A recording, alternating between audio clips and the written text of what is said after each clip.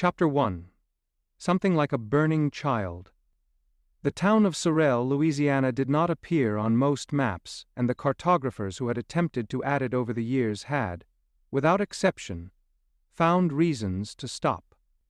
One of them, a meticulous man from Baton Rouge, who prided himself on completeness, had driven into Sorrelle on a Tuesday morning in 2009, gotten as far as the Gas and CP on Rue Sainte-Marie, ordered a large coffee, looked out the window at the street, and then very quietly driven back to Baton Rouge, where he submitted a note to his editor that read, in its entirety, "There is no adequate notation for Sorrelle.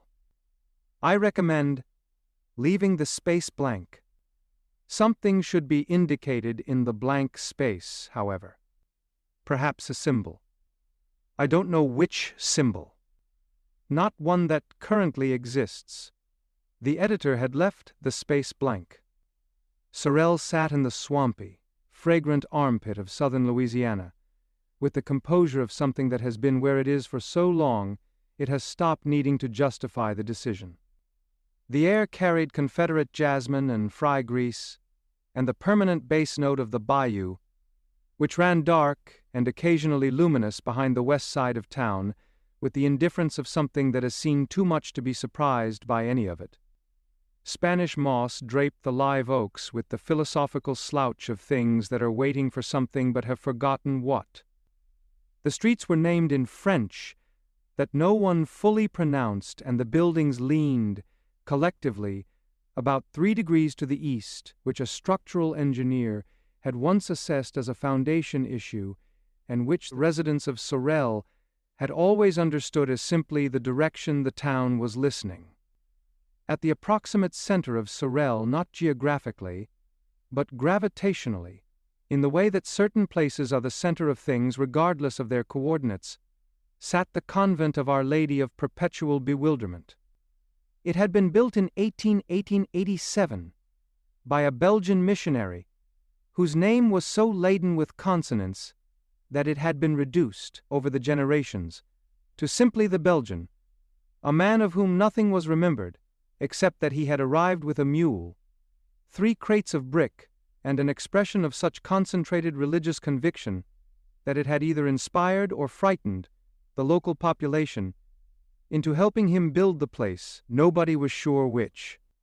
The result was a 2-story structure in faded white stucco, with green shutters that were perpetually 2 weeks from falling off, and a wraparound porch that sagged at the western corner in the manner of a shoulder bearing old weight, and a bell tower containing a bell that had not functioned since 1961, when something had lodged inside it and refused to be removed, and which the current residents had stopped trying to understand and started treating as a feature. Adjacent to the convent, connected by a covered walkway of mismatched lumber, that Carl the groundskeeper had been meaning to make uniform since approximately 2019, and had not, was a long low building that had been, at various points, a parish hall, a canning facility, and a storage warehouse, and was now, by the specific logic of Sorrelle, a call center. The sign above the door read, "Divine Reach Customer Care, a Ministry of Listening." Below this, someone had added in permanent marker, "We do not provide refunds. We do not guarantee miracles. We do not take calls about cable service. All others welcome." This was Sister Clotilde's domain. And behind the convent, occupying the back 2 acres of the grounds, with the quiet authority of something that has been growing for longer than anyone currently alive can verify, was the bonsai garden. Nobody fully understood the bonsai garden. It was 2 acres of sculpted miniature trees, gravel paths, stone lanterns, and small wooden bridges over channels that Gumbo had dug by hand over many years, and it was objectively the wrong garden for a Catholic convent in Louisiana. But it was also objectively the most beautiful 2 acres in the parish, and these 2 facts had coexisted in everyone's understanding of it for so long that the contradiction had resolved itself into something like inevitability. Of course the bonsai garden was here. Where else would it be? Gumbo Dupree was in the garden at 7 in the morning, as he was most mornings, because the garden and Gumbo had a relationship that was older than the current configuration of the grounds, and that required, like most long relationships, regular tending. He was 84 years old, Gumbo, though he disputed this, not because he thought he was younger, but because he found the number 2 tidy, too round, the way certain numbers had the audacity to suggest they summarized something they didn't. And he was tall, black, with hair that had gone white and kept going, past the point of maintenance into something that was now simply a condition, a long, disheveled cloud of it that fell past his shoulders and moved in the morning air the way the Spanish moss moved, by its own philosophy. He walked with a cane he'd carved from a live oak branch and decorated, over the years, with small incised figures that he refused to explain. He wore, this morning, a fishing shirt of such advanced age it had developed its own personality, and canvas pants the color of old riverbank, and the expression of a man who has been given the gift of no urgent agenda and intends to use it correctly. He was checking on the face plants, or rather, the place where the face plants had been. They had grown here before twice, by his count, in seasons he kept in his ledger with the same methodical care he kept everything. The first time in 1989. The second in 2001.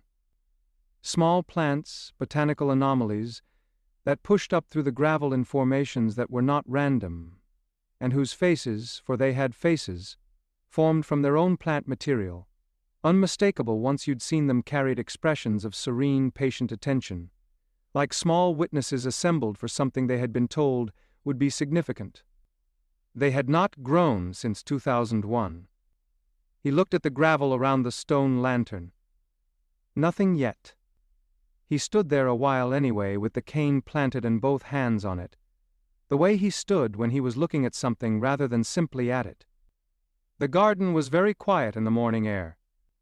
The bonsai trees, the mountain maples, the small junipers, the ancient star magnolia that had survived 17 Louisiana summers against all reasonable horticultural projection, were still in the windless dawn, each one a sustained argument for the beauty of careful limitation. He had a feeling. Not the dramatic kind of feeling. Gumbo's feelings were not dramatic, having been refined over 8+ decades into something much more efficient, more signal-dense, more useful. The feeling was the low, sure variety that arrived before events, the way pressure arrives before weather, not announcing anything specific, just indicating that the specific was on its way. He went to get coffee. Inside the cottage, a small, solid structure on the northeast corner of the convent grounds, set apart from the main building by a stone path, 3 crepe myrtles, and the occasional presence of Anne Dorothea, was making breakfast with the focused energy of a woman who uses cooking as a form of organizational communication, a way of telling the world what she expects from it. Dorothea Dupree née Marchetti was 63 years old, and she had dark hair, real dark, the kind that grays at the temples and resists and keeps going, which suited her, which was consistent with the general pattern of Dorothea, resisting things that attempted to diminish her, and a face that was beautiful in the way of faces, that have been through things, that have the topography of experience, rather than the smoothness of unexposure. She was gruff. This was not a performance. This was her actual factory setting, the basic Dorothea mode from which she occasionally departed upward into warmth, which made the warmth more meaningful, which she was aware of and used with tactical precision. She had been a nun for 11 years before meeting Gumbo. She was not a nun anymore. She was something the church did not have a convenient category for, a woman who had given her whole self to devotion, and had then given her whole self to a man, and found, to her own considerable surprise, that these were not contradictory acts, but successive chapters of the same vocation. She was also, though nobody said this aloud, still managing the practical life of the convent grounds with the comprehensive efficiency of a woman who has never met a logistical problem she couldn't resolve with preparation and force of will. She oversaw the maintenance schedules, the supply arrangements, the coordination between the convent's functions and Sister Clotilde's call center, and the various other moving parts of the grounds.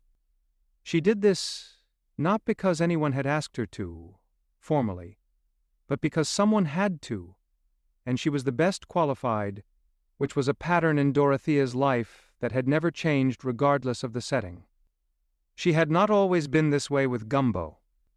She had started, and this was a fact she acknowledged, in the privacy of her own honesty.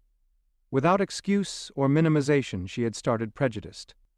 Not in the crude theatrical way of people who perform bigotry. In the quieter, more insidious way of someone who has absorbed assumptions without examining them, who makes small internal calculations based on categories rather than individuals, who does not recognize the process as bigotry because it feels, to the person doing it, simply like caution. Then she had met Gumbo in the Target on Tulane Avenue in New Orleans, 20 years ago, and he had been sitting in the home goods section eating a carton of coleslaw from the deli department with a plastic fork. And he had looked up at her with the absolute unhurried composure of a man who has been caught doing something mildly unusual in public, and has decided that mild unusualness is not a condition that requires apology, and he had said, "You look like you need to sit down. There's a chair right there. It's technically for display, but it supports weight." She had sat down. She did not fully understand why she had sat down. She understood it better now. 20 years later, understood that the sitting down had been the first act of a much longer action, the first note of something that was going to play for the rest of her life.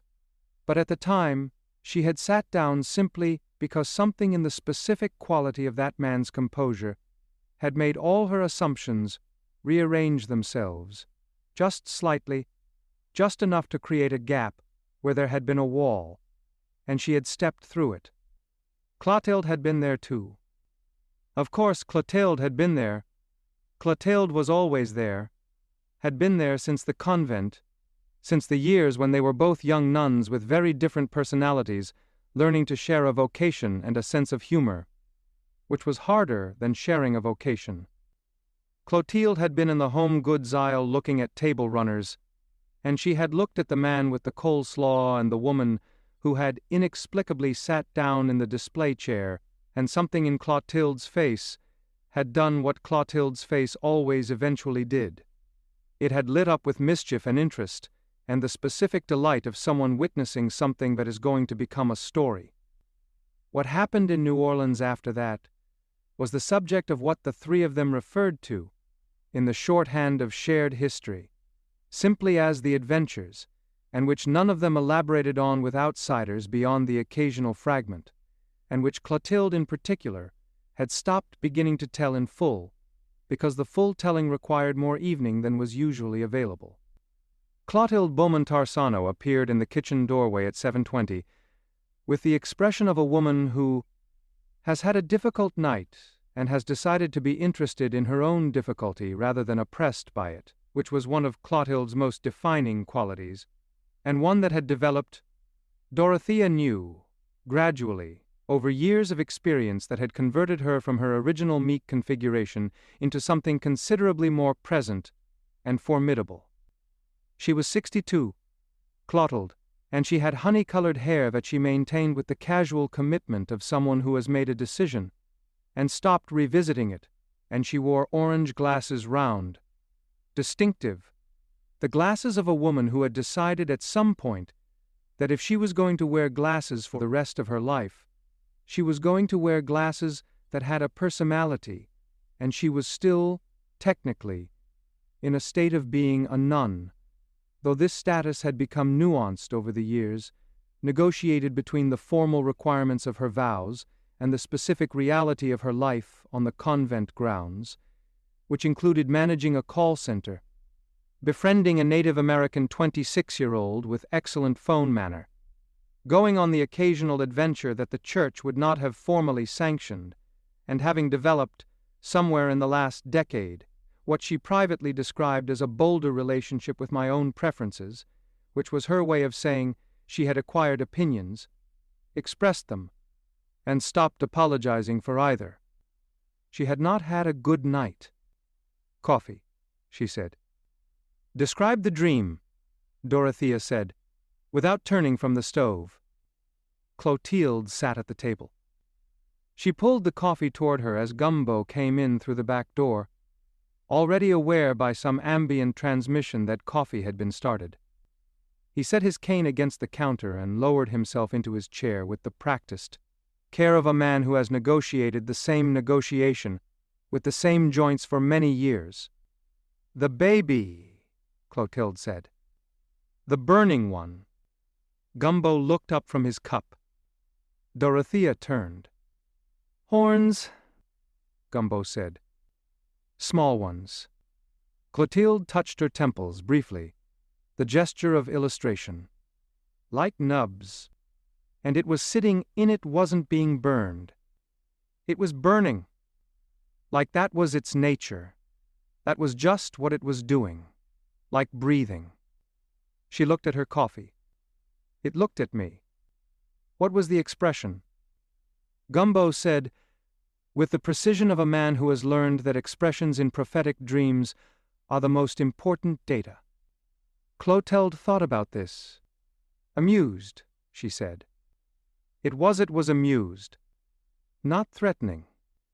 Not in distress. It was looking at me the way you look at someone when you know something they don't, and you're finding it charming that they don't know it yet. Gumbo nodded. Slowly. The nod of a man confirming something. "You've heard about this before," Clotilde said. "Adeline Trosclair called me on Sunday," Dorothea said. "She had it Friday night. She described the same thing. The burning, the horns, the mused. She set down the spatula with a precision that indicated controlled concern. And Raymond Beaumont's father-in-law. Monday morning." "That's 3, Clotilde said. "4, Gumbo said. "Including you." They sat with this. From outside, in the direction of the garden, the sound of an I, not a neigh, nothing so conventional. The small horse communicated through a variety of sounds that were not on the standard equine register, including a particular low vocalization, that those who knew her had come to understand as I have noticed something, and you should probably also notice it. "She's been doing that since yesterday," Dorothea said. "She knows," Gumbo said. "She always knows," Clotilde said. "She knew about the Fontenot girl 3 days before it happened.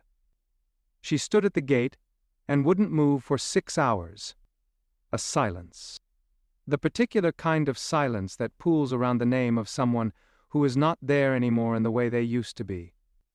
The Fontenot girl was Halapatinasha Jermaine Fontenot, who had been 19 years old and loved an impossible boy, and had gone into a coma during a seizure at 32 weeks pregnant, and had not come back from it, though her body had continued long enough to deliver the baby, and then gently, at the instruction of her family, with her mother's hands, and her grandmother's hands, and her grandmother's prayers in the room, had been released from the machines, and had gone wherever people go when the machines stop. She had been 20 days ago. The baby had survived. The baby was named Jermaine Jr., and the naming was its own document.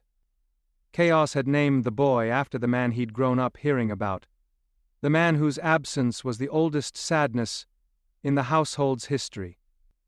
The original Jermaine had been Gumbo's great-grandson, found through a genealogy search that Dorothea had commissioned as a Christmas gift in 2018, and which had produced, 6 weeks later, a phone call that Gumbo had taken outside in the garden and returned from with the expression of a man who has received news that contains both something wonderful and something that would need to be managed. Jermaine Dupri had arrived at the convent in the spring of 2019, tall, lean, with Gumbo's cheekbones, and a quick, nervous laugh, 26 years old, coming from a life in New Orleans that he was actively trying to put behind him, which everyone on the grounds understood without asking. He had worked maintenance. He had been good at it, thorough and careful, with the attention of someone who found in the repair of physical things a practice that helped manage things that were not physical. He and Carl had developed a friendship built on parallel silences and an unspoken mutual comfort in the company of someone who also spent significant time with things that didn't talk back. He had been clean for 8 months when he died.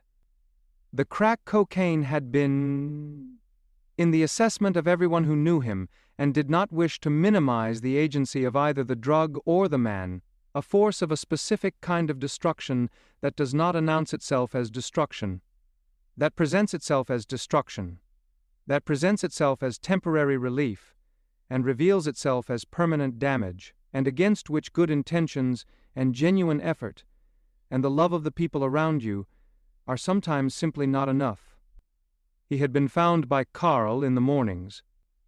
Gumbo had buried him in the church cemetery and had put a small wind chime at the grave, one of his finest, made from the purest bones, tuned to a particular sound that Gumbo described to no one except his ledger, where he wrote simply, "For Jermaine, a sound for traveling." When Chaos had held his newborn son, 18 years old, just turned, standing in the hospital with his life rearranged in every direction simultaneously, and had looked at the face, the dark amber eyes, the wide fontanette mouth, the forehead that was entirely his own, he had said the name before he had consciously decided on it. Jermaine. The name had felt like the right container for everything. Chaos Dupri Marchetti lived in a small house 3 streets from the convent, which Dorothea had arranged through a connection with the parish's housing ministry, in what she described as a housing situation, and which was, in practice, a small blue house with a front porch and a kitchen that was barely large enough for one person and was currently managing one person, and an infant and the infrastructural density of new parenthood with the grace of a space that is doing its absolute best. He was 18 years old. 19 in 3 months. He was the biological son of Dorothea and Gumbo, mixed trace in the visible sense, with his father's cheekbones and height, and his mother's dark eyes and the particular quality of both of them that was most essentially themselves, the steadiness of Gumbo, the directness of Dorothea expressed in someone who was still very young, and had received, in the past several years, an amount of grief that a person double his age might have found adequate. He was also, though this was not common knowledge, capable of things. Gumbo had been capable of things once the specific, difficult to categorize capacities that the Dupri line carried in its genetic freight, that Gumbo described as the family's particular relationship with the invisible, which was the most neutral language he could find for something that had no neutral language. Gumbo's had faded, largely, as such things did with age, not gone, but quieted, the way a river quiets in its lower reaches, moving still but no longer with the urgency of the mountains. He could still feel things ahead of their happening. He still knew when someone he loved was in distress before any notification arrived. He still walked into rooms and understood their history before anyone spoke. Chaoses were stronger. Stronger and less managed, because strong and unmanaged was the condition of being 18 and possessing something you hadn't asked for and hadn't been fully trained in. He saw things. Not visions exactly, more like overlays, like the world had a second version of itself running just underneath the visible surface, and he had the occasional, involuntary access to it. He could influence small things, the weather in a room, the behavior of objects at the edge of their stability, the decisions of people who were on the fence about something and didn't know they were being nudged. He didn't do this intentionally. Mostly. Dorothea worried about this. She worried in the specific way of a woman who loves someone and understands the danger they carry and knows that the danger is not malice, but youth, which is its own kind of danger. More tractable than malice, but not always less consequential. Gumbo said, "He'll find his level." Dorothea said, "Before or after something goes wrong?" Gumbo did not answer this, which was its own answer. Chaos was on the porch of the small blue house at 8 in the morning with Jermaine Jr. in the carrier on his chest, and the expression of a person who has not slept in a continuous stretch of more than 3 hours in 20 days, and has developed, in that sleep deprivation, a relationship with reality that is technically functional but has soft edges. He had one boot on. The other was inside. He had gone back for it twice, and been redirected both times by requirements of the baby, who was awake and who was looking at the porch railing with the consuming attention that very young infants bring to things that are simply present, simply there, which is to say with the attention of someone who finds everything astonishing, which is either the mark of profound intelligence or the absence of established expectation, and which Chaos was finding, in his soft-edged state, to be the most instructive thing he'd ever witnessed. "You have no idea," Chaos told the baby. The baby looked at the porch railing. "None," Chaos said. "Zero. You have exactly 0 idea, and I find that—" He stopped. Reconsidered. "Honestly? I find it kind of useful that you don't know. Because I don't know either, and at least we're doing it together." From the street, approaching with the specific sound of small hooves on a gravel path, came Anai. Anai, pronounced Onay, as everyone in Sorrelle had been corrected at least once, was not a large horse. She was, in point of fact, smaller than a medium-sized dog, a creature of such compact, luminous improbability that first encounters with her tended to produce a period of recalibration, during which the new person attempted to reconcile what their eyes were reporting with what their brain expected from the category horse. She was the color of something between white and not white, a color that shifted depending on the light, and that several people had attempted to name and none had named adequately. Her eyes were enormous and dark, and contained the specific quality of something that sees accurately and comprehensively and has made peace with what it sees. She was not a horse in the conventional, agricultural sense. She was a horse in the sense that she occupied the horse-shaped position in the available categories, but she clearly operated by a different set of rules. She could be in 2 places in succession with no apparent transit between them. She found things vegetables, specifically, usually sweet potatoes, occasionally yams that no one had given her, and that had no clear origin. She had, on 3 documented occasions, placed her small nose against a person who was unwell and been followed, within hours, by an improvement in that person's condition that their physicians had found when asked to comment, unexpected but welcome. She came up to the porch and looked at Chaos. She looked at Jermaine.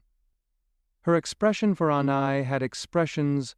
This was simply accepted on the grounds was the one that Chaos had come to think of as her "I know something and I'm deciding whether to communicate it" expression, which was more common than her "everything is fine" expression, and less common than her "I have obtained a sweet potato" expression.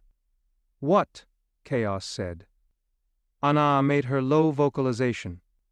The "I have noticed something" sound. "Something happening at the convent?" The vocalization again. Lower. "Okay," Chaos said. "Yeah." "Okay." He looked down at Jermaine. "You want to go see your grandparents?" The baby moved its arms in the specific, non-committal way of someone who has not been offered a binary choice before, and is not certain what the gesture of consent looks like yet. "I'm taking that as a yes," Chaos said. He went inside to find his other boot. The call center at Divine Reach Customer Care opened at 9 in the morning, which meant that Youngblood arrived at 8:30. Because Youngblood arrived everywhere 30 minutes early by constitutional predisposition, a habit that had developed in his childhood on the Choctaw Nation and that he had maintained in Louisiana with the consistency of someone who finds value in being ready before things require you to be. His full name was Tate Runningwaiter, which he spent a meaningful portion of his professional life explaining was his actual name and not a performance name or a joke or a coincidence of syllables. He was 26, lean, with the specific quality of stillness that belongs to people who have spent significant time in landscapes that reward it, and he had a voice low, measured, carrying without effort, that had been described by customers as the most calming sound I have encountered outside of nature, which was the kind of Yelp review that was both gratifying and mildly unsettling. He had found the job through an ad in the Gas NCP window. He had been in Sorrelle for 3 weeks, having driven south from Oklahoma in a 1999 Camry that he'd named Stanley, after the Stanley Cup, for reasons that he had explained once, and that made complete sense in the moment, and that no one had been able to reconstruct fully afterward, and that had made the journey with the combination of determination and denial that characterized elderly vehicles. He had answered the ad not because he was desperate, and not because the job aligned with his background in business administration, but because the ad had said must not be easily frightened by the spiritual or the unexplained, and he had read this and thought, well, that's an honest way to present a position, and had gone to knock on the nearest door, which was the convent door, and had found Clotilde on the other side of it, who had looked at him for 4 seconds, with the orange glasses and honey-colored hair and the expression of someone running a rapid assessment, and had said, "Can you stay calm when people yell at you?" "Yes." "Can you stay calm when people cry?" "Yes." "Can you stay calm when the situation is not clear and the correct action is not obvious and the person in front of you is not making your job easier?" "I lived in a dormitory," Youngblood said, "for 4 years." Clotilde had smiled the smile that Youngblood would come to understand as her actually delighted smile, which was different from her performing delight smile in ways that took approximately 2 weeks to learn and were thereafter completely legible. "Monday," she'd said. 8:30. He had been there since. His relationship with Clotilde had developed into something that was neither the conventional supervisor-employee relationship, nor the relationship of equals, but something with its own specific topology of friendship of mutual respect between two people who had arrived at each other from completely different directions and found, in the arriving, that they understood each other's way of seeing without needing to explain it. He called her sister, because that was the title. She called him Youngblood, because that was what she'd called him the first day, by instinct, and it had stuck the way names stick when they're true. This morning he was at his desk at 8:40, coffee in front of him, headset on, the call queue not yet open, reviewing the previous day's notes, with the focused attention of someone who considers preparation to be the most respectful thing you can offer to the person who will be calling. Through the glass partition of Clotilde's office, he could see her at her desk. She was on her phone, not a work call, a personal call, held with both hands in the manner of something important, and her expression was one he had learned to read, as I have received information that requires active management. He watched her. She looked up and through the glass and saw him watching. She held up one finger. "Give me a moment." He nodded. She finished the call. She came out of the office. "Tell me something distracting," she said. "The moose said something yesterday," he said. Clotilde stopped. "What did it say?" "Boss called last night. He said the moose said." Youngblood checked his notepad because he had written it down. because he was that person. Something has come into the world. It burns with what it is. Clotilde pulled out a legal pad from somewhere within her person in the way that Clotilde always produced legal pads, as though she were a magician, and the legal pad was her signature trick. "I need to call Dorothea," she said. "She's already on her way," he said. "How do you?" He pointed out the window. On the path from the convent cottage to the call center, Dorothea was walking with the specific compressed energy of her "This is a situation that requires direct address" stride, which Youngblood had catalogued over his months at Divine Reach as distinct from her "everything is fine" stride, her "Carl has done something unexpected" stride, and her "where is the thing I asked for" stride. "Good eye," Clotilde said. "Good teacher," he said. Clotilde looked at him with the orange glasses. Then she went to open the call center door before Dorothea reached it.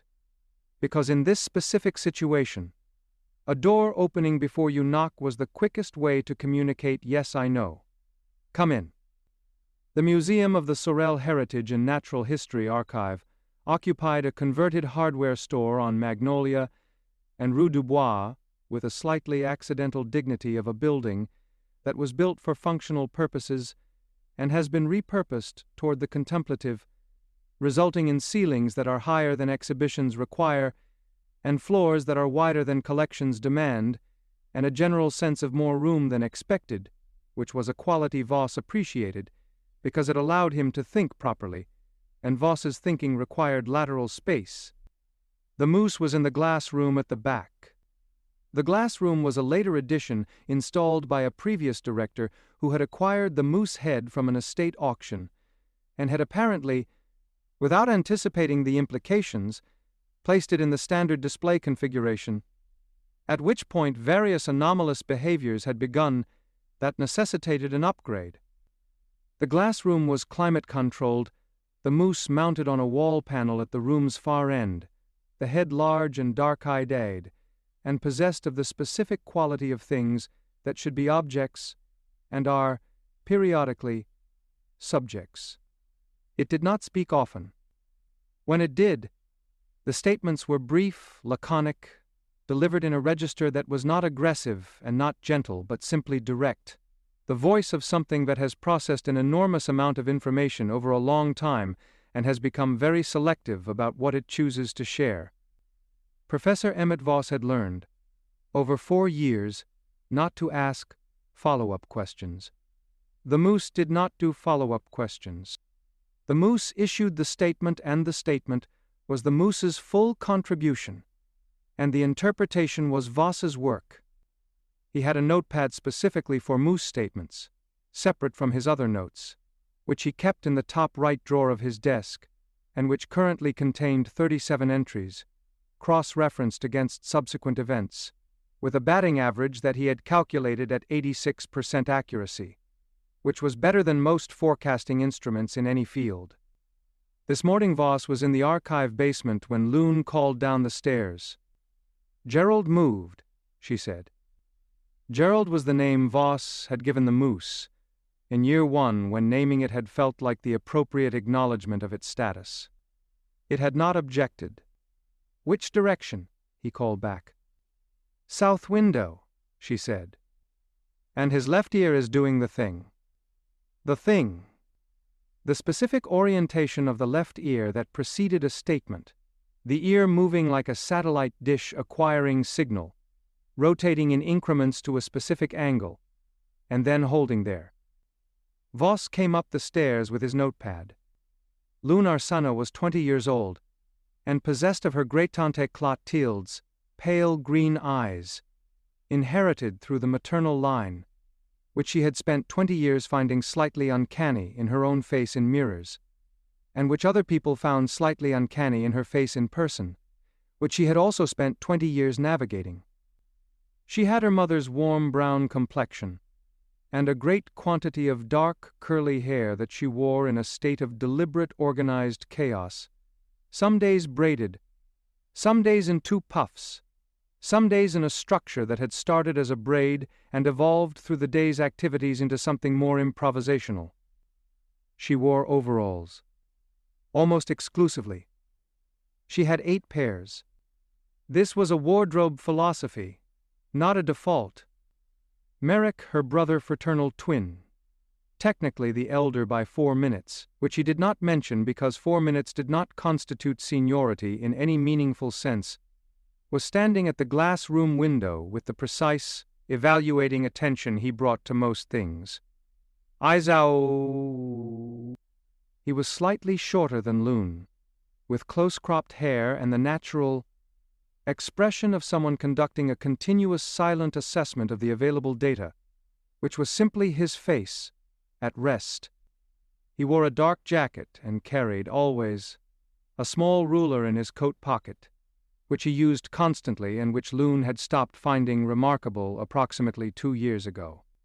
They had come to Sorrelle 8 months ago, transferred from Baton Rouge, and they had come to work under Voss with the parent-child dynamic that nobody mentioned, because nobody needed to mention what was legible to everyone and was comfortable and good.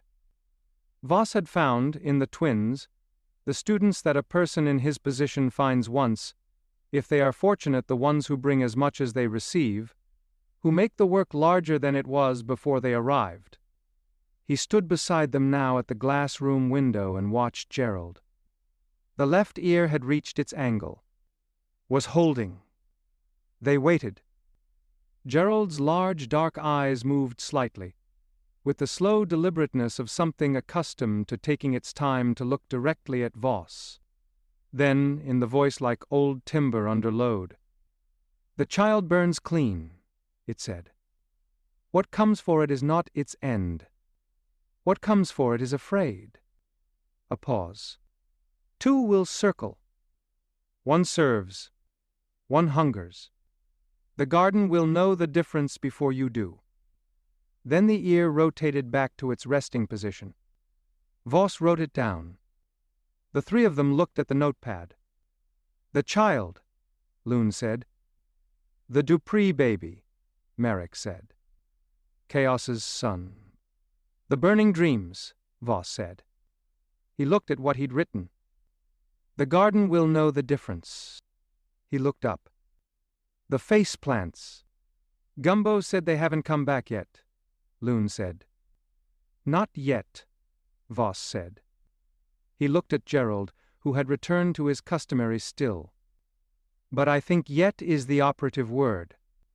That afternoon Chaos arrived at the convent grounds with Jermaine in the carrier, with both boots on, with the particular expression of a young man who has recently experienced something in the category of "I cannot explain this, but it happened, and I need people who will believe me without requiring extensive justification." He found Gumbo in the ossuary, the small cinder-block building behind the garden that was not technically an ossuary, but had accumulated, over years, enough bones to merit the designation, bones found in the walls of the convent during repairs, in the crawl space below the old parish hall, behind paneling in the basement, none of them of identifiable origin, but all of them cleaned and kept by Gumbo in the meticulous way he kept everything he considered worth keeping. He used them to make wind chimes. Gumbo's Etsy shop was called Bone Tones by G, and it had been, before Chaos's awareness of it, an established concern. It had 460 reviews, averaging 4.9 stars, with one persistent 1-star review that read, "These chimes have been playing in my house for 2 months without wind. I don't know what to do." 1 star. Gumbo had responded, "Thank you for your review. Please water the plant near the chimes." G, the reviewer, had not updated their rating but had replied, "I don't have a plant near the chimes." "You do now," Gumbo had responded, and the conversation had ended. Chaos found him at the workbench, stringing a small vertebra onto copper wire with the patience of a man who has no clock. "The baby looked at something this morning," Chaos said, without preamble, which was how Chaos communicated with his father, arriving at the subject as soon as possible because everything before the subject was a waste of both their time. "What did he look at?" Gumbo said. I don't know what it was. But it was in the corner of his room, and he looked at it for 3 minutes without looking away, and then he... Chaos paused. He smiled. Dad. He smiled at it. He's 3 weeks old, and he smiled at the corner of a room that had nothing in it that I could see. Gumbo set down the vertebra. He looked at his son. He looked at his grandson in the carrier, sleeping now, the 3 weeks old piece of him absolute and devastating. What did you feel when he smiled? Gumbo said. Chaos looked at the workbench. Warm, he said. Like the whole room went warm. And I thought I smelled something. Like... He stopped. Like she used to smell. Like her thing she wore. Her... He stopped again. Gumbo reached across and put his hand on his son's arm. Yeah, he said. Yeah? Chaos said. His voice had the specific quality of a person who is 18 years old, and carrying more than a person should have to carry at 18, and is asking, in the word, yeah, a question that is actually, is this real? Is this what I think it is? Is she somewhere? Is she okay? Does she know about him? Yeah, Gumbo said. All of those things. You don't know what I was asking. You weren't asking one thing, Gumbo said. You were asking all the things at once. The answer to all of them is, yeah.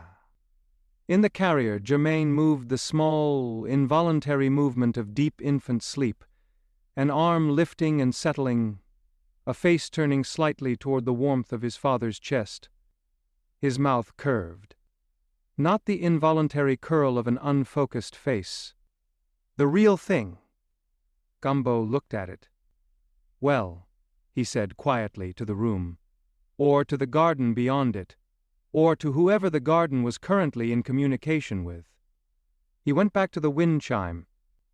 In the secret room behind the chapel, through the unmarked door with the key from another century, into the whitewashed space with its low-vaulted ceiling, and its beeswax smell and its large mirror in the dark carved frame, Dorothea sat alone.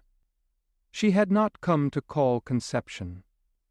She had come to look at the mirror, which was what she sometimes did in the interval between the ordinary days and the days that were becoming something else. She came to look at the mirror, the way you look at a phone, that might ring, not pressing the call, just being near it, being available.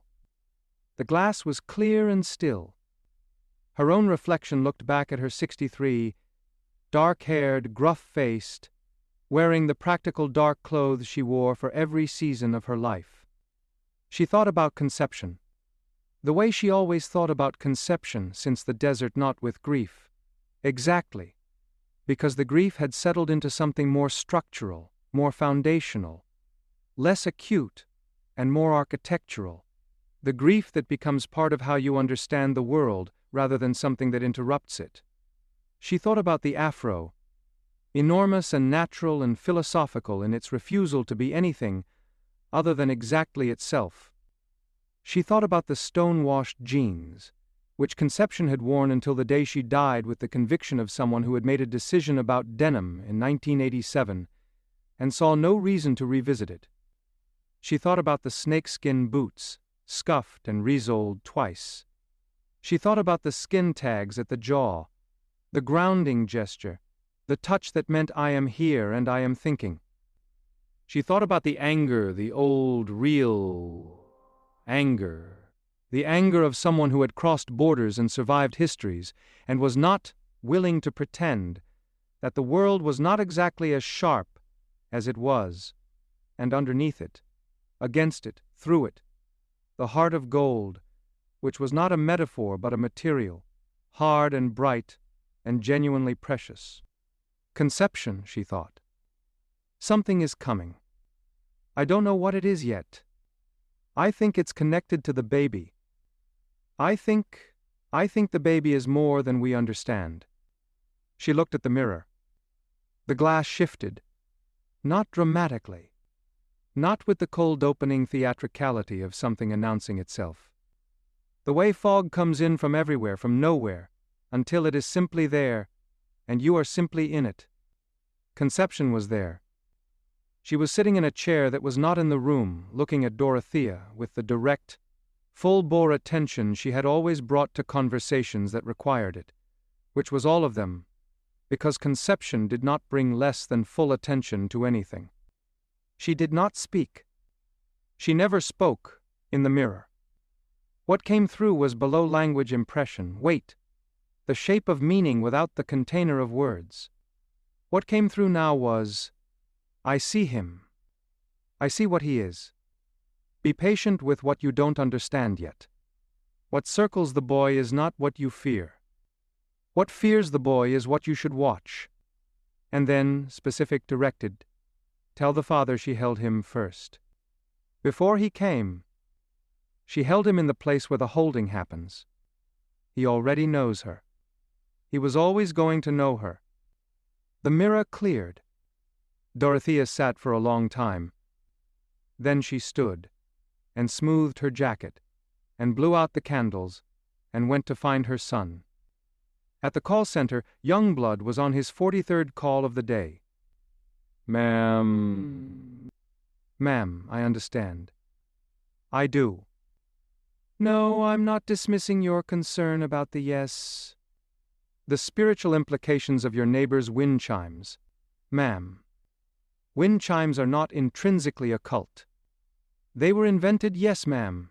I know what they sound like. Some wind chimes sound like that. It's a matter of the intervals between no. No, ma'am. I don't believe your neighbor is attempting to communicate with a negative entity through decorative outdoor hardware. I think your neighbor. He paused. He had a gift for the pause, the specific pause that gave the caller the room to hear themselves. I think your neighbor likes wind chimes. Yes, ma'am. That's yes. I'll pray with you. Of course I will. Give me just a moment. He put the call on soft hold. He looked through the glass partition at Clotilde, who was at her desk with 2 legal pads open simultaneously, and the expression of a woman assembling a case from fragments. She looked up. He made the gesture he used for "How are you doing over there?" She made the gesture she used for managing. "Thank you for asking. Continue with your call." He went back to his caller. This was the rhythm of the place, the calls and the concern, and the patient navigation of people in distress through the specific geography of their distress, with Youngblood on the phones and Clotilde in the background, managing the larger picture, and between them the kind of wordless coordination that develops when 2 people have worked in close quarters through enough difficult situations to trust each other's peripheral instincts. Outside the call center window, the bonsai garden was visible, the stone paths, the stone lanterns, the autumn-turning leaves of the small maples. And beyond the garden's central arrangement, at the base of the largest stone lantern, a small green thing was pushing through the gravel. Youngblood noticed it during call 44. He didn't say anything. He wrote it on the corner of his notepad, where he wrote things he was going to mention to Clotilde when the moment was right. "Faceplant," he wrote. 1. Near the lantern. He circled it. He went back to the call. Ralph was on the kitchen windowsill. Ralph had been at the Dupree cottage for 22 of his 32 years, which meant he had been at the Dupree cottage for longer than most of the current generation of Sorrelle residents had been alive, and in that time he had developed through the accumulated observation of a creature with an above-average intellectual capacity, and nothing but time and proximity to practice it in a comprehensive and largely unflattering assessment of the human condition, which he delivered periodically in the form of monologues, commentary, and the occasional single-word editorial that landed with more precision than a sentence. He was a Mexican red-headed Amazon, brilliant green with the brick-red head and the blue wing flash, 32 years old and in full command of his powers, and he watched the events of the household with the bright, unnerving attention of a journalist who has been given unlimited access and has decided to use all of it. He watched Dorothea come in from the direction of the convent. He watched the expression on her face, the one she wore when she'd been in the mirror room, the one that was not sad and was not relieved, but was some specific quality that existed between them, the face of someone who has received information from a source that matters. She went directly to where Chaos was sitting on the floor with Jermaine on the gray carpet, both of them on the floor, Chaos cross-legged with the baby propped against his knees, and Jermaine looking at Chaos's face with the consuming attention that he brought to that specific face above all others. Dorothea sat in the chair closest to them. She looked at her son. She looked at her grandson. She said, she held him first. Before he came, she held him in the place where the holding happens. He already knew her. Chaos went very still. Jermaine, perhaps responding to the quality of the silence, or perhaps responding to something else entirely, made a sound that was not a word, and was not random, a specific, directed sound, a single syllable aimed at no surface in the room that either of them could identify with the quality of an answer. "Yeah," Chaos said, in the voice of a person who has been given something they needed and is figuring out where to keep it. "Yeah." "Okay." Dorothea reached down and put her hand on top of his. Ralph, from the windowsill, said nothing. This was his most eloquent register. Outside in the garden, the faceplant at the base of the stone lantern was growing. In the town beyond the grounds, the dreams of burning babies continued their patient visitation door to door, house to house, Baptist and Catholic and agnostic, the amused small face with its nub horns, distributed through Sorrelle's sleeping population with the specificity of something that knows exactly where it is going and is in no particular hurry to arrive. Something was gathering. Gumbo in the ossuary could feel it in his hands, the way he felt most things now in the places that had done the most work, in the calluses and the years of them, the accumulated sensitivity of hands that had built and repaired and made and tended for 8 decades, which had earned, in the end, the ability to feel ahead of the visible. He strung one more bone onto the copper wire. The chime moved in the draft from the open window. The bones clicked against each other, soft, patient, the sound of things that have been kept and have not lost their music. The garden breathed. The season had begun. End of Chapter 1. Chapter 2. The New Teacher, the Torso, and Ralph's Complete Theory of Annie Oakley. Ralph came with the house.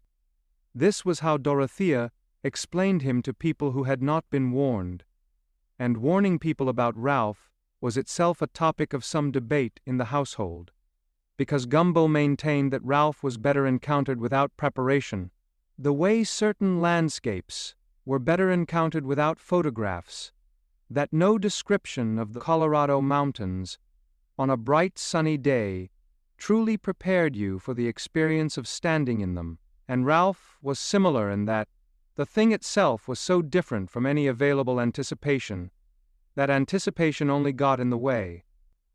Dorothea disagreed. Dorothea believed in preparation, in forewarning, in giving people adequate notice of what they were walking into, which was a philosophy she had developed through decades of being the person everyone came to when inadequate notice had been given about something and the results were now visible and needed managing. The debate about warning people about Ralph had been ongoing for 19 years and had not resolved. Ralph was a Mexican red-headed Amazon parrot, 32 years old, with the brick-red head and the brilliant green body and the blue at the wingtips that caught light like a small private announcement of itself. He had been Gumbo's first, in the sense that Gumbo had come with him when he moved onto the convent grounds, carried in a cage that Gumbo described as Ralph's preferred accommodation, and Ralph described, on the one occasion he addressed the matter directly, as a crime of passion disguised as responsible pet ownership. He talked. Everyone who encountered Ralph was told, before the encounter, that he talked. What nobody adequately conveyed was that Ralph talked in the way that certain people talk, not the social performance of talking, not the exchange of pleasantries and the management of comfort, but talking as a vocation, as a practice, as the primary mechanism through which a very intelligent creature had decided to organize its experience of being alive in this particular household, in this particular town. Ralph had opinions about everything. Ralph had opinions about the correct way to make coffee, the ethical implications of Soylent Green as a concept, the cartography of Gumbo's Etsy shop reviews, the geopolitical failures embedded in the design of most fences and walls, the secret shame of people who claimed not to like carbohydrates, and the correct moral interpretation of the Book of Job, which he had arrived at independently and which he maintained was more accurate than any seminary consensus. He delivered these opinions in monologues. The monologues were, depending on who you asked, the best or worst thing about the household's ambient life. Chaos loved them and would not admit this. Dorothea tolerated them with the composure of a woman who has outsourced her intolerance to other things. Gumbo encouraged them actively, because Gumbo found Ralph's monologues to be one of the more honest commentaries on existence available on the grounds, and because 91 years of anything even existence benefits from honest commentary. Clotilde visited enough to have a relationship with the monologues. She had once told Youngblood that Ralph's monologues were the theological education she'd never been formally offered, which Youngblood had received with the careful expression of someone deciding whether this was a compliment to Ralph, a criticism of the church, or simply a true statement about the nature of irreverent wisdom, and had eventually concluded, all three. This particular Tuesday morning, Ralph was doing roll call. This was a practice he had developed sometime in 2019 and maintained with impeccable consistency every morning, in the order of household members from most to least compliant with Ralph's general worldview. He called their names and issued a brief assessment. It took approximately 4 minutes. It was not requested by anyone. It could not be stopped. Gumbo, Ralph said. Present. Adequate. Made the coffee strong today. 9 out of 10. Would give 10, but he's been humming while he works, and the humming is in the wrong key. Gumbo at the kitchen table. Thank you, Ralph. Dorothea. A pause. Present.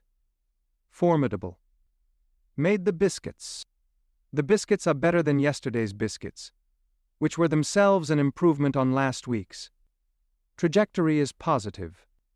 I award a provisional 8, but reserve the right to revise upward once I've assessed the texture. Dorothea. You don't eat biscuits, Ralph. I evaluate biscuits. This is different and more important. Chouse. Chaos from the hallway. Voice muffled by either distance or the baby's head. What? Present but barely. Left boot on wrong foot. Has been on wrong foot since he put it on this morning and either hasn't noticed or doesn't care. Both of which are diagnostic. A pause. Then shuffling. A quiet word that was not for public consumption. Jermaine Jr., Ralph said. Present. Serene. Best behavior of anyone in the household. Continues to look at corners of rooms. Smart. 11 out of 10. I don't usually give 11s. I'm giving an 11. Clotilde is not here this morning, so she gets a provisional status of absent with cause. Youngblood, also absent, also excused. Call center opens at 9, and it's 8:52, and he'll be there at 8:30, because he's Youngblood, and Youngblood cannot be late to things. It's a physiological condition. Are you done? Dorothea said. I haven't done myself yet. Please don't. Ralph, Ralph said. Present. Excellent. The only member of this household who has read the book of Job in its entirety and arrived at the correct interpretation, which is that Job was correct, God was showing off, and the friends were the most useful idiots in ancient literature. Additional note: there is something behind the convent that wasn't there yesterday. Carl should look at it. This is not a monologue, this is a practical advisory. That is all. Silence. Something behind the convent, Gumbo said. Behind the convent, Ralph confirmed. Near the old cistern. I saw it from the window at first light. I am not going to speculate about what it is because speculation is for people who don't have windows. Someone with legs should go look. Carl went to look. Carl Robichaud, the groundskeeper, was 45 years old and moved through the world with the good-natured, slightly distracted energy of a man whose interior life was organized around things that did not require him to explain himself, which suited him, because explanation was not Carl's gift. His gifts were fixing things, maintaining things, noticing things that needed fixing or maintaining before they reached a critical state, and the secret, private, enormous gift of the dolls, which he kept in the back section of the maintenance closet behind the tool belt, and the set of hammers, and which he would not be discussing today or any other day, unless someone asked directly, which nobody ever did, because Sorrelle had a long-established practice of respecting the private dimensions of people who were in all practical senses completely harmless, and Carl was in all practical senses completely harmless, and the dolls were, by every available metric, simply loved. He went around the back of the convent at 8:55, tool belt on, canvas shoes, the morning already warm in the way of October mornings that haven't decided between seasons yet. He found the torso behind the old cistern. It was not a human torso. This was the first thing Carl established, with the careful thoroughness of a man who has spent 6 years on these grounds, and has learned not to assume the worst, but also not to assume the ordinary. He crouched down and looked at it with the patient attention he brought to most things, including the dolls, which was full, unhurried, without projection. It was clay. A clay torso, approximately 18 inches tall, formed with care and considerable skill, in the style that Carl's limited art history exposure placed somewhere between archaic, Sanskrit cave art and the stitchwork of something much older figures pressed into the surface, symbols worked around the torso's midsection like a belt. The clay was dry, not recently fired but not ancient either, the kind of dry that suggested days rather than years.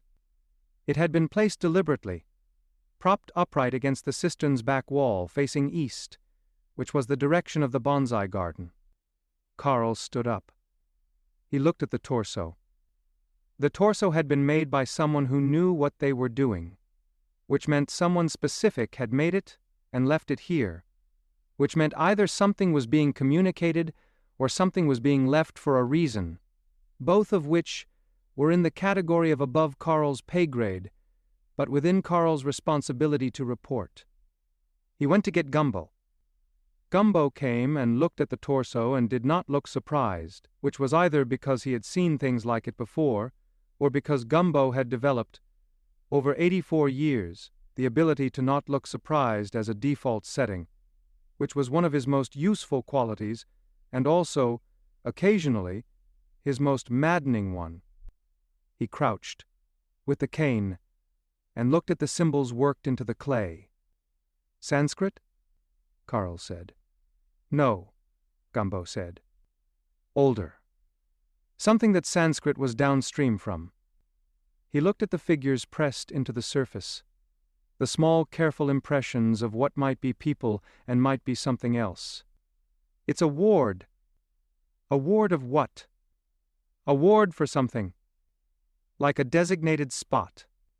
Like a marker. He straightened. Someone put this here to mark this location as significant. as a point of reference. He looked at the cistern, then at the angle from the torso's east-facing position, which was exactly in line with the stone lantern in the center of the bonsai garden. They put it here so it's looking at the garden. Who did? Gumbo looked at Carl. That, he said, is the right question. We don't have the answer yet. He looked at the torso one more time. Leave it where it is. Don't move it, don't cover it, don't mention it outside of the usual circle. He patted Carl on the shoulder. Good find. Ralph was right to tell you. Ralph makes my scalp itch, Carl said. Most prophets do, Gumbo said. Across town, at the Sorrelle School for the Visually Impaired on Rue Sainte Catherine, the new teacher had arrived.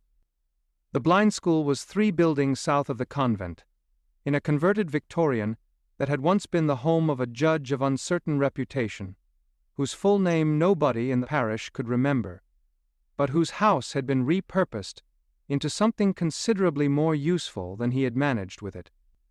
The school had 17 students, 4 teachers, 1 very old photocopier that produced copies that were interpretations, rather than reproductions, and a caterwauling neon sign above the entrance that read Light of Learning, and that flickered with a specific irregularity of something communicating in a frequency just below the level of message. The new teacher's name was Mr. Aldous Crane. He was 34, lean with a long neck and eyes of a particular amber that was, and this was the detail that people noticed first, then returned to, then couldn't stop returning to the wrong color. Not the wrong color in a medical sense. In the sense of being color that belonged to something else, something that lived at an altitude or latitude, where that specific amber was the correct color for eyes, and which was simply being worn here, in a blind school in Sorrelle, Louisiana, slightly out of context in the way of something transplanted. He had arrived on a Monday 2 weeks ago. He wore dark suits, dark brown, dark maroon, occasionally both in a combination that should have been wrong, and was instead deeply deliberate looking. The color scheme of a man who has thought about his appearance in terms of signal rather than fashion. He was gentle with the students in the comprehensive way, physically gentle, vocally gentle, the gentleness of someone for whom it was not a professional performance but a natural state. He remembered everything about everyone without apparent effort. He had a stillness to him that the other teachers had described variously as calm, focused, and, in the case of one aide who had worked at the school for 9 years and had seen a great deal, like he's never in a hurry because he already knows how things turn out. He also, on 2 separate occasions, had turned to look out the window before anything was there to look at. Youngblood had noticed this on Tuesday. He had been delivering the diocese newsletter, which he dropped at the school on his way to the call center as a favor to Father Dominic, and he had paused in the hallway outside Crane's open classroom door, and he had watched Crane turn his long neck and his amber eyes toward the south window, a full 4 seconds before a bird flew past it. He had filed this, not as alarm as data. Youngblood was a data filer. He had been filing things about Sorrelle for 8 months with the systematic patience of someone who suspects that the fragments will eventually form a picture, and in 8 months of filing, this was one of the better fragments. He had not mentioned it to anyone. He was mentioning it now, on Thursday morning, to Clotilde, because Thursday was his and Clotilde's day for what she called the briefing and what he privately called the part where we say all the things we've been not saying all week, and the clay torso behind the convent and the amber-eyed teacher and the growing face plant at the stone lantern were all of the caliber of things that belonged in the briefing. They were in Clotilde's office. She had 2 legal pads. He had his notepad. They had coffee. Through the glass partition, the call center floor was staffed with 3 other representatives, all on calls, the low murmur of patient assistants filling the room like the sound of a building doing what it was built to do. The teacher, Clotilde said. Crane, Youngblood said. You think he's what? What do you think he is? Youngblood considered this with the care he applied to most statements.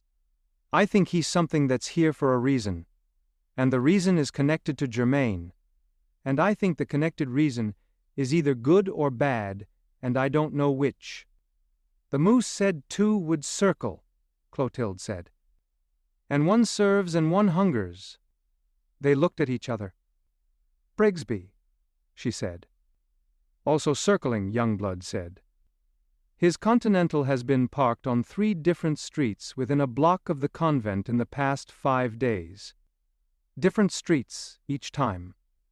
Same block radius. What does Brigsby want? Whatever it is, he wants it more than he wants a normal parking spot. Youngblood made a note. His public reputation is what it is, the disgraced professor. The indecency charge, but I've been reading his published work. He's not stupid. No, Clotilde agreed. He's worse than stupid. He's smart and desperate, which is the specific combination that produces the most creative forms of bad behavior. She wrote something on the legal pad. One serves and one hungers.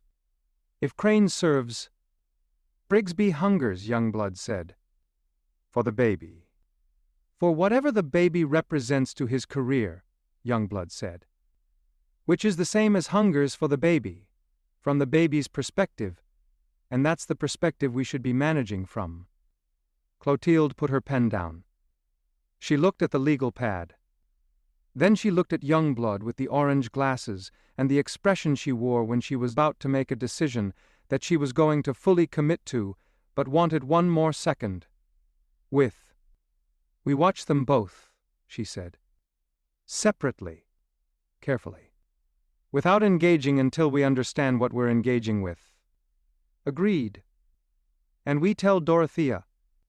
She's going to want to do more than watch. She is, Clotilde said. That's why we tell her carefully. Elsewhere in the immediate universe of the convent grounds and its satellite concerns, a number of things were happening simultaneously, which was the standard operational condition of Sorrelle, and which everyone involved had made their personal peace with at varying levels of completion. Chaos was at the small blue house with Jermaine, sitting on the front porch in the early afternoon with the baby carrier on his chest. The baby awake and conducting his ongoing comprehensive study of the face of his father, which appeared to Jermaine to be the most inexhaustible subject available within his current range of access. Chaos had been reading about the Book of Job, because Ralph had mentioned it during roll call, and Chaos was, against his every intention, susceptible to Ralph's reading recommendations, having found over years of exposure that Ralph's recommendations were almost always proxies for whatever the household currently needed to read. And the Book of Job, a man who had everything, lost everything, was given various unhelpful explanations by his friends, and eventually received an answer that was essentially the universe saying, I am bigger than your ability to comprehend, and you are going to have to be okay with that, was, in the current season of Chaos's life, relevant. He had read 3 chapters and then looked at Jermaine and said, I feel like you could have written this. Jermaine had responded with the sound he used for everything that satisfied him, which was a soft, singular, highly decisive, Yeah, Chaos said.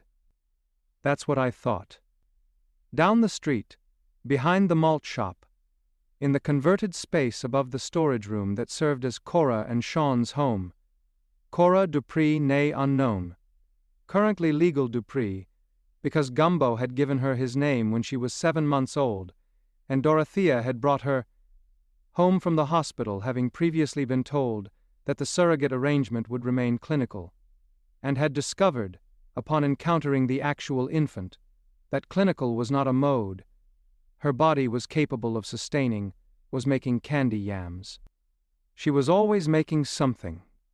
This was her mode, kinetic, productive, her hands always in something, Whether it was the malt shop recipes or the Christian contemporary music she still wrote, and occasionally performed at Sean's insistence, at the Tuesday night service at the Baptist Church on Magnolia, which the congregation received with the specific generous bafflement that Baptist congregations bring to music that is neither quite their style, nor quite anyone else's either. She was white, Cora, with the dyed blonde hair she'd been maintaining in the same color since she was 22, and which she now touched up herself in the bathroom every 6 weeks, with the systematic efficiency of someone who made all her own decisions, and had made this one conclusively. She had the cheerful, slightly theatrical warmth of a woman who had been, in her professional history, an exotic dancer, which was a career that required a very specific set of social skills, the ability to be seen and to manage being seen, the ability to keep the interior separate from the presentation, and which had left her with a competence in public performance that looked, to people who did not know her well, like a kind of glossy shallowness, and which was in fact the opposite. She was smart.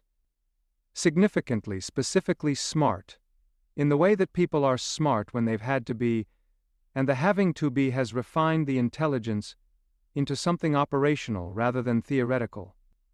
She had read more books than most people who had gone to university. She understood money, people, performance, and the specific chemistry of making a stranger feel seen in 3 minutes or less. She was, in the private assessment of several people who knew her well, the most practically capable person on the grounds, which was saying something given the competition. The candy yams were for Gumbo, who had mentioned them in passing on Tuesday in the tone of someone mentioning a specific food they had not had in a while, and were not asking for but were thinking about, which was the register Cora had been reading from Gumbo for 15 years. She made them in cast iron, the way he liked them, with the specific ratio of sweetness that was less dessert and more commitment. Sean was at the kitchen table, watching her with the fond expression of a man watching someone he loves doing something they're good at, and finding that the combination of those two things is, repeatedly, the best available view. Sean Gauthier was bipolar and managed it with the professional discipline of someone who has been to the places the unmanaged version goes, and found those places instructive and non-recurring. He took his medication with the same regularity that Youngblood arrived places, and he attended his appointments with the same commitment, and he talked to Cora about his states with the openness of someone who had learned at significant cost that the alternative to talking about his states was that his states talked about themselves, through behavior, which was more expensive for everyone. He was also, right now, reading about vasectomies. This was not relevant to any immediate circumstance and was a conversation he had been meaning to have with Cora for approximately 4 months, and had not yet found the correct opening for, because Sean's relationship with the correct opening for conversations was complicated by the bipolar variable timing. A sensitive conversation required an assessment of his current state, and Cora's current state, and the state of the general surrounding environment, and the confluence of all three being optimal, was, like most confluences, infrequent. "Can of peaches?" Cora said, from the stove, without turning. He blinked. Put his phone face down. "What? Do we have a can of peaches? I'm thinking about doing a variation." He checked the cabinet. "Yeah. Never mind, I'm not doing a variation. Gumbo doesn't want a variation. He might like a variation." "Gumbo has never wanted a variation in his life," Cora said. "Gumbo wants the thing the way the thing is." Sean conceded this with the small nod of a man who has known Gumbo for 8 years and finds this accurate. He picked his phone back up. "Vasectomy recovery time," the search bar read. He put the phone back down. At 11:15, Ralph delivered the Annie Oakley monologue. Nobody was ready for it. Nobody was ever ready for Ralph's monologues, but this one had the quality of something that had been building for days, possibly weeks, and had reached a pressure that the available containment was no longer adequate for. Ralph had been on the windowsill since 9 with the specific stillness of a creature preparing. Chaos had been warned by nothing, because nothing warned you about Ralph. He had come home from the afternoon errand with Jermaine, and sat down with the baby in the carrier, and opened the book of Job to where he'd left off, and Ralph had cleared his throat with the specific resonance of a man about to begin a lecture at a symposium. He had both organized and was the keynote speaker of, and Chaos had closed the book, because you could not read and receive Ralph simultaneously. Ralph did not permit partial attention. "I would like," Ralph said, in the full declamatory voice of a creature with no reservation whatsoever, "to speak about Annie Oakley." Chaos looked at him. "Not a request," Ralph said. "An announcement. Sit. This has been a long time coming." "Annie Oakley," Chaos said. "Annie Oakley Mosey," Ralph said, with the precision of someone establishing credentials before proceeding. "Born 1860 in Darke County, Ohio. Died 1926.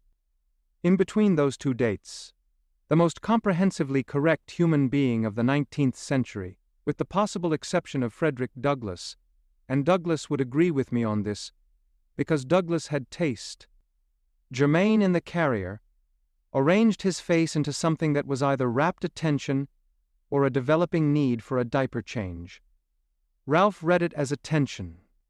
"Phoebe Ann Mosey," Ralph continued, pacing the perch with the energy of something that has found its subject and intends to use the whole room, "was one of 8 children in a Quaker family in Ohio, which is not the origin story you would design for the greatest sharpshooter in human history.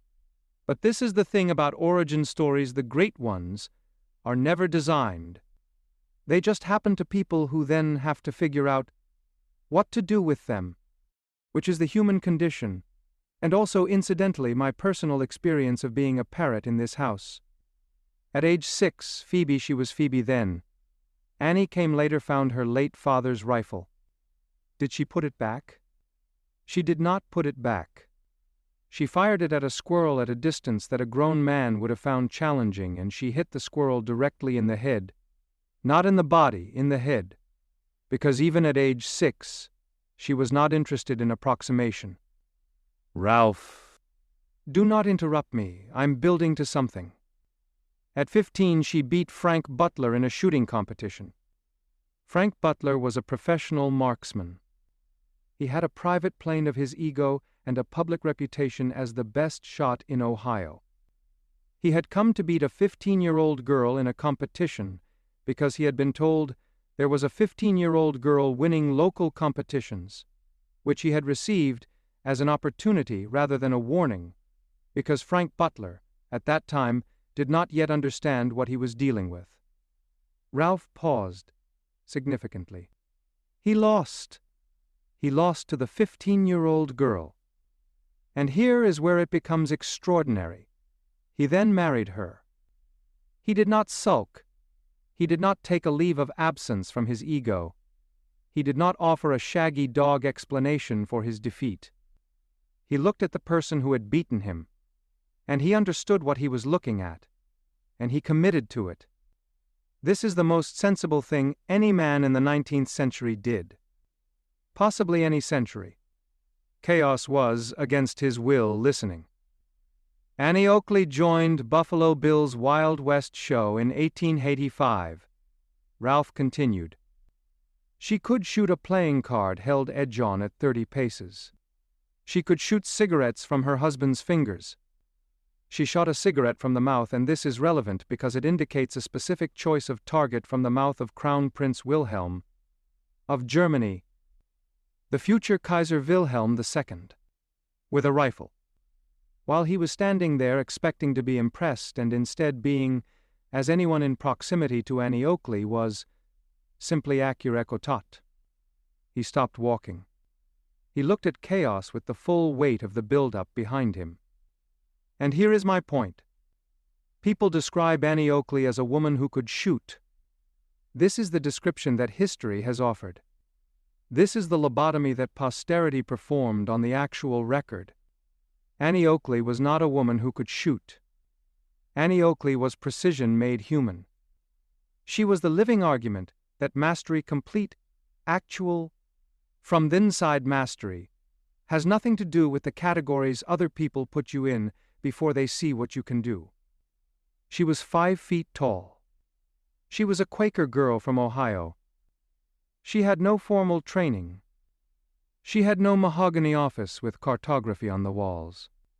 She had no credential, no cacophony of professional endorsement, no private plane, no standing reservation at the sonic drive-through of institutional acceptance. She had a rifle and the absolute refusal to miss. "Are you—" Chaos began. "I am not finished," Ralph said. "There is a specific reason I am telling you this today. You are 18 years old. You are a widower, which is not a word that should apply to someone of your age, but here we are. You are raising a child who, based on available evidence, is going to require you to be something specific and formidable, and you are, at this present moment, sitting on the floor reading the Book of Job in one boot and looking like a man who is not yet certain whether he is up to what is being asked of him." Ralph tilted his brilliant head. Annie Oakley did not wait until she felt ready. Annie Oakley picked up the rifle and fired it at 6 years old, and found out she was ready by being already in the act of doing the thing. This is not recklessness. This is the actual definition of readiness. Readiness is not a feeling you have before an action. It is a condition you discovered during one. Chaos looked at Ralph. Ralph looked at Chaos. Jermaine made the sound he used for satisfaction. "Furthermore," Ralph said, because Ralph always had a furthermore, she gave the majority of her earnings to charity. She taught over 15,000 women to shoot, not as a stunt, as a practical matter, because she understood that a woman who could protect herself was a woman who was free in a way that no legislation had yet managed to guarantee. She was a Republican who believed in women's suffrage when the party did not. She wore her hair in a braid that was half French braid, half her own invention, and she wore it under a hat that she had earned the right to wear by being better at everything than everyone who might have criticized the hat. She performed in front of every variety of crowned head and ordinary person, and she was the same for all of them, which is the rarest quality available to the famous. He ruffled his feathers with the specific ruffling of someone who has made their point and is doing the ceremonial gesture of conclusion. She died at 66, having lived every year of those 66 years in complete fidelity to what she actually was, which is the only thing any of us human or parrot or divine infant in a carrier is ever being asked to do. That is all. You may return to the Book of Job, which is basically the same story in a different setting. A silence. A long one. "Ralph," Chaos said. "What? Was that about Annie Oakley or about me?" "Yes," Ralph said. He turned back to the window. The conversation was over. Chaos opened the Book of Job. He did not read it. He sat with Jermaine in the silence that Ralph's monologues always left, which was not empty silence but the specific silence of a space that has recently contained something, and is still vibrating faintly at its frequency.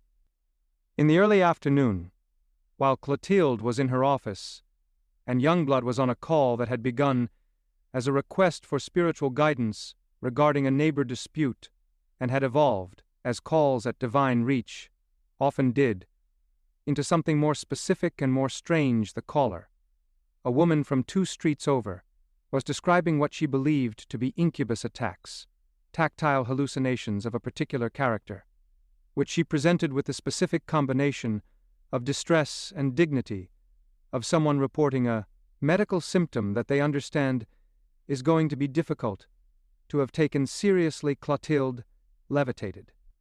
This was not planned.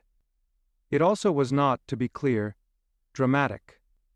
It was not the Hollywood version of levitation with the sudden rising and the gasping and the accompanying special effects. It was Clotilde's version, which was, she was standing at her desk, reaching for the second legal pad, on the top shelf, and she was 6 inches shorter than the shelf required, and she thought not in words, not in the verbal formulation of an intention, she simply needed the pad, and the kneading had, for the duration of approximately 4 seconds, briefly suspended the usual arrangement between her body and gravity. She got the legal pad. She came back down. She stood at her desk for a moment, legal pad in hand, looking at the floor, which was where it had always been. She did this very occasionally. She had done it 4 times in her life, all in this decade, all connected to moments of specific concentrated necessity, rather than any deliberate attempt, which was the consistent pattern of things in Clotilde's life that should not have been possible. They happened in the service of something practical, and then were over, and Clotilde's relationship with them was less mystical experience and more unreliable feature that appears, when needed, like the copy machine on Tuesdays. She had told Dorothea about the first time. Dorothea had said, "Try not to do it in public." She had said, "I didn't do it on purpose." Dorothea had said, "Then try not to need things in public." This had been, in Clotilde's assessment, both the least helpful and most accurate response available. She opened the legal pad. She made a note about Brigsby's parking pattern. She made a note about the clay torso. Gumbo had called at 10:30 to tell her she had asked 3 questions, received partial answers, made the note. She made a note about Crane. She looked at the 3 notes. She made a 4th note, at the bottom of the page, in the slightly larger handwriting she used for things she wanted to find easily. The garden is organizing, because the faceplant at the stone lantern had been joined, overnight, by 3 more. 4 now, in a cluster, their faces turned east and south in the low October morning light.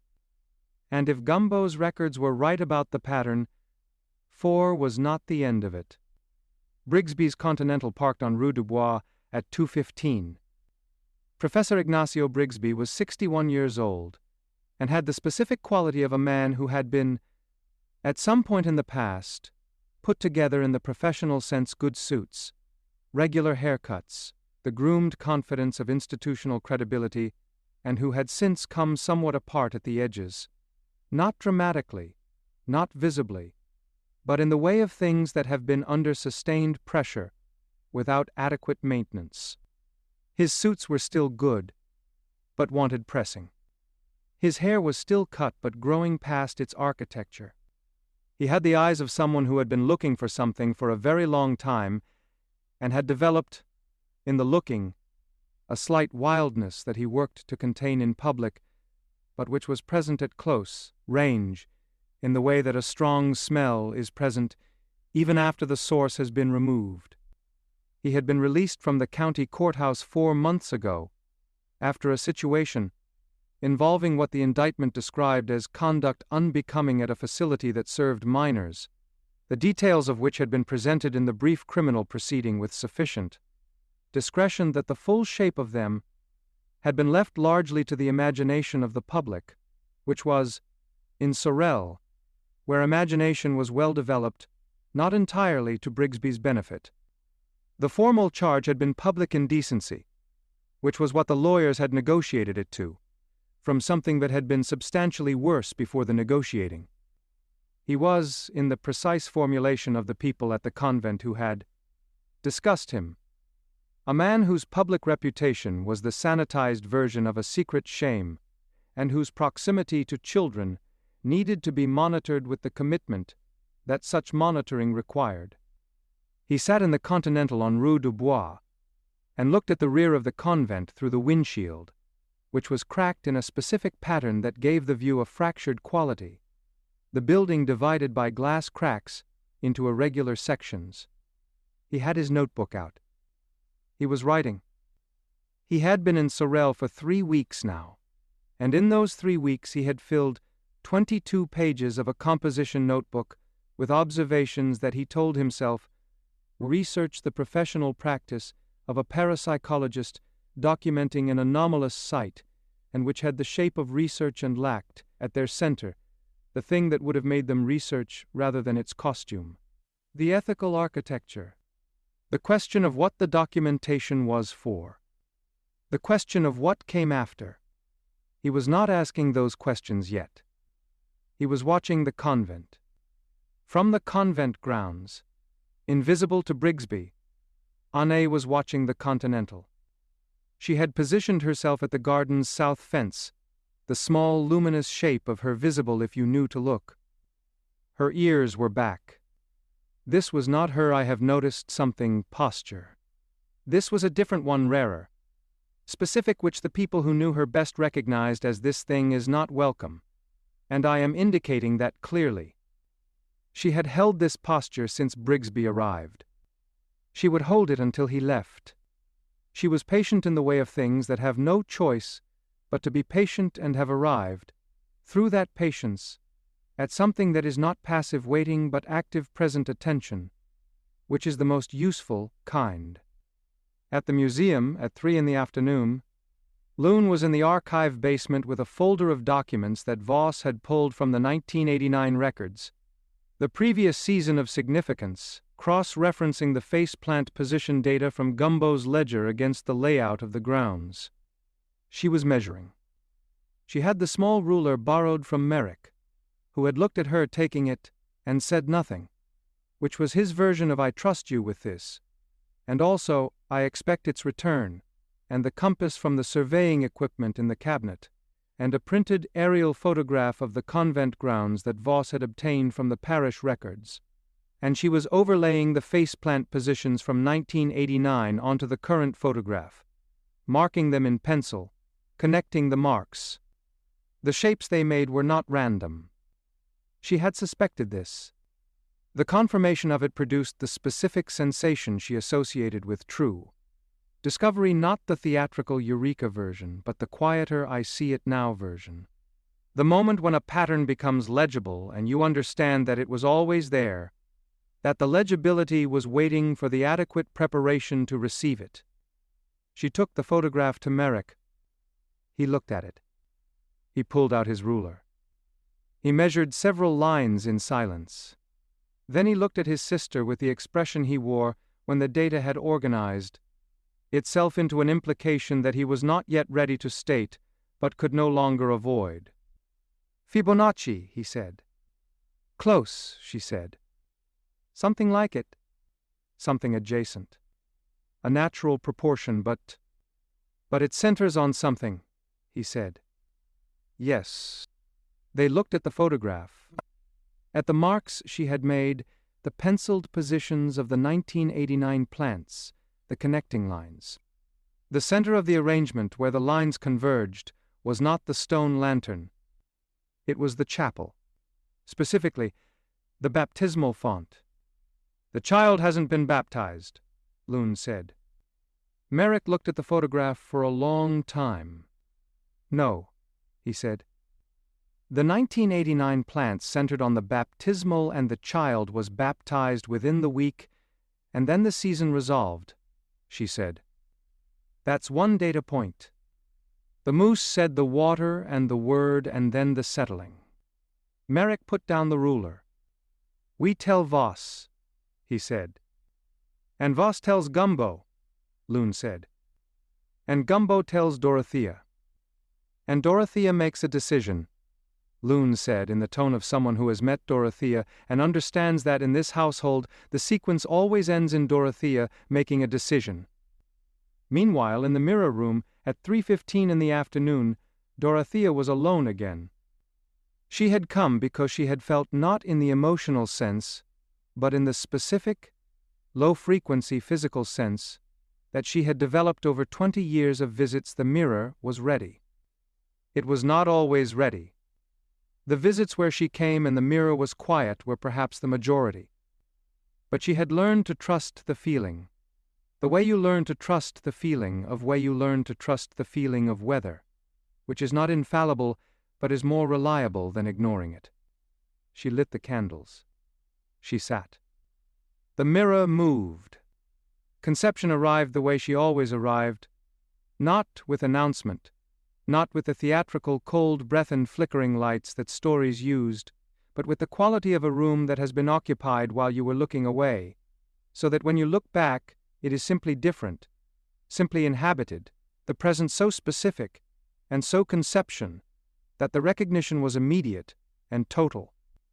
She was sitting in the chair that didn't exist, in the light that was the mirror's light, rather than the candles, and she was wearing the stone-washed jeans and the snakeskin boots, and the afro that was enormous and philosophical and entirely hers. And she was looking at Dorothea with the directness that had always been her primary mode of communication, alive or otherwise. Something else was present too. Not a person. A feeling. A hum barely perceptible. At the very edge of audible. 5 notes cycling in a pattern that was not music, but was the memory of music, the architectural ghost of it. Scott. Not visibly, not in the fat, armless, legless, floating, blissfully IQ-deficient form that Scott took in the world where he lived, where he had returned after his single legendary visit, and his brief period of inadvertent worship by Sorrelle's population, which was its own story, and a long one. But the hum was there. The signature of Scott, his calling card, his version of a forwarding address. Dorothea looked at the mirror. What came through from conception not in language, in the underlanguage, the register of impression and weight and directed warmth, was layered. It came in 2 streams, simultaneously. One from conception, one that was the echo of Scott's hum, both communicating the same thing from different directions. The way 2 instruments play the same note, and the note becomes larger. The child is the key. The season is the door. The door is already opening and you are inside it. What circles the child? One has been appointed. One has appointed itself. The difference is everything. Watch the eyes. And from Scott's hum, in the way of wordless things that nonetheless communicate, joy is the correct response. Even now. Even in this. The joy is structural, it holds things up. Do not abandon the joy for the gravity of the situation. And from conception, specific, personal for Dorothea only. You are doing exactly right. You were prejudiced, and then you were not. You were a nun, and then you were not. You were afraid, and then you were not. Every version of you that you left behind you left by growing into the next one. Do not be afraid of the next one either. The mirror cleared. Dorothea sat for a while. She thought about the next one. She blew out the candles and went to find chaos, because the things you receive in that room are not for keeping, they are for passing on. Chaos was on the porch of the small blue house, when she arrived, in the late afternoon light which in October in Louisiana had a specific amber quality, a warmth that was more valediction than illumination, the light of something taking its time with the leaving. He had the book in his lap. He was not reading it. He was watching Jermaine sleep in the carrier and conducting the ongoing private conversation with himself. That was the main activity of his waking da. The conversation between the part of him that believed he could do this, and the part of him that had 17 excellent reasons why he couldn't, and which went in circles, and arrived nowhere conclusive. He had, in the past several hours, also been thinking about his abilities. They had been active again this morning. He had been standing at the kitchen counter pouring coffee, and he had felt it, the overlay, the second world running beneath the visible one, pressing up toward the surface, like something trying to become visible. The corner of the room had done something.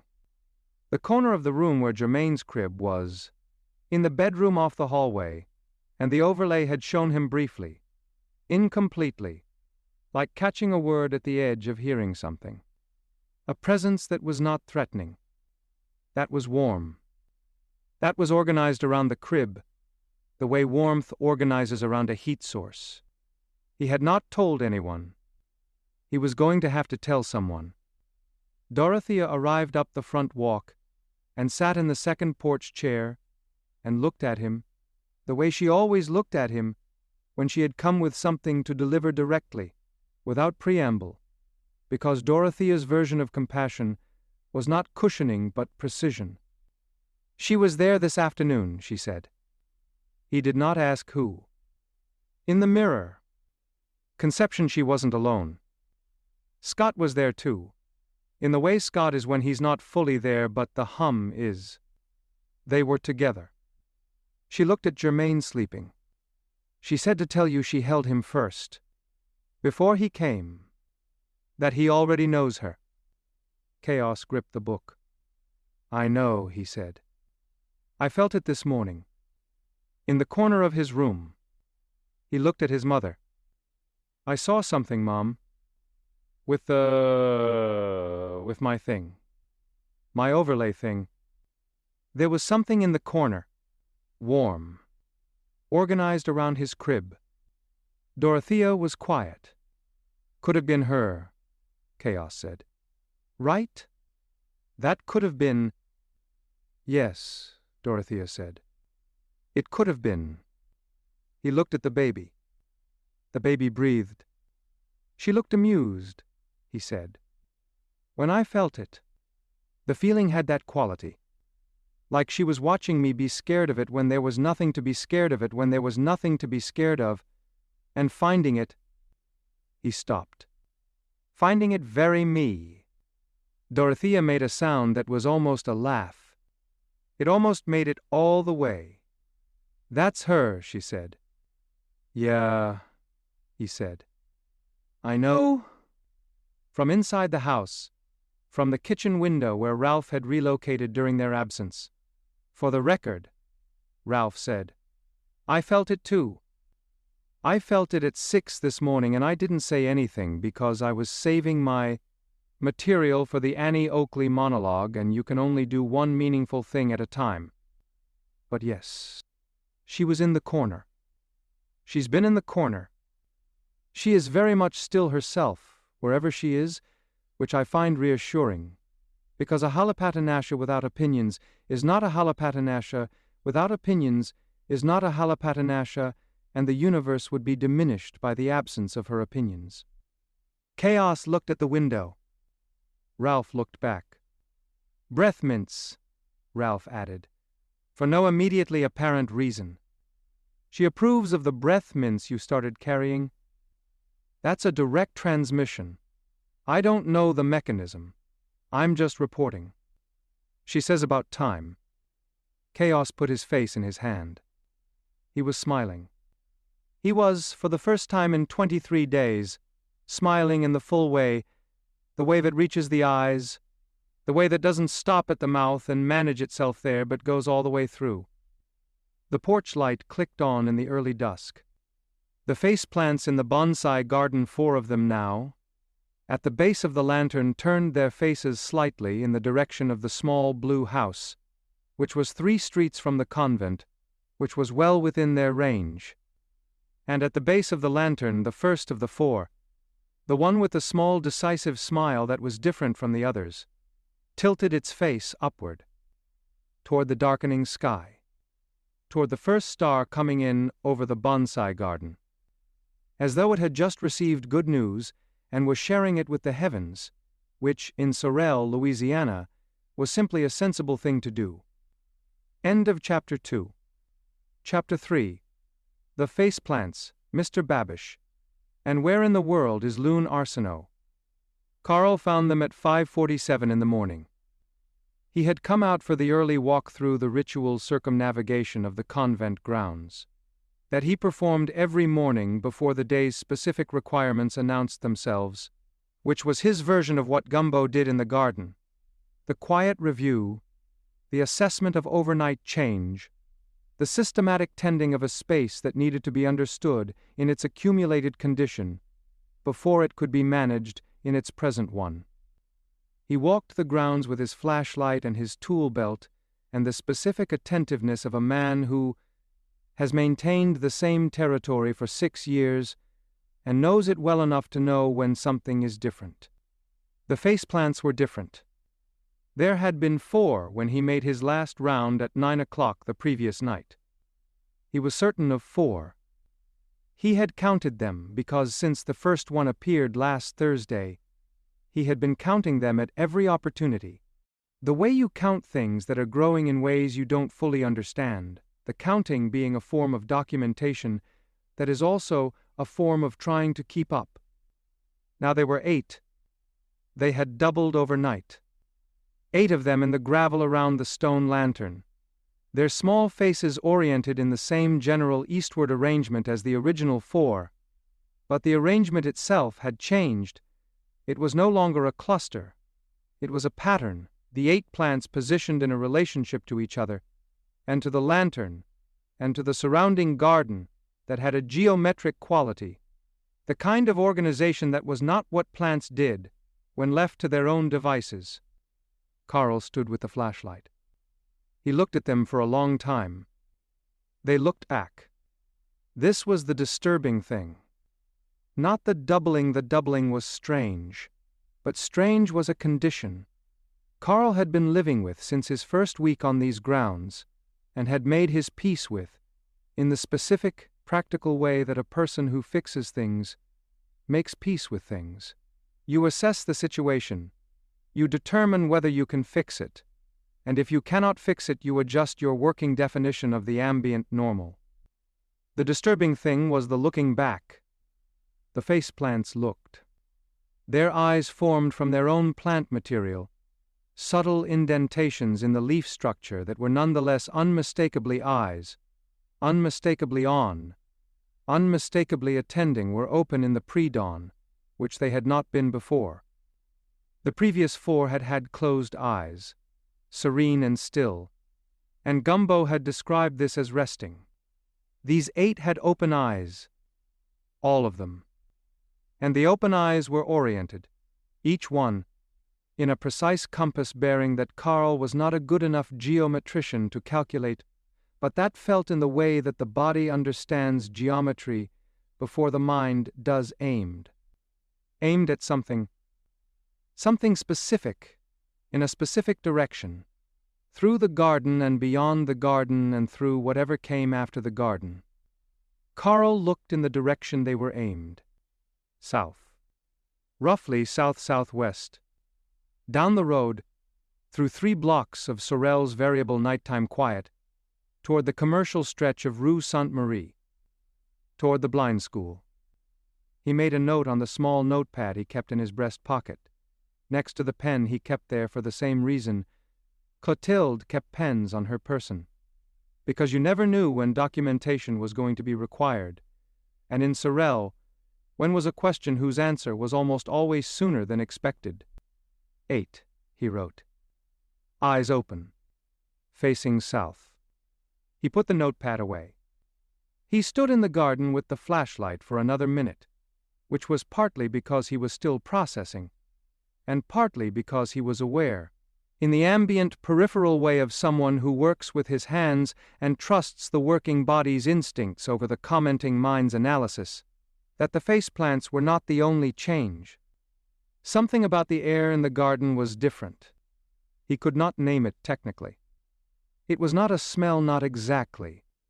It was more a quality of presence, the way the air is different in a room that has recently been occupied than in one that hasn't, regardless of any physical trace. The garden had the air of a space that had recently been used for something deliberate, something that had left, but not entirely. He went to wake Gumbo.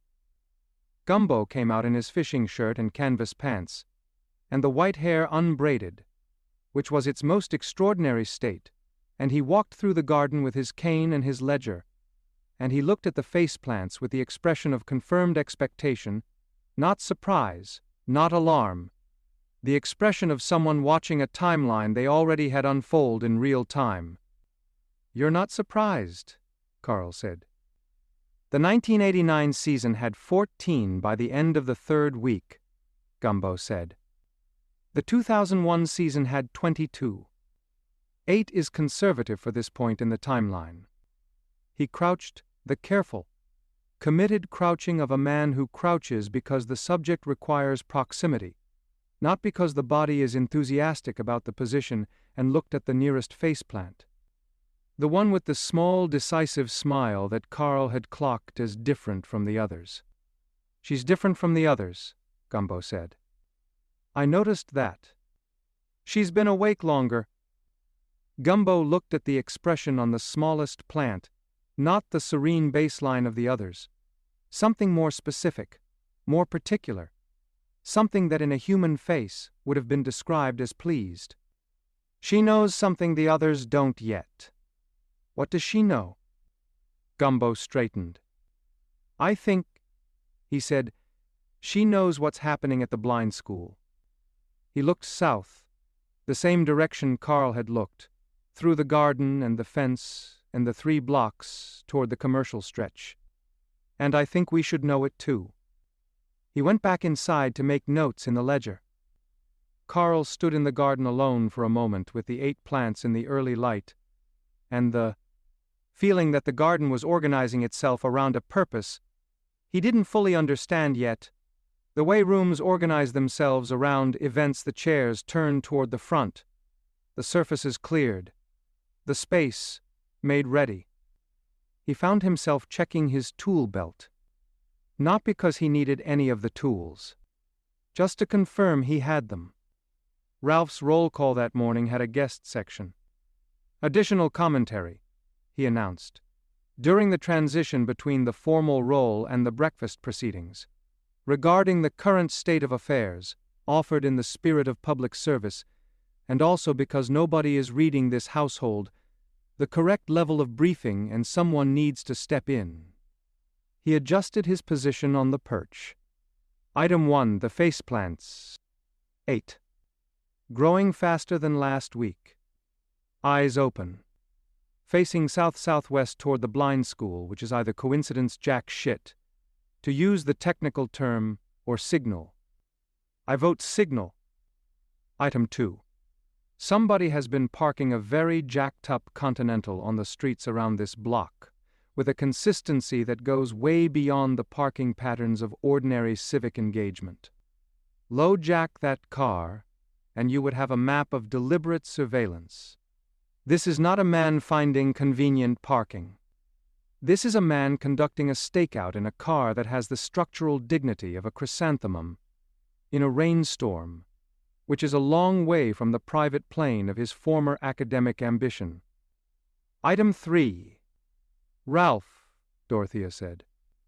"I'm not done. You said item 3, which implies there are more items. There are 4 items. Brief them." Ralph looked at her with the evaluating eye of a creature deciding whether the instruction was reasonable. He determined it was. Item 3. Loon didn't come to the museum yesterday. Voss called here at 6:15 last night. I heard the call, Dorothea. I hear everything. This is not a secret, and he asked if she was here. She was not here. He said he'd look into it and rang off very fast, which is the behavior of a man who is not going to look into it in the way he implied. The slight ruffling that indicated Ralph's serious register. Item 4. The teacher at the blind school, the one who arrived recently, the one with the jackets that are too dark for his skin tone, and the long neck and the eyes that are doing something eyes, don't normally do something happened in his classroom yesterday afternoon.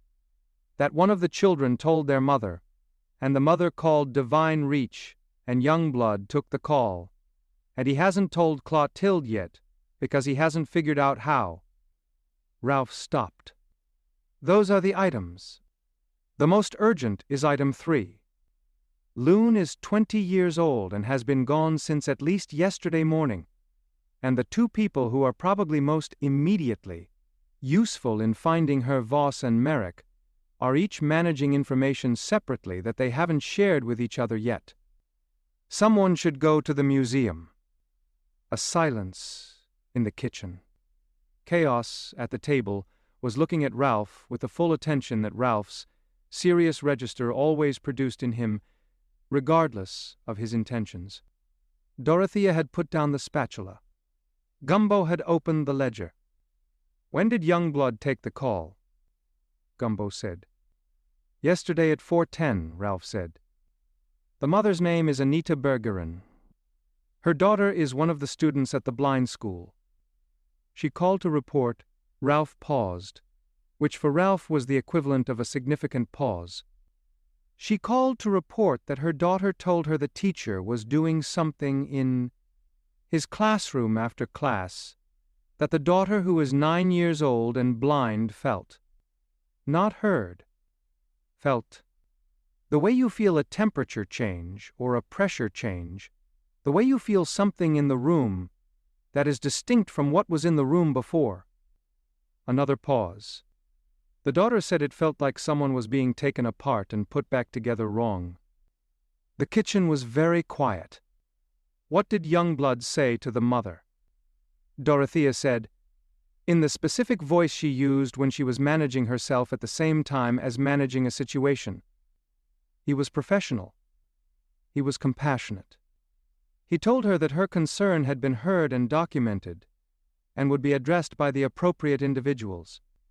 Then he hung up and sat at his desk for 11 minutes before making any additional calls, which I know because I was watching through the window.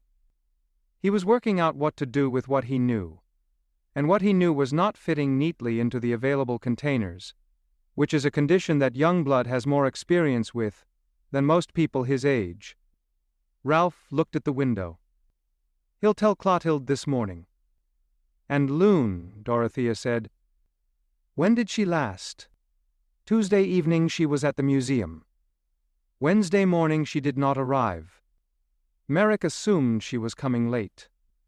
By noon he knew she wasn't coming, but he also knew Voss.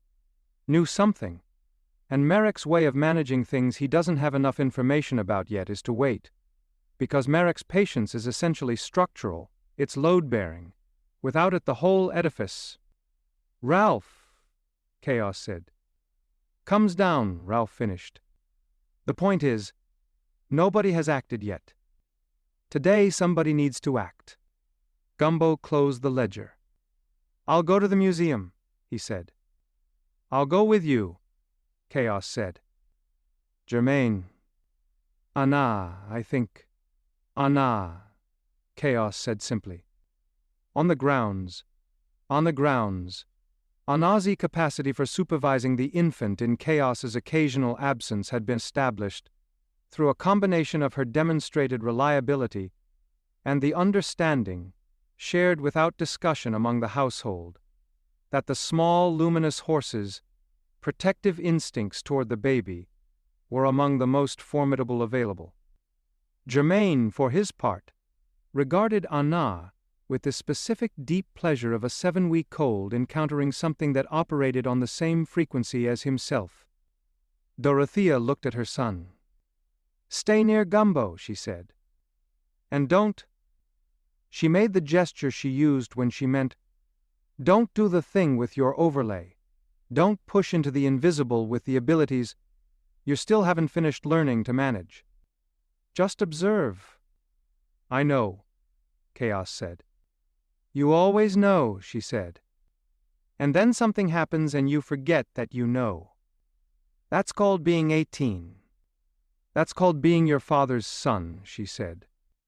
Which is the same thing. Gumbo smiled the slow smile of a man being accurately described. At the museum, at 8:45 in the morning, Professor Emmett Voss was sitting at his desk in the middle of the kind of internal negotiation that he was not naturally suited for, because Voss's natural habitat was the external, the document, the artifact, the thing that could be held and examined, and the internal negotiation required him to sit with information he had not yet organized, which was an uncomfortable state. He had organized his entire professional life around information being organized before he acted on it. This was, in most respects, a good way to operate. It produced careful conclusions and defensible positions, and the kind of scholarship that held up under examination.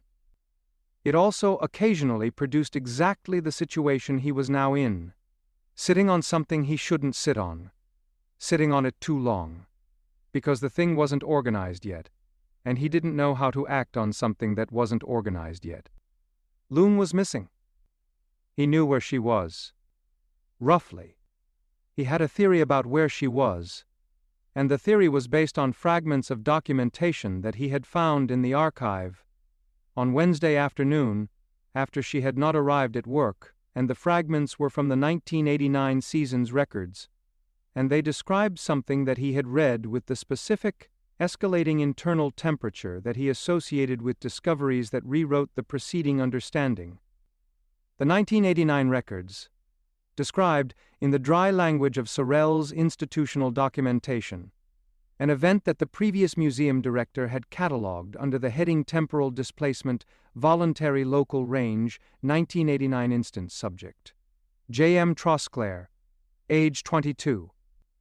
The documentation described, in careful procedural language, a situation in which a young woman had gone somewhere not physically, not in the conventional sense, not packed a bag and left town somewhere, but had been, for a period of 41 hours, absent from the current temporal location, and had returned with documentation of things she had witnessed, and which the archive contained, and which Voss had read on Wednesday afternoon, after Loon had not arrived.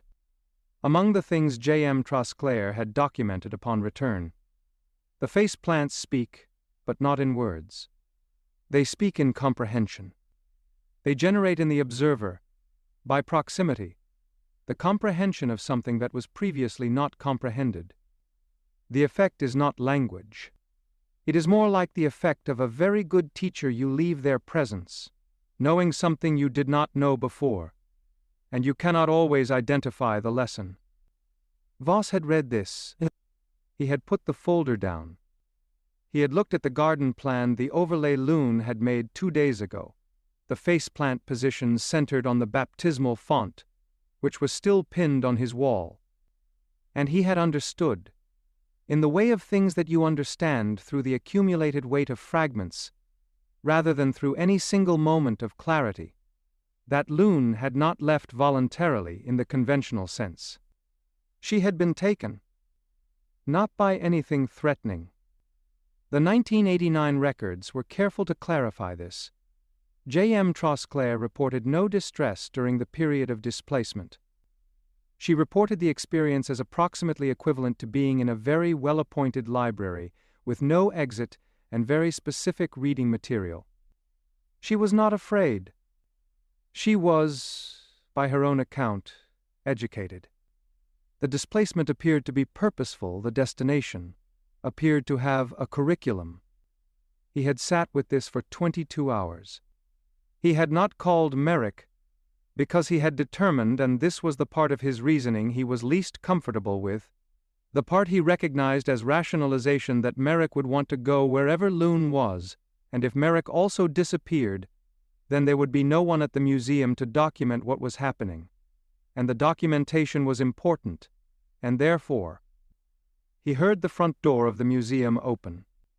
He heard the familiar percussion of Gumbo's cane on the polished wood floor. He closed the folder. He took a breath. He opened it again. He was going to tell them. He was going to tell them right now, before the first question was asked, before Merrick's face did what Merrick's face did when he was managing something. Because Voss did not want to be managed. He wanted to be honest, and the honest thing was to have the folder open when they walked in. Gumbo walked into Voss's office with chaos behind him and registered the folder in Voss's hands before he had crossed the threshold, because Dumbo registered everything in the first 4 seconds of entering a room and filed it all, and used none of it until the time was right. Merrick was at his table. He had been at his table since 7, and he had the quality of someone who has been sitting still in a way that takes effort, the stillness of contained momentum of a person who has determined that acting without information is wrong but is finding the waiting for information increasingly structural in its cost. He looked at Chaos and Gumbo and then at the folder. "You have something," he said to Voss. Voss put the folder on the desk between them. "I have something," he said. "I should have called you last night. I was waiting until I was certain, and I was using my uncertainty as a reason not to call, which is—" He looked at Merrick. "I'm sorry. That was wrong. Here's what I know." He told them about the 1989 records. He told them about J.M. Trosclair and the 41 hours, and the face plants and the library with no exit and the curriculum. He told them about his theory, which was that the face plants, specifically the smiling one, specifically the one that was different from the others, had generated, in Loon, by proximity, the condition that the records described, and that Loon was displaced and was not in distress and would return when the curriculum was complete. He told them this, and then he stopped and waited for the room to respond. Merrick was quiet for a long moment. Then he said, "What was J.M. Trosclair taught?" "She documented it," Voss said. He turned to another page in the folder. "She came back with 27 pages of notes written in her own hand on paper that she did not bring with her, which means it was provided by wherever she was. The notes describe the structure of seasons of significance, the role of the designated plants, the mechanics of how the hinge events work, the specific, practical information that someone in proximity to a Kairosi child needs in order to not to manage the season. She was very clear. It can't be managed, but to not interfere with it. To stay out of the way of what needs to happen, while being fully present for what you're needed for." "A briefing," Chaos said. Everyone looked at him. "She went to get briefed," he said. "Right? Like a preparation course.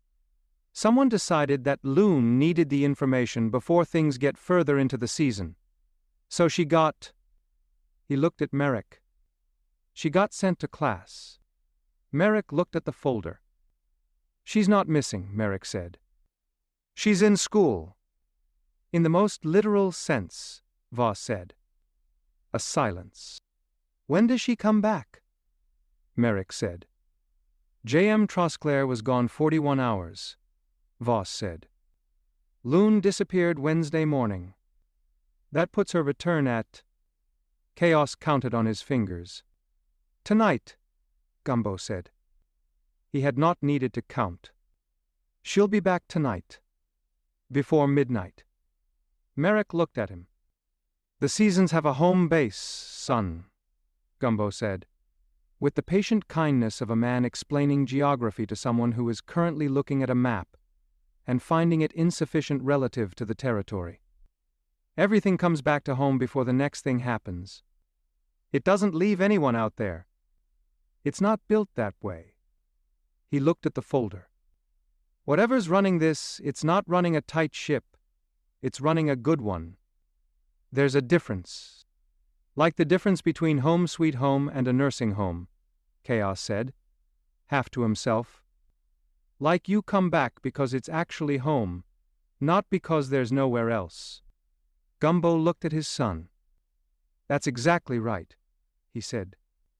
Merrick reached across the desk and picked up the folder. He began to read.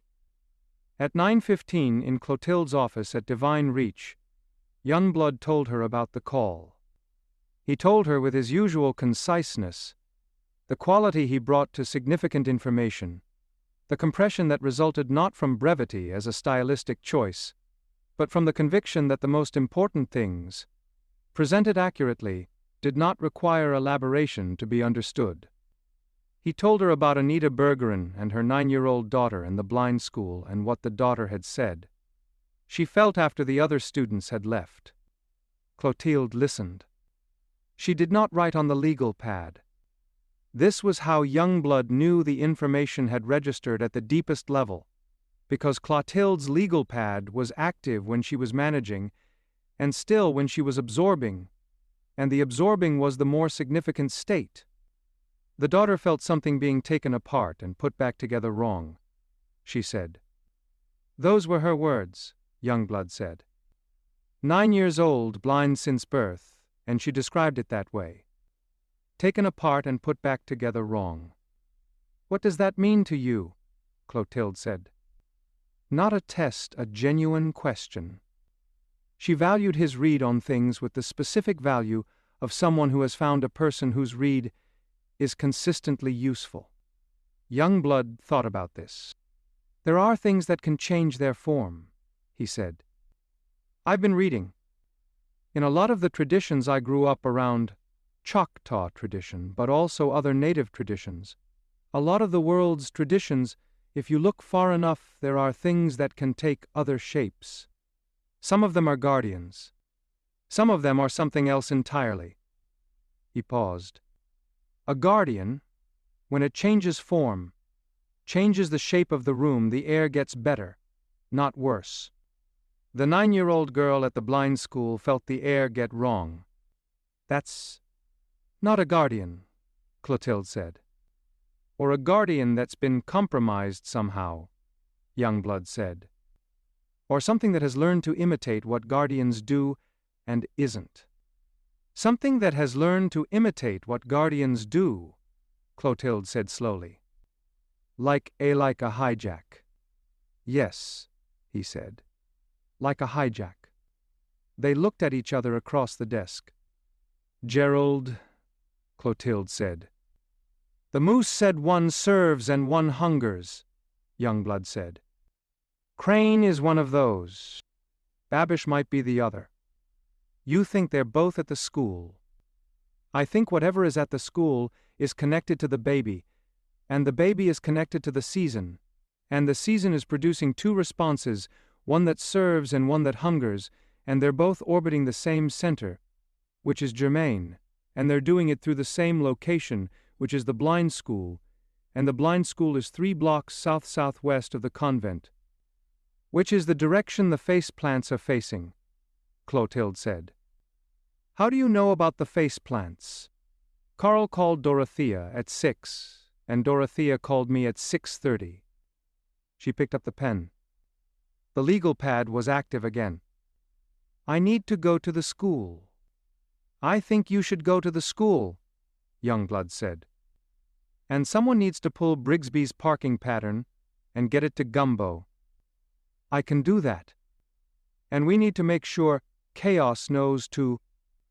I'll call him, Youngblood said. She was already standing, the orange glasses going on, the keys from the hook by the door. She stopped. She turned. In the honey-colored hair and the orange glasses and jacket-over button-down blouse that she wore on days when she might need to present a certain professional front, she had the look of a woman who has been in enough situations to know when a situation is beginning and what it is the beginning of. Youngblood, she said. Sister, if you hear from Loon. The moment, he said. She went out the door. The Sorrelle School for the Visually Impaired was, from the outside, exactly what it appeared to be. A converted Victorian with good bones and questionable recent maintenance. The Light of Learning sign flickering above the door. 2 live oaks in the front path slightly uneven from root intrusion that had been flagged in the maintenance assessment for 2 years, and had not yet been addressed, which was the kind of thing that Carl would have had sorted in a week, if the school had a Carl. It did not have a Carl. It did have, according to the front office's intake form, 11 staff members, 17 students, and 1 recently hired 3rd-grade teacher whose name appeared on the staff list as Babish R. General Instruction. Grades 3-5 start date, 10/03. R. Babish. Clotilde stood at the front desk and spoke to the administrative aide, who was a woman in her 50s named Mrs. Ducote, with the demeanor of someone who has worked in an office adjacent to several varieties of institutional strangeness for long enough to have become professionally serene about it, and who looked at Clotilde with the specific recognition that people in Sorrelle had for people who were from the convent grounds, which was a look that contained equal parts, "I know who you are, and please manage whatever this is." "I'd like to speak with Mr. Babish," Clotilde said. "He's in class," Mrs. Ducote said.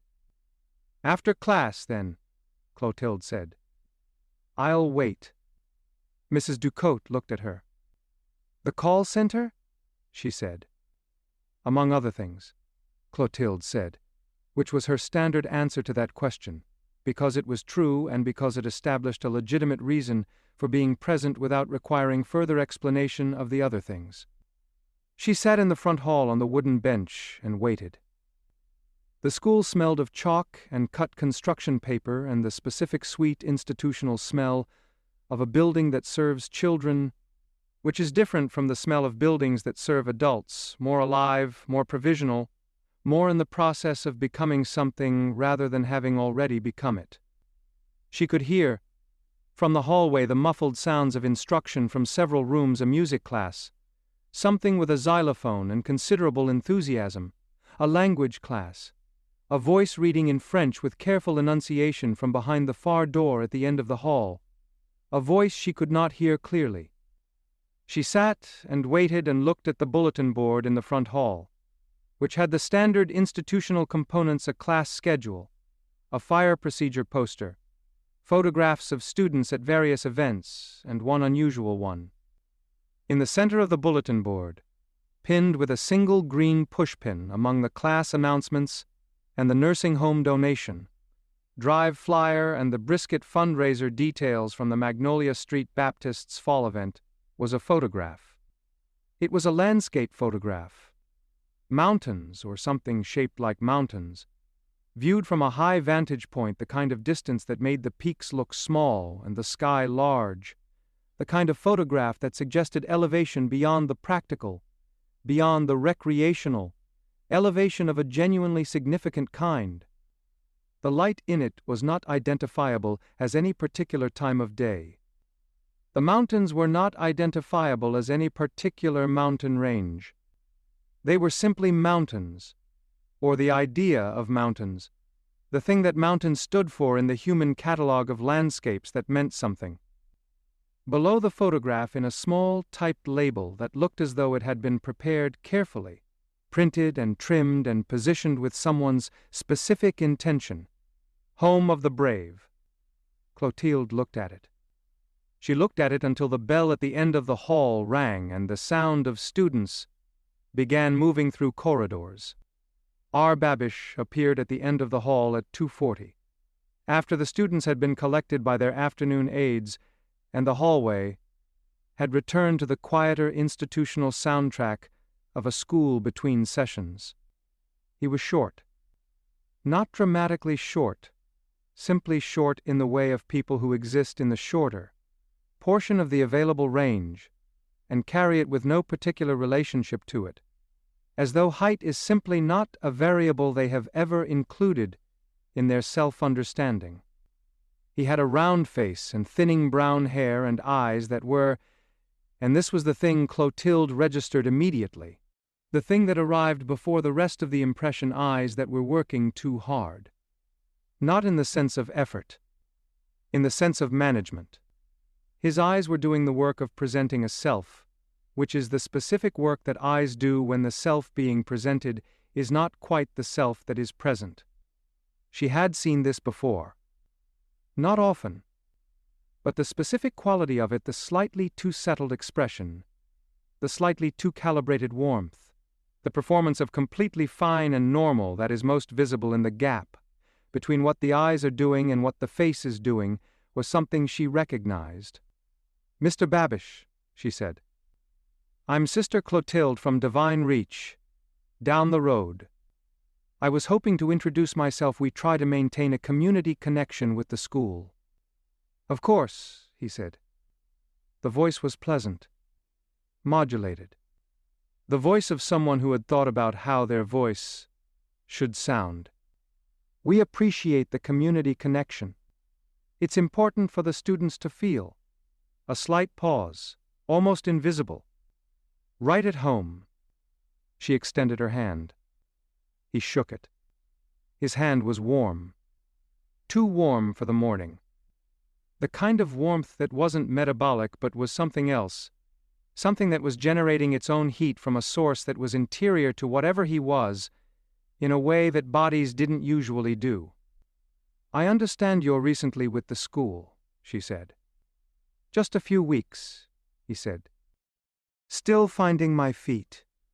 Still getting a feel for the hometown, so to speak. The smile.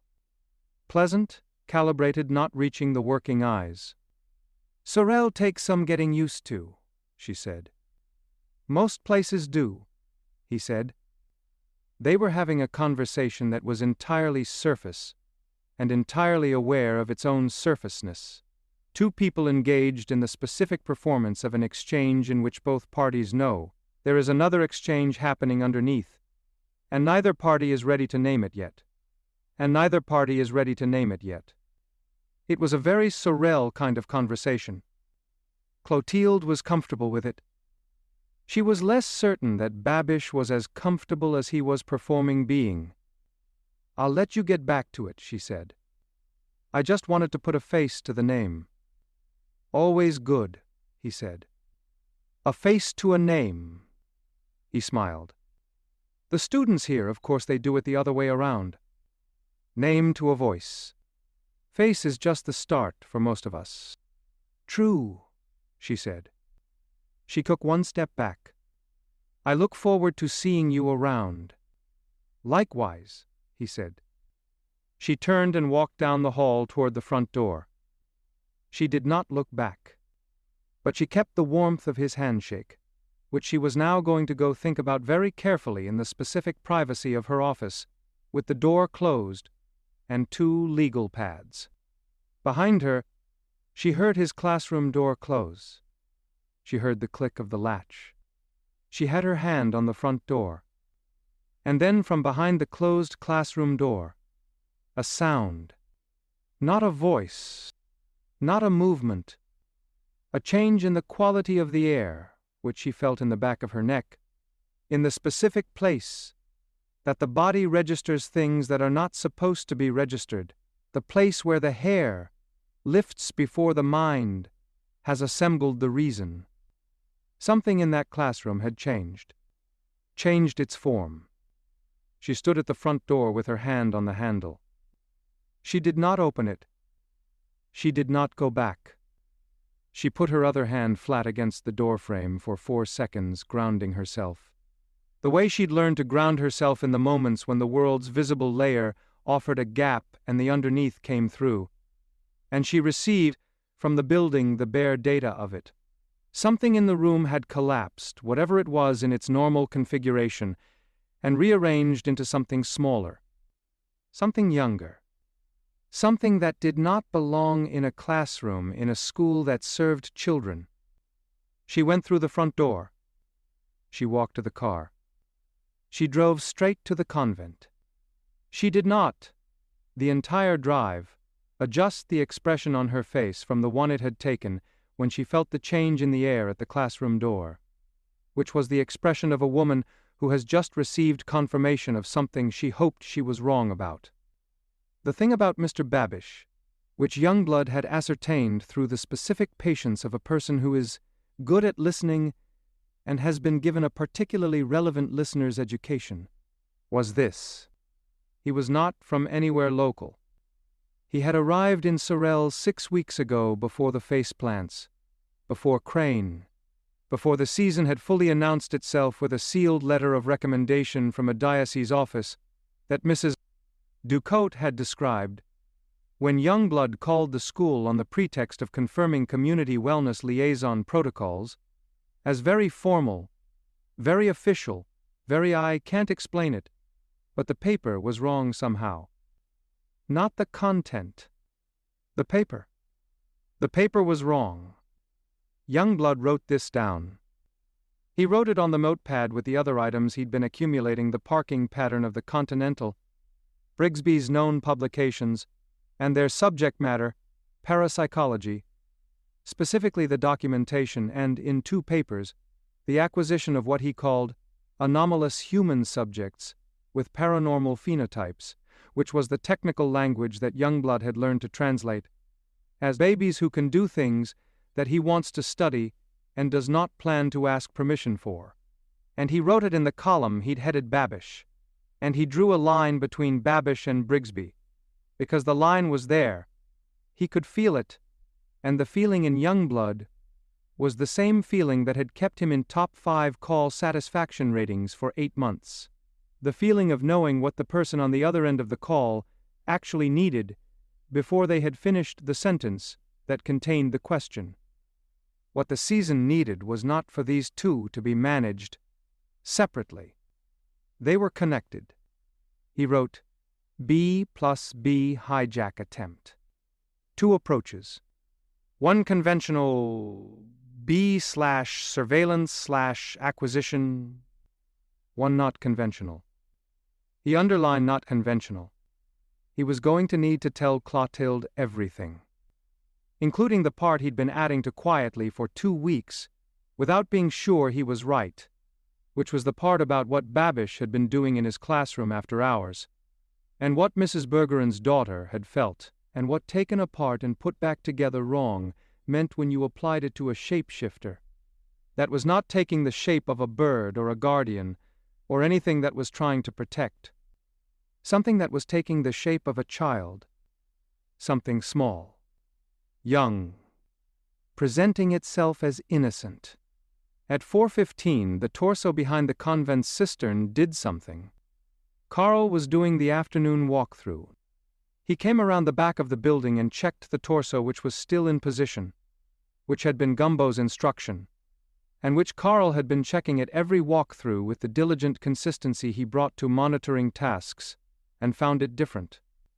The symbols worked into the clay, which had been static when he found it, which had been the same incised impressions in the same positions, since Tuesday morning, had changed.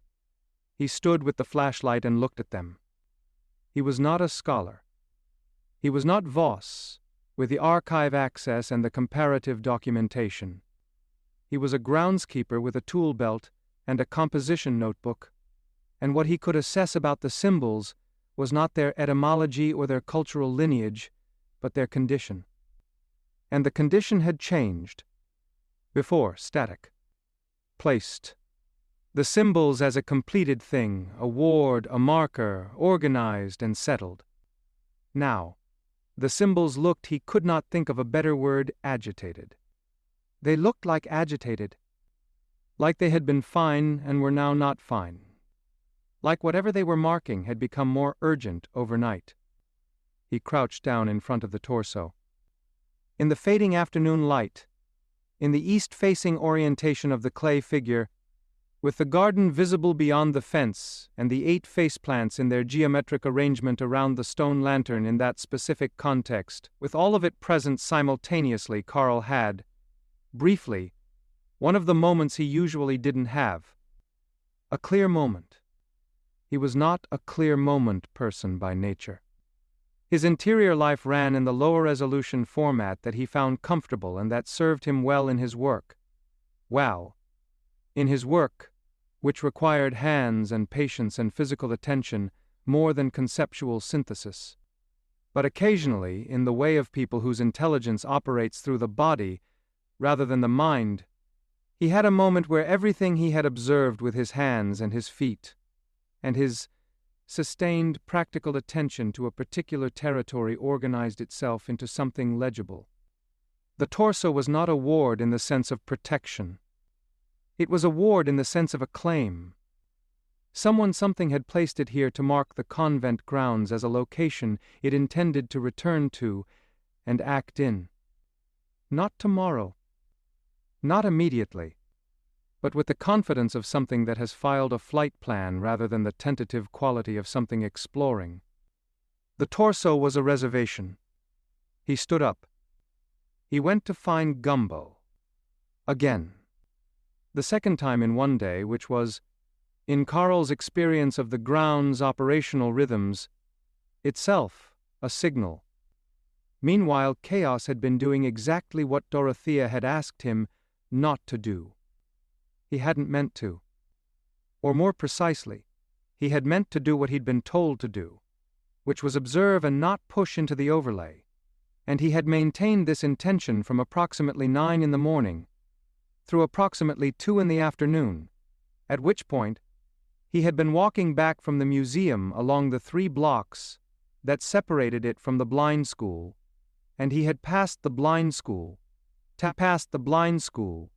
and something in the overlay had come up like a heat signature, unbidden, the way the most significant readings always came not when he was looking for them, but when they were ready to be found.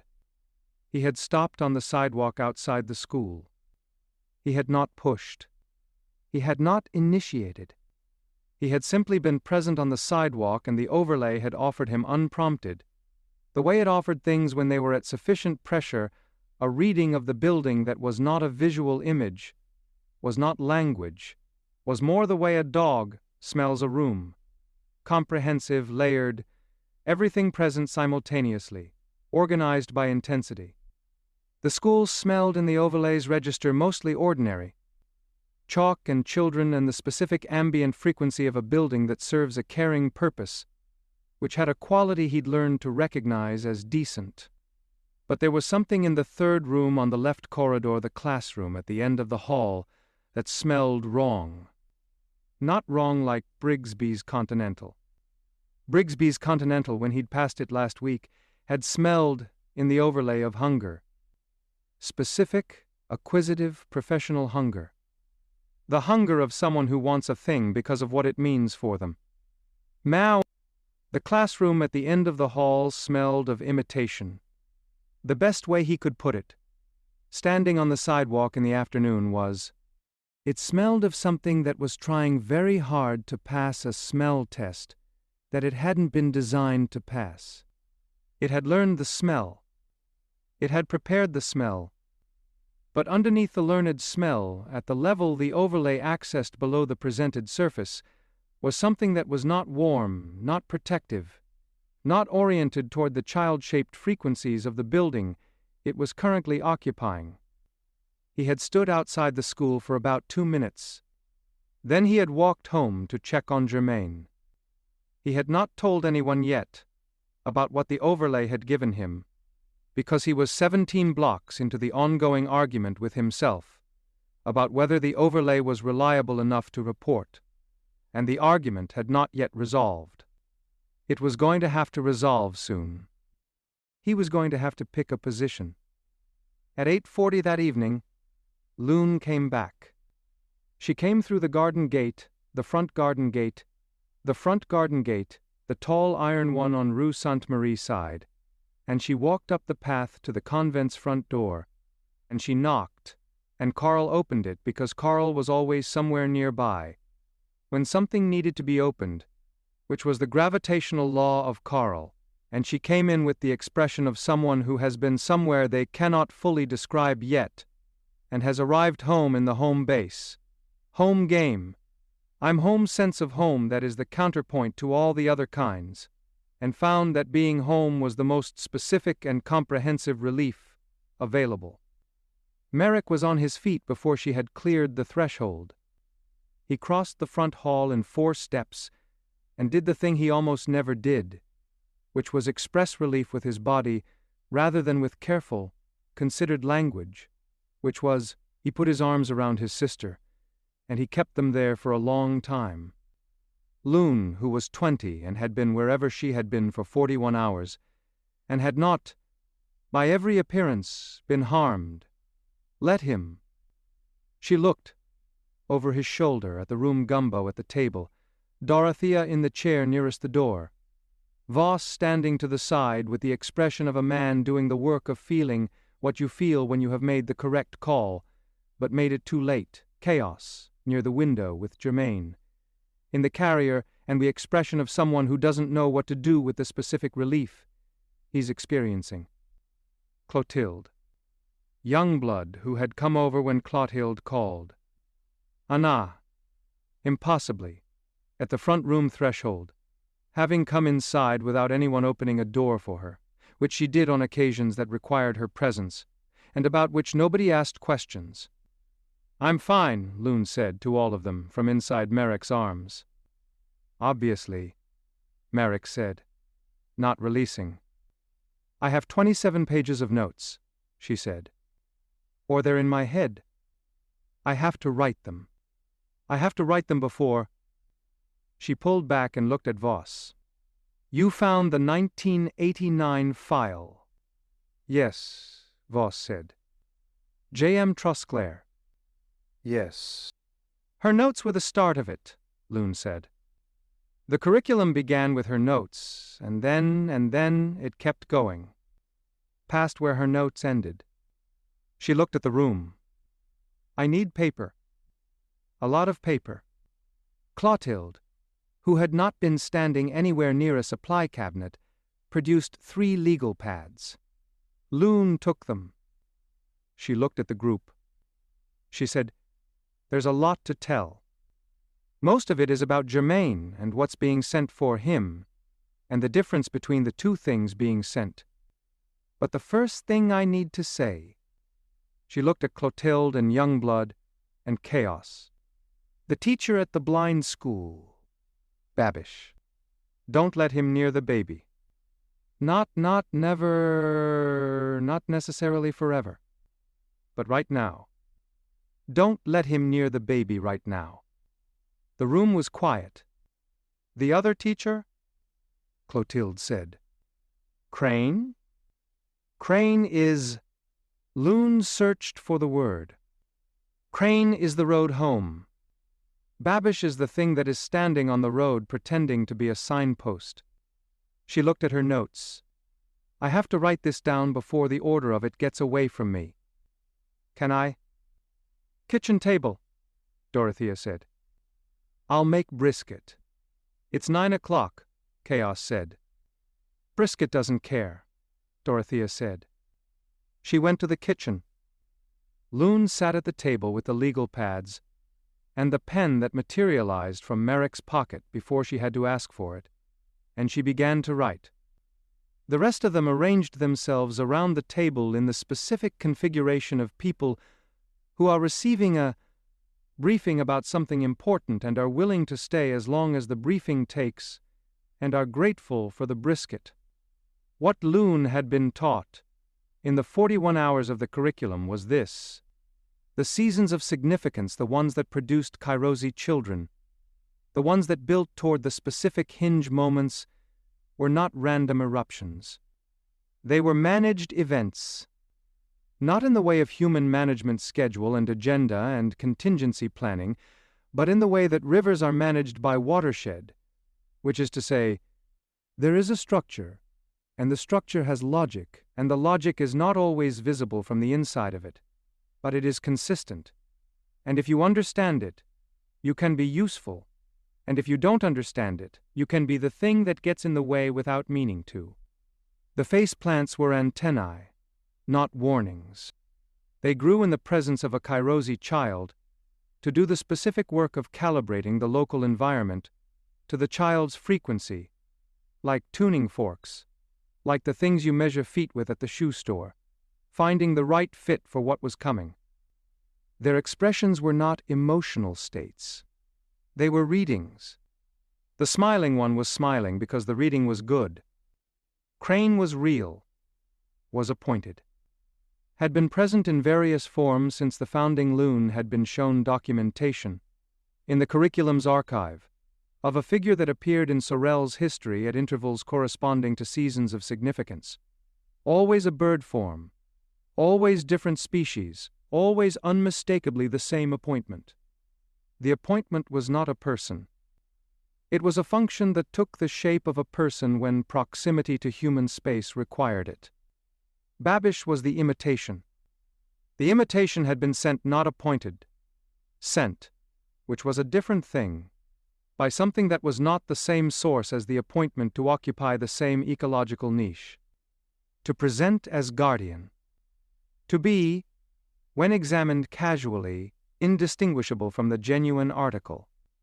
The way that certain spiders look like wasps and certain mushrooms look like edible ones, and certain situations present themselves as care and are something altogether different. The test was simple. A genuine guardian became more present when the child was present, more attentive, more oriented. An imitation became more acquisitive. The direction of the orientation toward the child's well-being, or toward the child's utility, was the distinguishing feature. Crane looked north, toward the convent, toward Jermaine when in bird form. Babish, in classroom after hours, took the shape of a young girl. "Why a young girl?" Chaos said, in the silence after Loon had finished that part. Loon looked at her notes.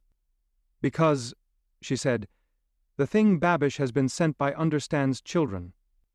Specifically understands how children generate trust. How they lower the defenses of adults who are oriented toward protection. A young girl in a vulnerable setting." She put the pen down. "It's a costume," she said. "It's a costume chosen specifically because of what the costume generates in people who care about children." "Ah?" The table was quiet. Ralph, who had been on the kitchen windowsill for the entirety of this exchange, with the focused attention of a creature that is well aware it is receiving significant briefing, said, in the specific register of his most concise register, the one he used when the situation required the minimum number of words, "Cracker Jack." Everyone looked at him. "The prize in the box," he said. "You buy the box for the snack. You stay for the prize. The prize is the thing it wants you to find, and by the time you find it you're already in the box." He looked at Chaos specifically. "Don't be in the box." Chaos looked at his son, sleeping in the carrier.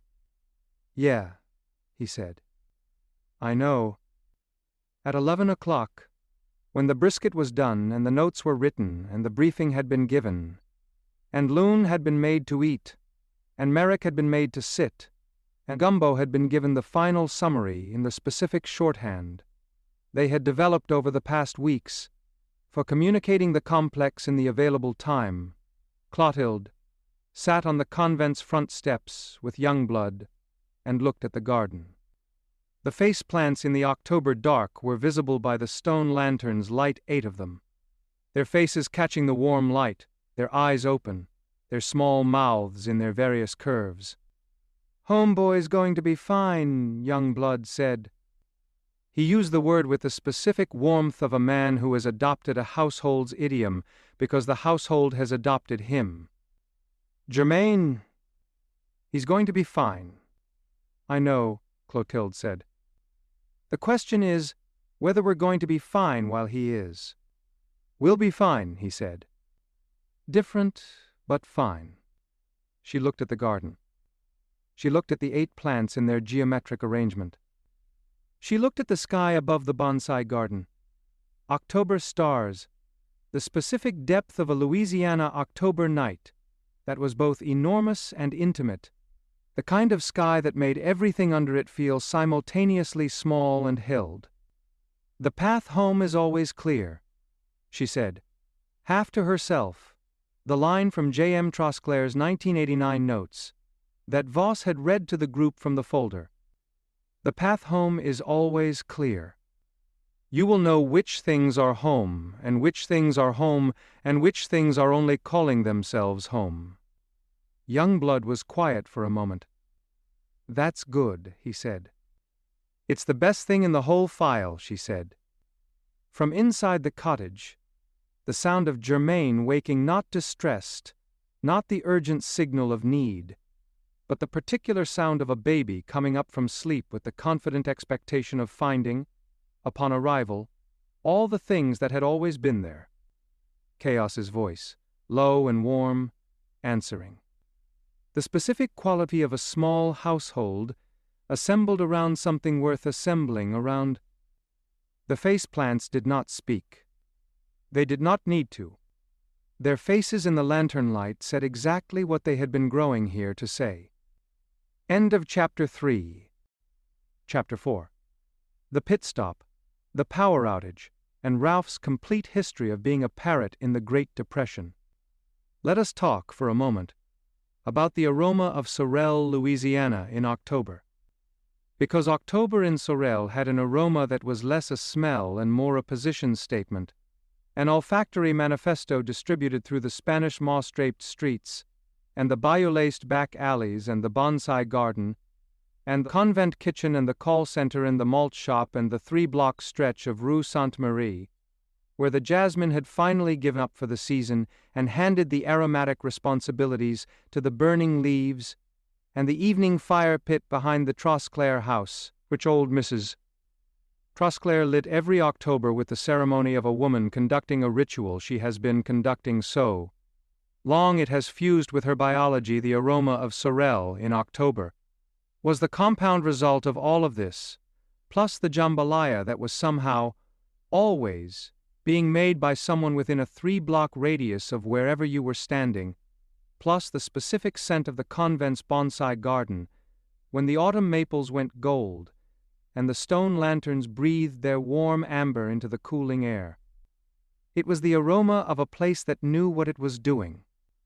It was the aroma of a season that was building toward something specific, and had decided to make the approach beautiful, which was either generous or tactical. And in Sorrelle, these were not mutually exclusive. Chaos noticed it at 6:45 in the morning when he came out the door of the small blue house, with Jermaine in the carrier, and stood on the porch in the October air that was the specific temperature of Indian summers. Last 3 days before the actual cold, arrived the lingering warmth, the boys of summer, playing their final borrowed notes, before the season truly turned, and he breathed it in and thought, "This is either the best morning that's happened so far, or the last quiet morning, before something very loud." He had learned, over the previous weeks, to trust that instinct. He had not yet learned what to do with it once trusted. This was, in the summary of his current condition, the central developmental challenge. He could feel the thing coming before it arrived, the way weather-sensitive people feel the barometric change before the clouds, but the gap between feeling it and knowing what to do about it was still wide enough to drive through, and he was not yet the driver he was going to need to be, and the driving was, by necessity, in a standard shift, which was the kind of vehicle the universe had provided, and which required active management rather than passive conveyance. Down the street, at the convent, the 8 faceplants were doing something new.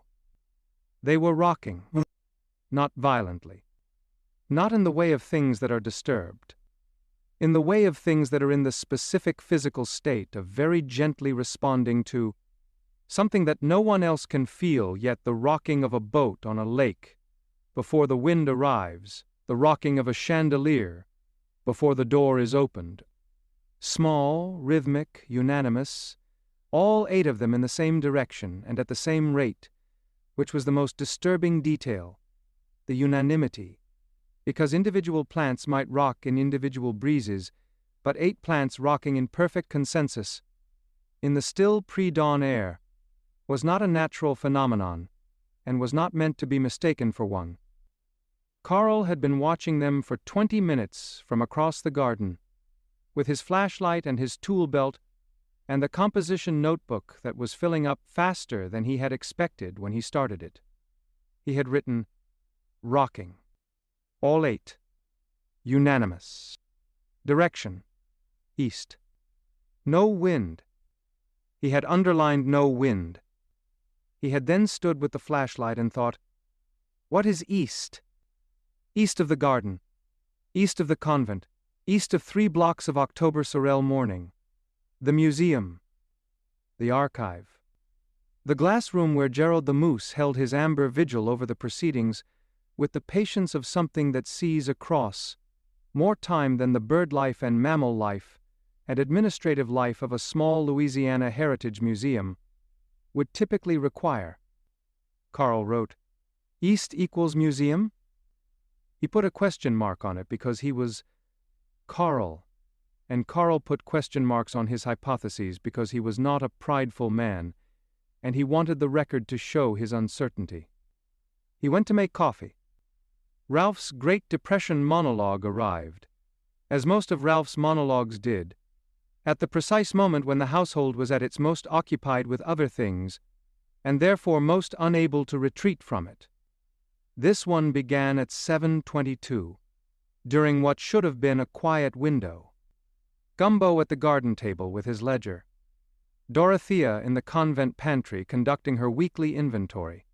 The convent pantry was Dorothea's administrative domain in the most literal sense, a deep, organized space full of dry goods and canned provisions, and the specific systematic order that Dorothea brought to every space she managed, labeled and shelved and rotated with the commitment of a quartermaster who takes seriously the moral weight of knowing what you have before you need it. Chaos was on the cottage porch. Clotilde had not yet arrived from the call center, and Ralph was on his perch in the kitchen window, with the specific pre-monologue stillness that everyone in the household had learned to recognize, the way sailors recognize a particular quality of sky. He cleared his throat. "I would like," Ralph announced to the kitchen, the garden, the porch, the pantry, the general municipality of Sorrelle, and the recording angel, if any was present, to speak about what it was like to be a parrot during the Great Depression. Chaos from the porch. "Ralph, this is not personal experience," Ralph said. "I am 32 years old, and the Great Depression ended in 1939. I am relaying the received oral tradition of the parrot community, which is extensive and mostly accurate, and which I have been synthesizing for several years, in preparation for exactly this morning." A pause. The Great Depression was, for most Americans, an experience of sustained economic desperation, institutional failure, and the specific psychological injury of a fantasy world, the American dream revealing itself to be substantially more fantasy than world.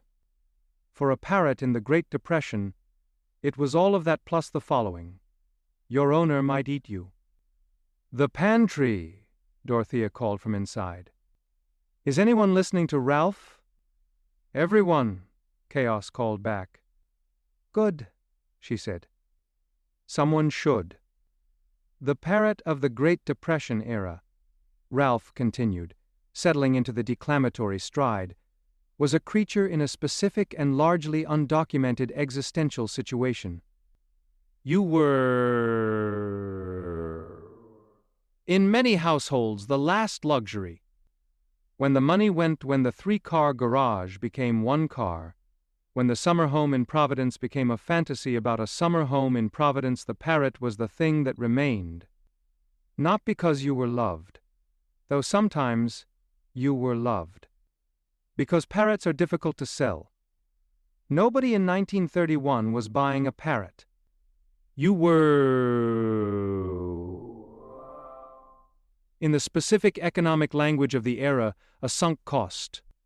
And being a sunk cost in someone else's household during the Great Depression had a very particular flavor." "What flavor?" Chaos said. He had given up pretending not to listen 2 minutes ago. "Crepe paper," Ralph said. "The flavor of something that was festive in a previous context, and is now just taking up space, but everyone feels too guilty to throw it away." He walked 4 steps to the left, which was his westward pacing position. In 1927, before the crash, parrots in middle-class American households were living what I would describe as the salad bar era. Everything was available. Everything was fresh. The sunflower seeds alone, my blue heaven. John Austen, #1 in 1927. The sunflower seeds alone would have made any parrot weep with gratitude. The country was singing my blue heaven and meant it, because for a moment they had it. Nihat. They had the blue heaven. They had the crackling prosperity of the 20s, which crackled like a fire pit at peak fuel, orange and gold and so confident in its own heat that it didn't notice the wood running low. He paused for dramatic effect. "Then," Ralph said, October 1929. The crash, Gumbo said from the garden. He had stopped writing in the ledger. Like a bomb, Ralph said. Like a stink bomb dropped into a mosh pit. Everything that smelled fine suddenly smelled exactly like what it was, which was a structure built on triglycerides, the favvy, unstable kind, the kind that looks like substance and dissolves under pressure.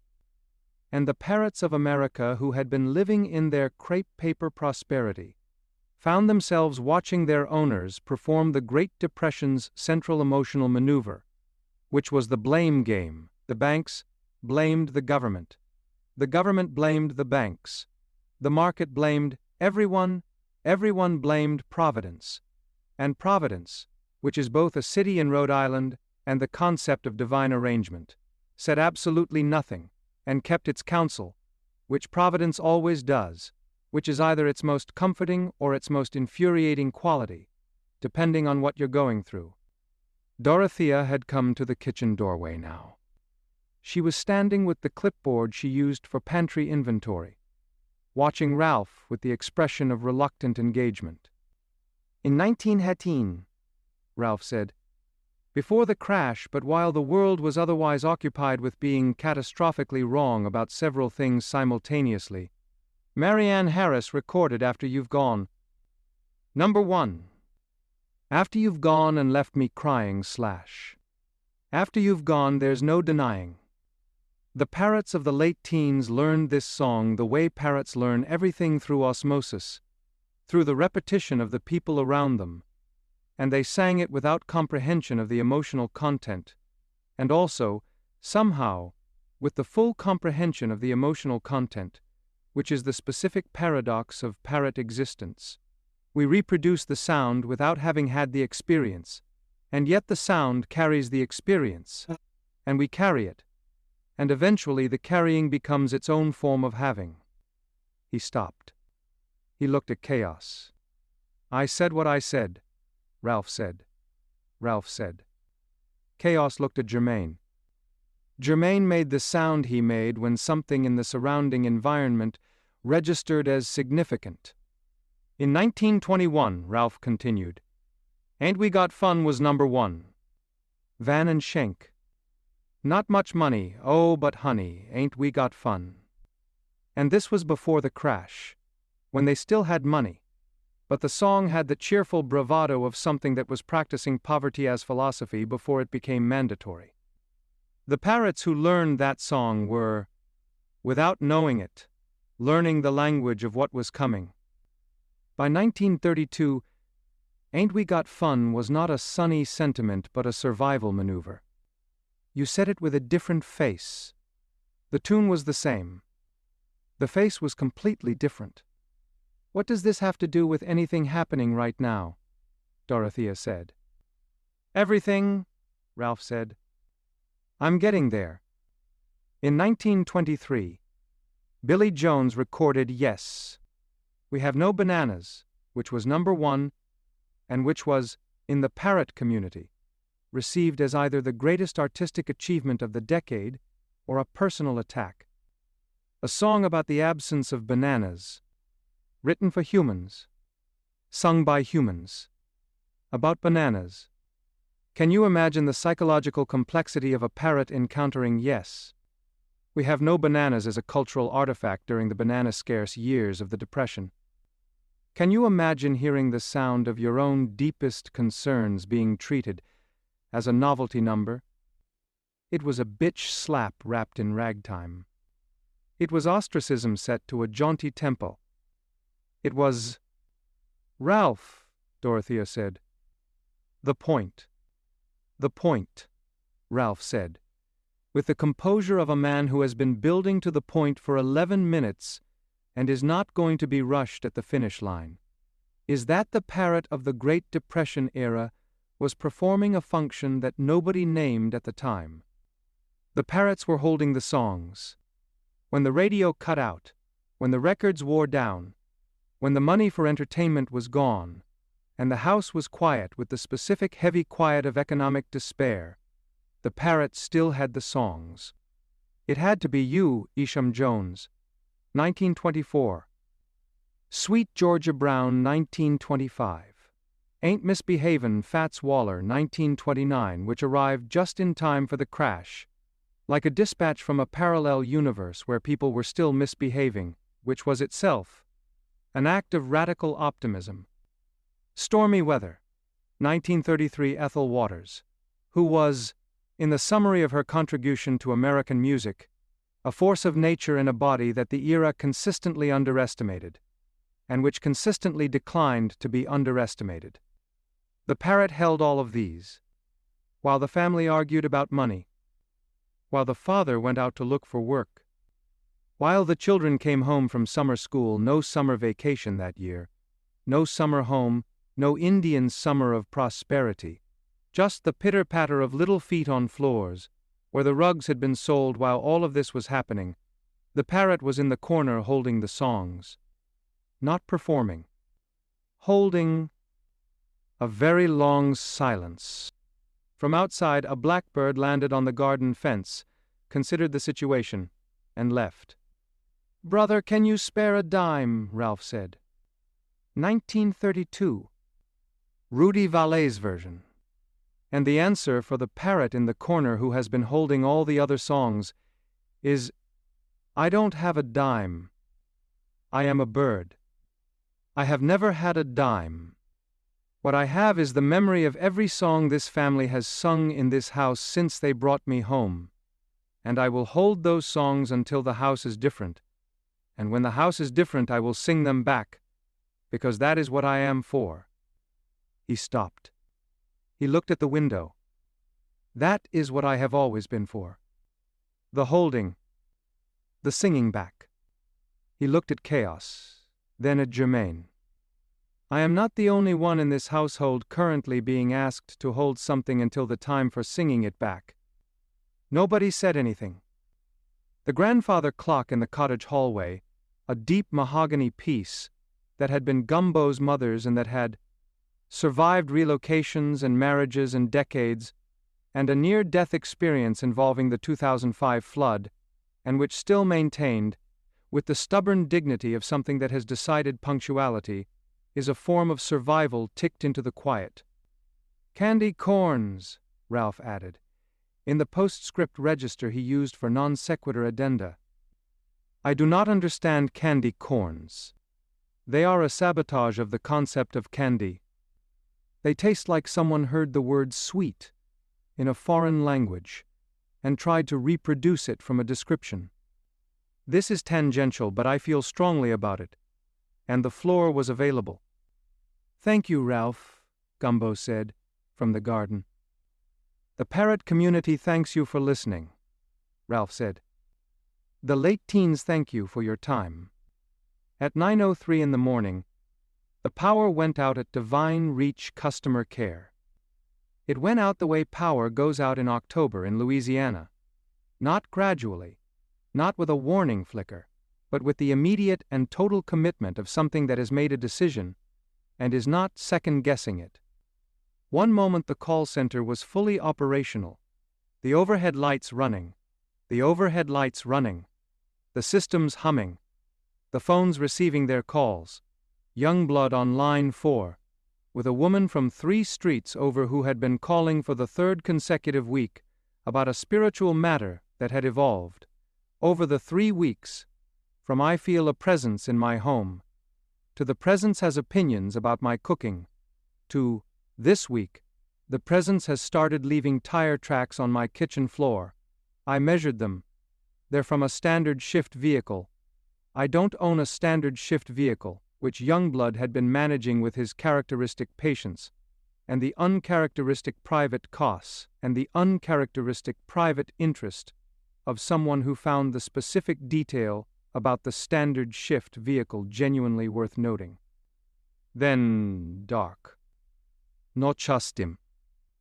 The specific dark of a building that has lost power entirely, where the emergency lighting has not yet kicked in, and there is a half-second of true, complete dark, which is longer than it sounds, which is long enough for the body to register the absence of every illumination it had assumed was permanent which is a feeling that is disproportionately affecting for its brevity.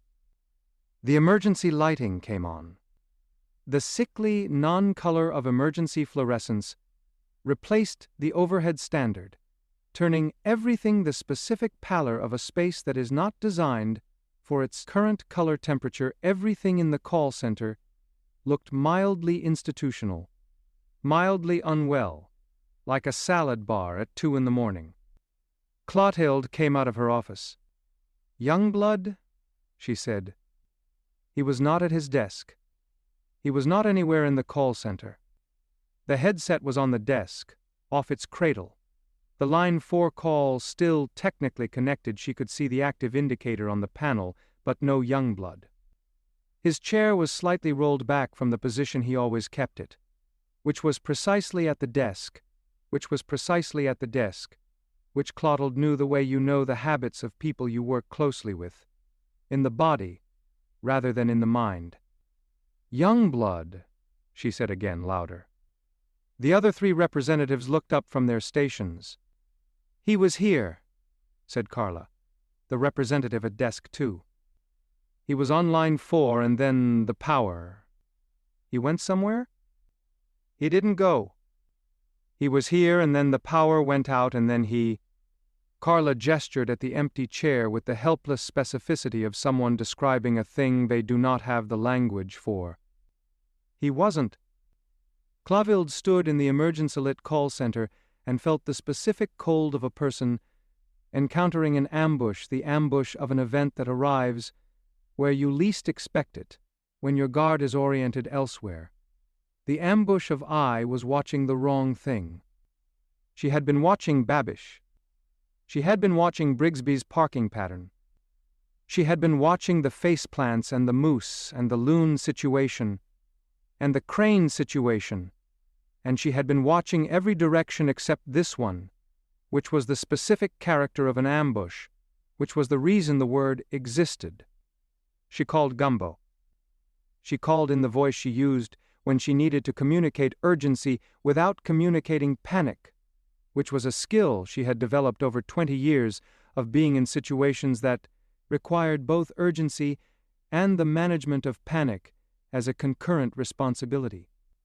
"Youngblood's gone," she said. A pause. The sound of Gumbo setting something down. "Like loon?" he said. "I don't know like what. The power went out and when it came back on." "Get to Gerald," Gumbo said. "Now. I'll be there in 10 minutes. She hung up. She turned to Carla. "Tell incoming callers we are experiencing a temporary service interruption and we will call them back. Document every number." She had her bag and her keys and the legal pad and was moving toward the door as she said this, delivering the instructions in the walking away register she used when she had already made the decision, and the instructions were for the managing of the situation she was departing from, not the situation she was arriving at. She went out the door. She walked down the covered walkway, through the gap in the hedge-lined path, a narrow path between the call center building and the convent proper, lined on both sides with the kind of dense, low hedges that had been planted in the Belgian missionaries' time for reasons that were now lost to history, but that had the effect of making the walk feel like entering a stone cottage through a narrow passage, the walls of hedge pressing close enough that you could smell the green of them, the specific alive smell of old Louisiana hedge in October, which was exactly the aroma of something that had been growing in one place for a very long time and had made peace with the specific dimensions of its world. The museum was 4 blocks. She drove. Gerald was already facing east when she arrived. Not his usual orientation, the south window, the light maximizing position, the default. East. The east wall, which had no window, which was, from a practical standpoint, the least visually rewarding direction in the glass room, and which Gerald had therefore never, in 4 years of Voss's documentation, faced voluntarily. He was facing east when Clotilde came through the museum door. Past Voss at the front desk. Voss, who stood up the moment he saw her expression and said, "Loon didn't come in this morning?" And she said, "I know, and now Youngblood," and they looked at each other in the specific way of two people who have each been holding a piece of the same thing and are only now, at this worst possible moment, realizing that the pieces are connected, and she went straight back to the glass room and stood in front of Gerald. Gumbo arrived 6 minutes later, which was faster than his stated 10 minutes, and which was the specific math of Gumbo, when someone he was responsible for had gone somewhere inexplicably. They stood in front of Gerald, Gumbo, Clotilde, and Voss, in a row in the glass room, with the emergency lights still casting their institutional pallor over everything, because the power was still out in this half of Rue du Bois, and Gerald, in the amber-tinted emergency light, was more himself, not less. The Moosehead's darkness and stillness were served better by amber than by the overhead fluorescent, and the amber picked up the specific quality of those large dark eyes, the looking quality, the breadth of what they saw. The left ear rotated. They waited. "Two went to school," Gerald said. The voice like old wood, like a house settling into its foundation. "School is a creek in the woods past the trail of breadcrumbs." They did not drop the crumbs. The crumbs were dropped for them. Follow the east aroma. Find the stone. Silence. "That's it?" Clotilde said. "Gerald's not a GPS," Voss said in the voice of someone who has said this before, to himself, in this exact room, on other occasions of insufficient data. "East aroma," Gumbo said. He was looking at the east wall. "Follow the east aroma." He looked at Clotilde. "The torso. Behind the cistern." Carl said the symbols changed. "The torso faces east," Clotilde said. "Toward the garden," Gumbo said. "The stone is the lantern. The stone lantern in the garden." He looked at Voss. "Find the stone." Gerald means the stone lantern. "So they're in the garden?" Clotilde said. "They're at the garden," Gumbo said. "Not the visible garden. The garden is the access point." He was already moving, the cane's percussion on the museum floor announcing his pace, which was faster than his baseline pace. The same way they go in through the face plants, the proximity. The curriculum, something opened for Youngblood at the call center, something that the power outage triggered, or that was the power outage. They're the same event, and they went in from wherever they were standing when it happened, and they'll come back through the garden, through the lantern's specific location, because that's the center of the arrangement. That's the point everything is centered on. "The baptismal font," Loon had said in Chapter 3's briefing. But the faceplant's arrangement centered on the lantern first, the font second. "We go to the garden," Gumbo said. "We wait." They waited. In the specific way of people who have been told to wait for something and understand, intellectually, that waiting is the correct action, and who find that understanding and doing are two different countries that require different passports. Clotilde paced the path between the stone lantern and the south fence. Voss stood with his notepad. Gumbo sat on the garden bench with his cane planted, and both hands on it, looking at the face plants, which had stopped rocking and were now very still, all 8 of them in the specific stillness of something that is focused on an incoming event and is receiving it rather than processing it. Dorothea came out of the cottage with coffee because Dorothea's response to a waiting situation was coffee, which was not wrong. Carl appeared from the direction of the maintenance shed with the tool belt and the notebook, and positioned himself at the garden's east end, without being asked, which was Carl's gift, the understanding of where you should be relative to a situation, without needing the situation explained. Chaos arrived at 7 minutes past 10 with Jermaine in the carrier, because Gumbo had called him, and because Jermaine was, as the household was increasingly understanding, not simply present at these events, but responsive to them, in ways that were below the threshold of verbal communication, and above the threshold of coincidence. The baby was awake. Awake and oriented. Not toward any person in the garden.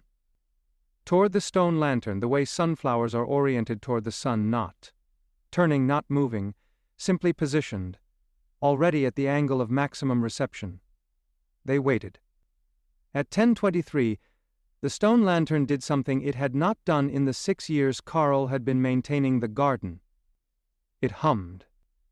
A single note, low, below the range of clear pitch, but in the territory of felt, rather than heard the note in the chest, in the sternum, in the specific place that Scott's 5-note chord had inhabited in the previous season, a different note, but from the same register, the register of things that are communicating through the body, because they know the body is a better receiver than the mind. The hum built. Not loud. Not alarming.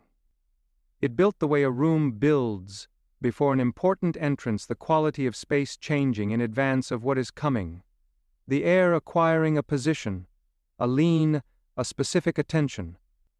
And then from the ground around the stone lantern's base, from the gravel, from the arranged geometry of the 8 face plants in their Fibonacci-adjacent formation, a light, warm, amber. The same amber as the lantern's usual evening glow, but now in the October morning, now in the daylight, visible not as brightness, but as the wrong kind of warmth in the right kind of place. The face plants, all 8 of them, opened their mouths. Not to speak. Not yet. To receive. And Youngblood stepped through. He stepped through the space beside the lantern, the way you step through a doorway that has been there the whole time, but that you are only now using with the specific casual confidence of someone arriving where they were going, with the look of someone who has been somewhere useful, who has learned something, who is still inside the learning. He had papers, pages of notes in his hand, covered in the precise, efficient handwriting that was Youngblood's handwriting at rest, which was nothing like Youngblood's handwriting in the field, which was his notes Dorincal handwriting, and was something else entirely. These were the deliberate notes of someone who had been given time and used it. He looked at the assembled group. He said, "I was expecting maybe 2 of you." "Where have you been?"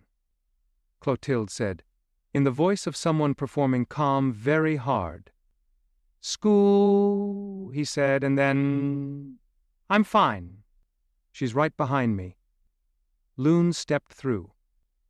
She came through the same way through the nothing that was a doorway beside the lantern with her own pages, with the specific expression of someone who has been somewhere extraordinary and is currently in the process of converting the extraordinary into something that can be reported, which was the expression of a professional of information encountering information that exceeded the available professional frameworks. Merrick was across the garden in 3 steps. He did not hug her this time. He stood in front of her and looked at her with the measuring look, the Merrick assessment, taking in the condition of her the way he took in the condition of everything fully, precisely, with the ruler of his specific attention. "You're okay," he said. "I'm more than okay," she said. "I'm full. I have a lot. We have a lot." She looked at the group, then at Youngblood, then back at the group. "He was already there when I arrived. He'd been there for—" She looked at Youngblood. "How long were you—" "Felt like 2 hours," Youngblood said. "Was probably the same as you." "What's the same as us?" Chaos said. 41 hours, apparently," Youngblood said. "For J.M. Trosclair. Whatever the curriculum requires." He looked at Gumbo. "It doesn't feel like 41 hours. It feels like a very good class. Like summer school with no dumb kids, and no wrong answers, and enough time to actually understand the material." He looked at his notes. I know what Babish is. And I know what Crane is. And I know the difference now not as a theory, as something I've been shown the mechanics of. Which is, he paused. That's going to take a while to debrief. Pantry, Dorothea said. All of you. Brisket. It's 10:30 in the morning, Chaos said. The brisket has been on since last night, she said. It's ready. Come inside. The full debrief happened in the convent kitchen over brisket and coffee and, from Ralph, a running commentary that was either the best or worst addition to a debrief, depending on your relationship with being interrupted by a parrot, which in this household was simply the ambient, operational condition. Here is the summary of what Loon and Youngblood had been taught. In the curriculum, which Voss was writing down as they spoke with the speed of a man who recognizes that he is recording something that needs to be in the archive before the morning is further along. Crane was appointed in the way the word has meant, since before the word existed, not by any human institution, not by any single divine authority, but by the accumulated weight of what this place needed, the way a river's direction is appointed by every geological decision that preceded it. Crane's form changed because the form was a tool of the function, and the function guardianship, orientation, the provision of the magnetic north that the season required needed different physical expressions at different times. The Quetzal form was the current expression. It was not his only form. It was the appropriate one. Babish was a different category of thing. Not a guardian. Not sent by the same source or for the same purpose. Babish was, and this was where Youngblood's curriculum notes were most specific, where the information had been delivered with the most clarity, possibly because Youngblood's training in listening had made him the more precise receiver of difficult content. Babish was an imprint, not a being with independent origin. An imprint left by something larger, something that had been watching Sorrelle for a long time, something that had learned the pattern of guardian appointment, and had created an imitation by studying the pattern rather than participating in it. The girl shape was not the only shape Babish used. It was the most recent one. The girl shape had been chosen because it was the shape most likely to generate the response. In adults, the protective reflex, the lowered guard, the suspension of critical assessment in the presence of apparent vulnerability that would allow Babish the access and the proximity the larger thing behind him was seeking. What is the larger thing? Voss said. Unknown, Youngblood said. The curriculum was specific about Babish's nature and non-specific about his origin. He looked at the table. Like telling you the nature of a symptom without naming the underlying condition. Deliberate, I think. Maybe we're not ready to know the underlying condition yet. Maybe knowing it would change our behavior in ways that would interfere with what needs to happen. With what needs to happen. Or, Loon said, maybe the underlying condition is something we don't have a name for yet, and naming it wrong would be worse than not naming it. The pit of naming things wrong, Gumbo said. Exactly, Loon said. The pit. What about Brigsby? Chaos said. Brigsby is a human being, Youngblood said. A specifically compromised human being. He is not supernatural. He is not connected to Babish. He is connected to the Foundation, the research entity, and they are connected to the very ordinary human appetite for acquiring things that are unusual and using them. He looked at his notes. He's the conventional threat. He's the pit bull in the pit of a lube shop, doing what he does without thinking, because the doing without thinking is how he's gotten through the career he's built on acquiring the unusual. The supernatural threat and the conventional threat are in the same neighborhood, but they're not on the same team, and treating them as a unified opposition is the tactical error that will pit one strategy against the other. while the real risk does something we're not watching. The blame game, Chaos said. We blame Brigsby. We don't see Babish. We focus on Babish. We don't see what Brigsby is coordinating with the Foundation. Youngblood put the notes on the table. Separate. Concurrent. Both real. And Crane? Gumbo said. Youngblood looked at Gumbo with the specific look he had, the look that was not quite the look of a younger person deferring to an older one, but the look of someone who has learned something that confirms what someone else already knew, and is finding that confirmation both gratifying and moving. Crane has been here before, Youngblood said. Not in this form. Not with this name. But the function has been present at every season of significance in Sorrelle's recorded history. The curriculum showed me the record. He paused. The curriculum also told me something specific. About chaos. Everyone looked at chaos. Chaos looked at his son. What? He said, in the voice of someone who would like the answer and is also aware that the answer might be large. Your abilities, Youngblood said. The overlay. The thing you can feel under the visible surface. He chose his words with the precision he brought to calls, where precision was the difference between help and harm. The curriculum said, the father of the Kairosi is not incidental. The father's specific sensitivity, the ability to feel the underneath of things, is part of the mechanism. Not a side effect. Not a complication. The father's sensitivity and the child's function are designed to work in concert. The father feels the approach of the thing the child will respond to. The child responds. The father confirms the response. It's a two-part, it's like a spotter, Gumbo said quietly. And a shooter. Youngblood pointed at him. Yes.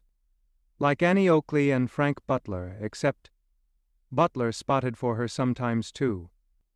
Two-part system. The spotter without the shooter is just standing on a hill seeing things. The shooter without the spotter fires blind, Chaos said. You're not firing blind, Youngblood said. You never have been. You just didn't know what you were spotting for. He looked at Jermaine in the carrier, in the kitchen of the convent, sitting against his father's chest with the profound serenity of someone who does not need the briefing, because the briefing is about them, and they have had the information for longer than any of the briefing's participants. Merrick, during the debrief, had been sitting at the table's far end with his notes from the archive, and his ruler and the overlay maps that Loon had made, and he had been listening with the quality of attention he brought to everything, which was total but expressed through stillness rather than participation. When the debrief reached a natural stopping point, when the brisket was mostly gone and the coffee was at its third round,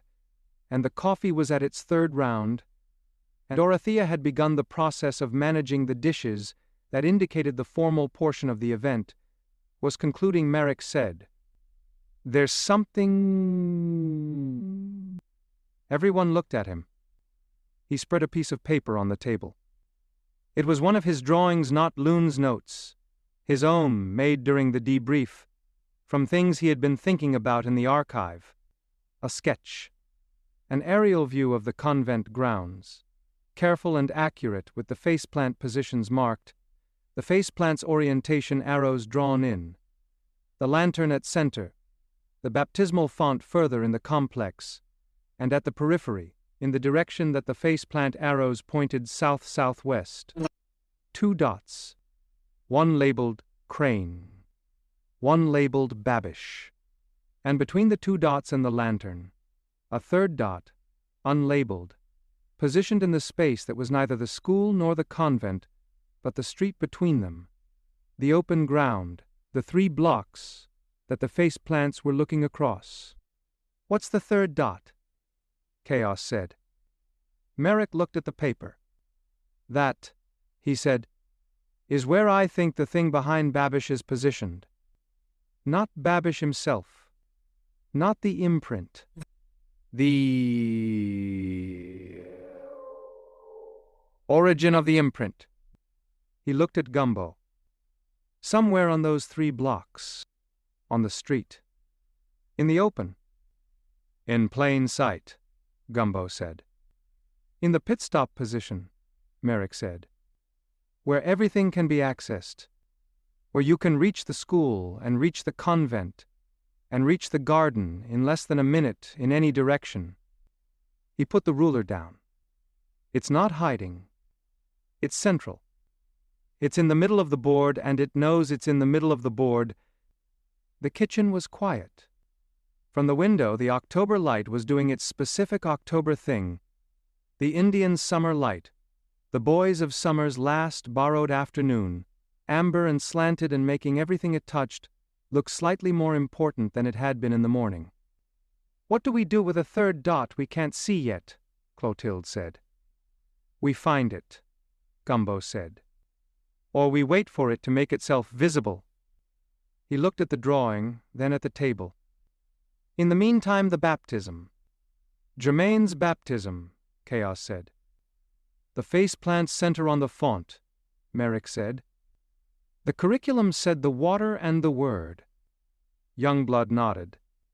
The curriculum said a lot of things I'm still processing, but that one was repeated. Chaos looked at his son. The baby looked at him. In the carrier against his chest, Jermaine Jr. was looking at his father with the full-face attention that was their primary mode of communication.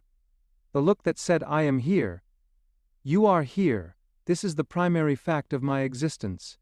And it is more than enough, and underneath that look, in the overlay that Chaos had been learning to read in the way of a new sense, was the second look, the one that ran underneath the visible, the one that said something he was still learning the language of. He was getting better at the language. He was learning it the way you learn any language, spoken by someone you love by necessity, by proximity, by the specific instruction of wanting to understand. Outside, on Rue Sainte-Marie, the 3 blocks between the convent and the blind school were doing something that none of the people inside the convent could see from where they were. The tire tracks. Not from a car. The standard shift vehicle from Mrs. Bergerin's kitchen floor had not parked in the street. Not visible tracks, not in the asphalt, but in the overlay in the invisible register of the streets underneath, which Chaos would have felt if he'd been walking it just then. The 3 blocks carried the impressions of something that had moved through that space many times, that had established a pattern in the invisible the way animals establish paths through tall grass, paths that become increasingly clear the more they are traveled, paths that are invisible from above but undeniable from inside the grass. The path ran from the blind school to the convent gate. It ran in both directions.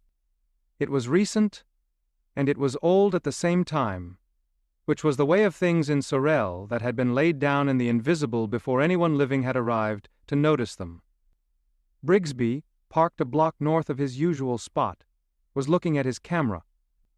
He had footage from 2 days ago, something he had captured through the long lens, while positioned at the corner of Rue Dubois and Sainte-Marie, something that had been in the frame for less than 3 seconds before it was gone, something that the footage showed, but that his software could not fully resolve, the way certain things refuse to resolve into conventional visual data.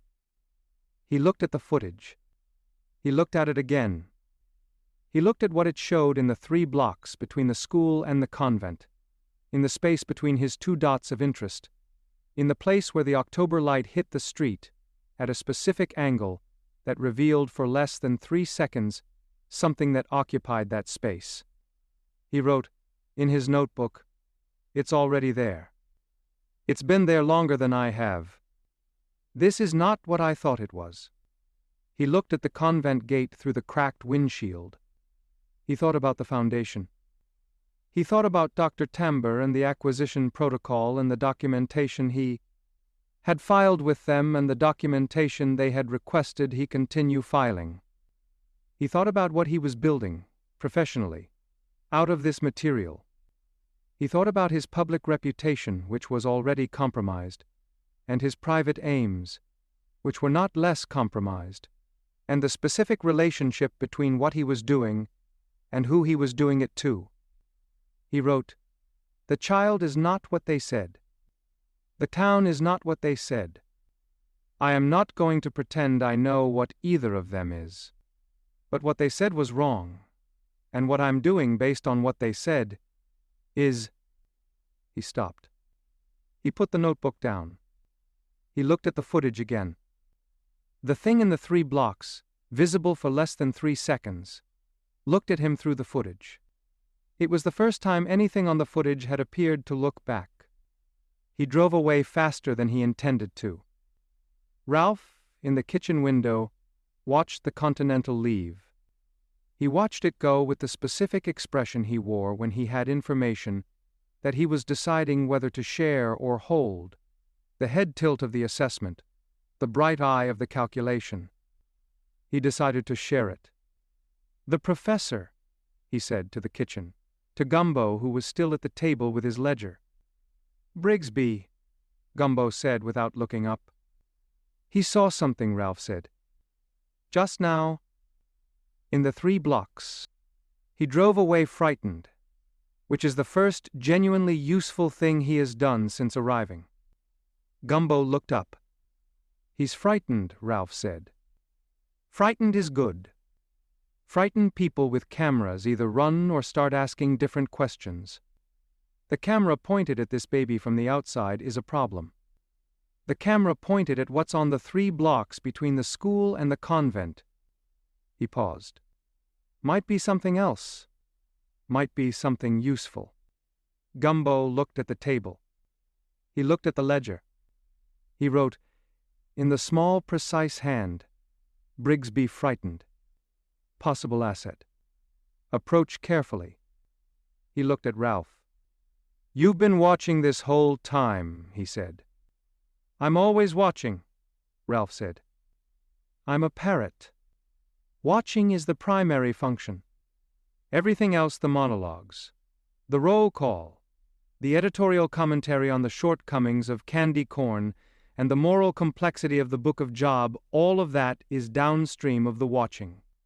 He ruffled his feathers with the specific ruffling of an ending.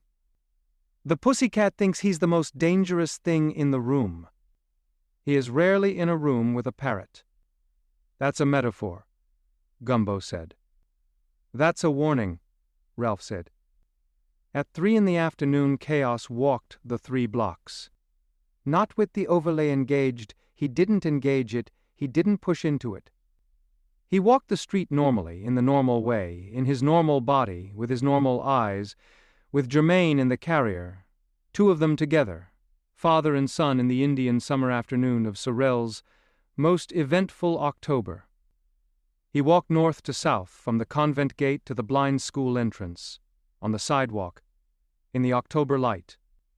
And even without the overlay engaged, even with the normal eyes and the normal body and the deliberate non-use of the sensitivity, even so, the 3 blocks felt different from the surrounding streets. They had the quality of a space that has been decided about. Not threatening. Not hostile. Not the pit of hell variety of ominous. More like a room that has been booked. Like a venue that has been reserved for an event. Like the spaces already organized around what is coming. The way Sorrelle's spaces organized themselves, and whatever was coming here, to these 3 specific blocks, in the specific direction of the stone lantern and the baptismal font, through the specific frequency of a 7-week-old Kairosi child, who was currently looking at the street, from his carrier with the eyes of someone who has been told something and is simply waiting for it to arrive. "Hey," Chaos said to his son, quietly, on the sidewalk on the middle block. The baby looked at him. "I know you know something," Chaos said. "I can feel it when I'm near you. You've got a frequency." He looked up at the October sky, the specific blue of an afternoon that was doing its best. "I'm going to figure out how to spot for you. That's what they say I'm for. The spotter." He looked at Jermaine. I'm going to get better at it. I'm working on it. Jermaine reached up one small arm, which was the reaching gesture, the arm that extended toward things that required extension, toward his father's face. Chaos let the small hand find his cheek.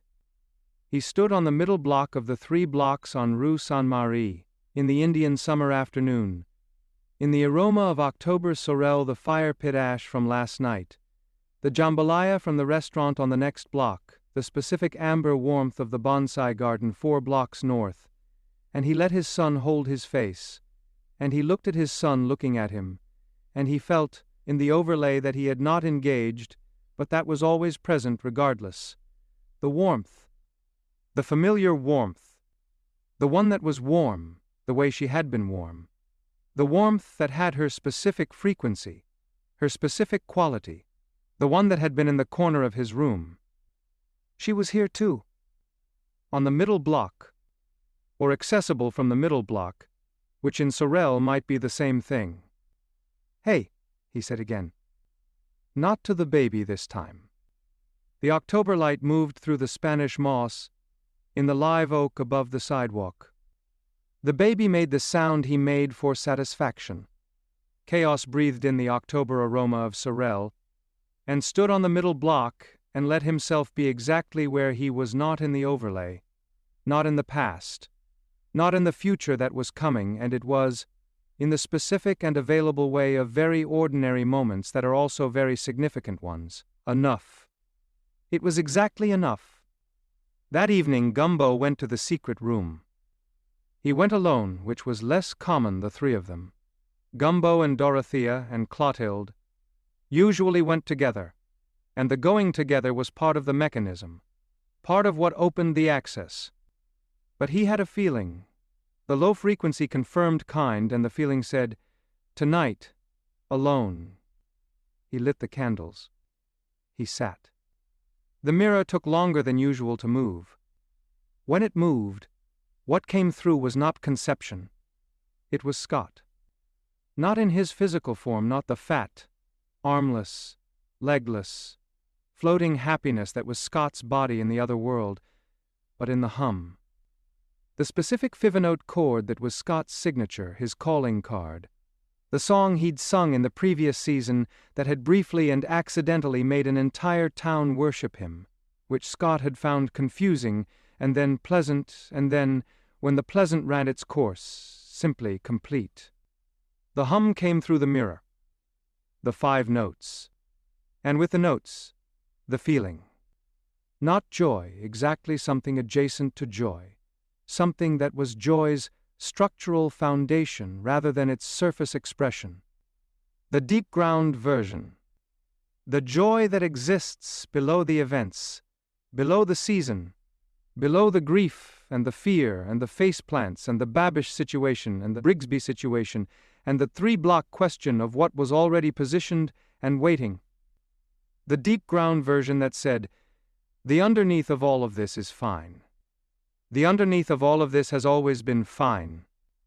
The underneath is where I live. Come visit. Gumbo sat with the hum. He sat with it for as long as it took.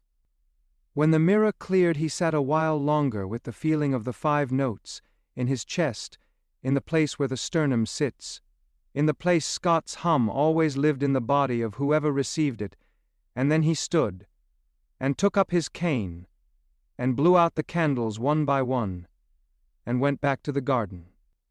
The faceplants were still in the stone lantern's light. 8 of them. Eyes open. Mouths in their small, various curves. The smiling one was looking at him specifically.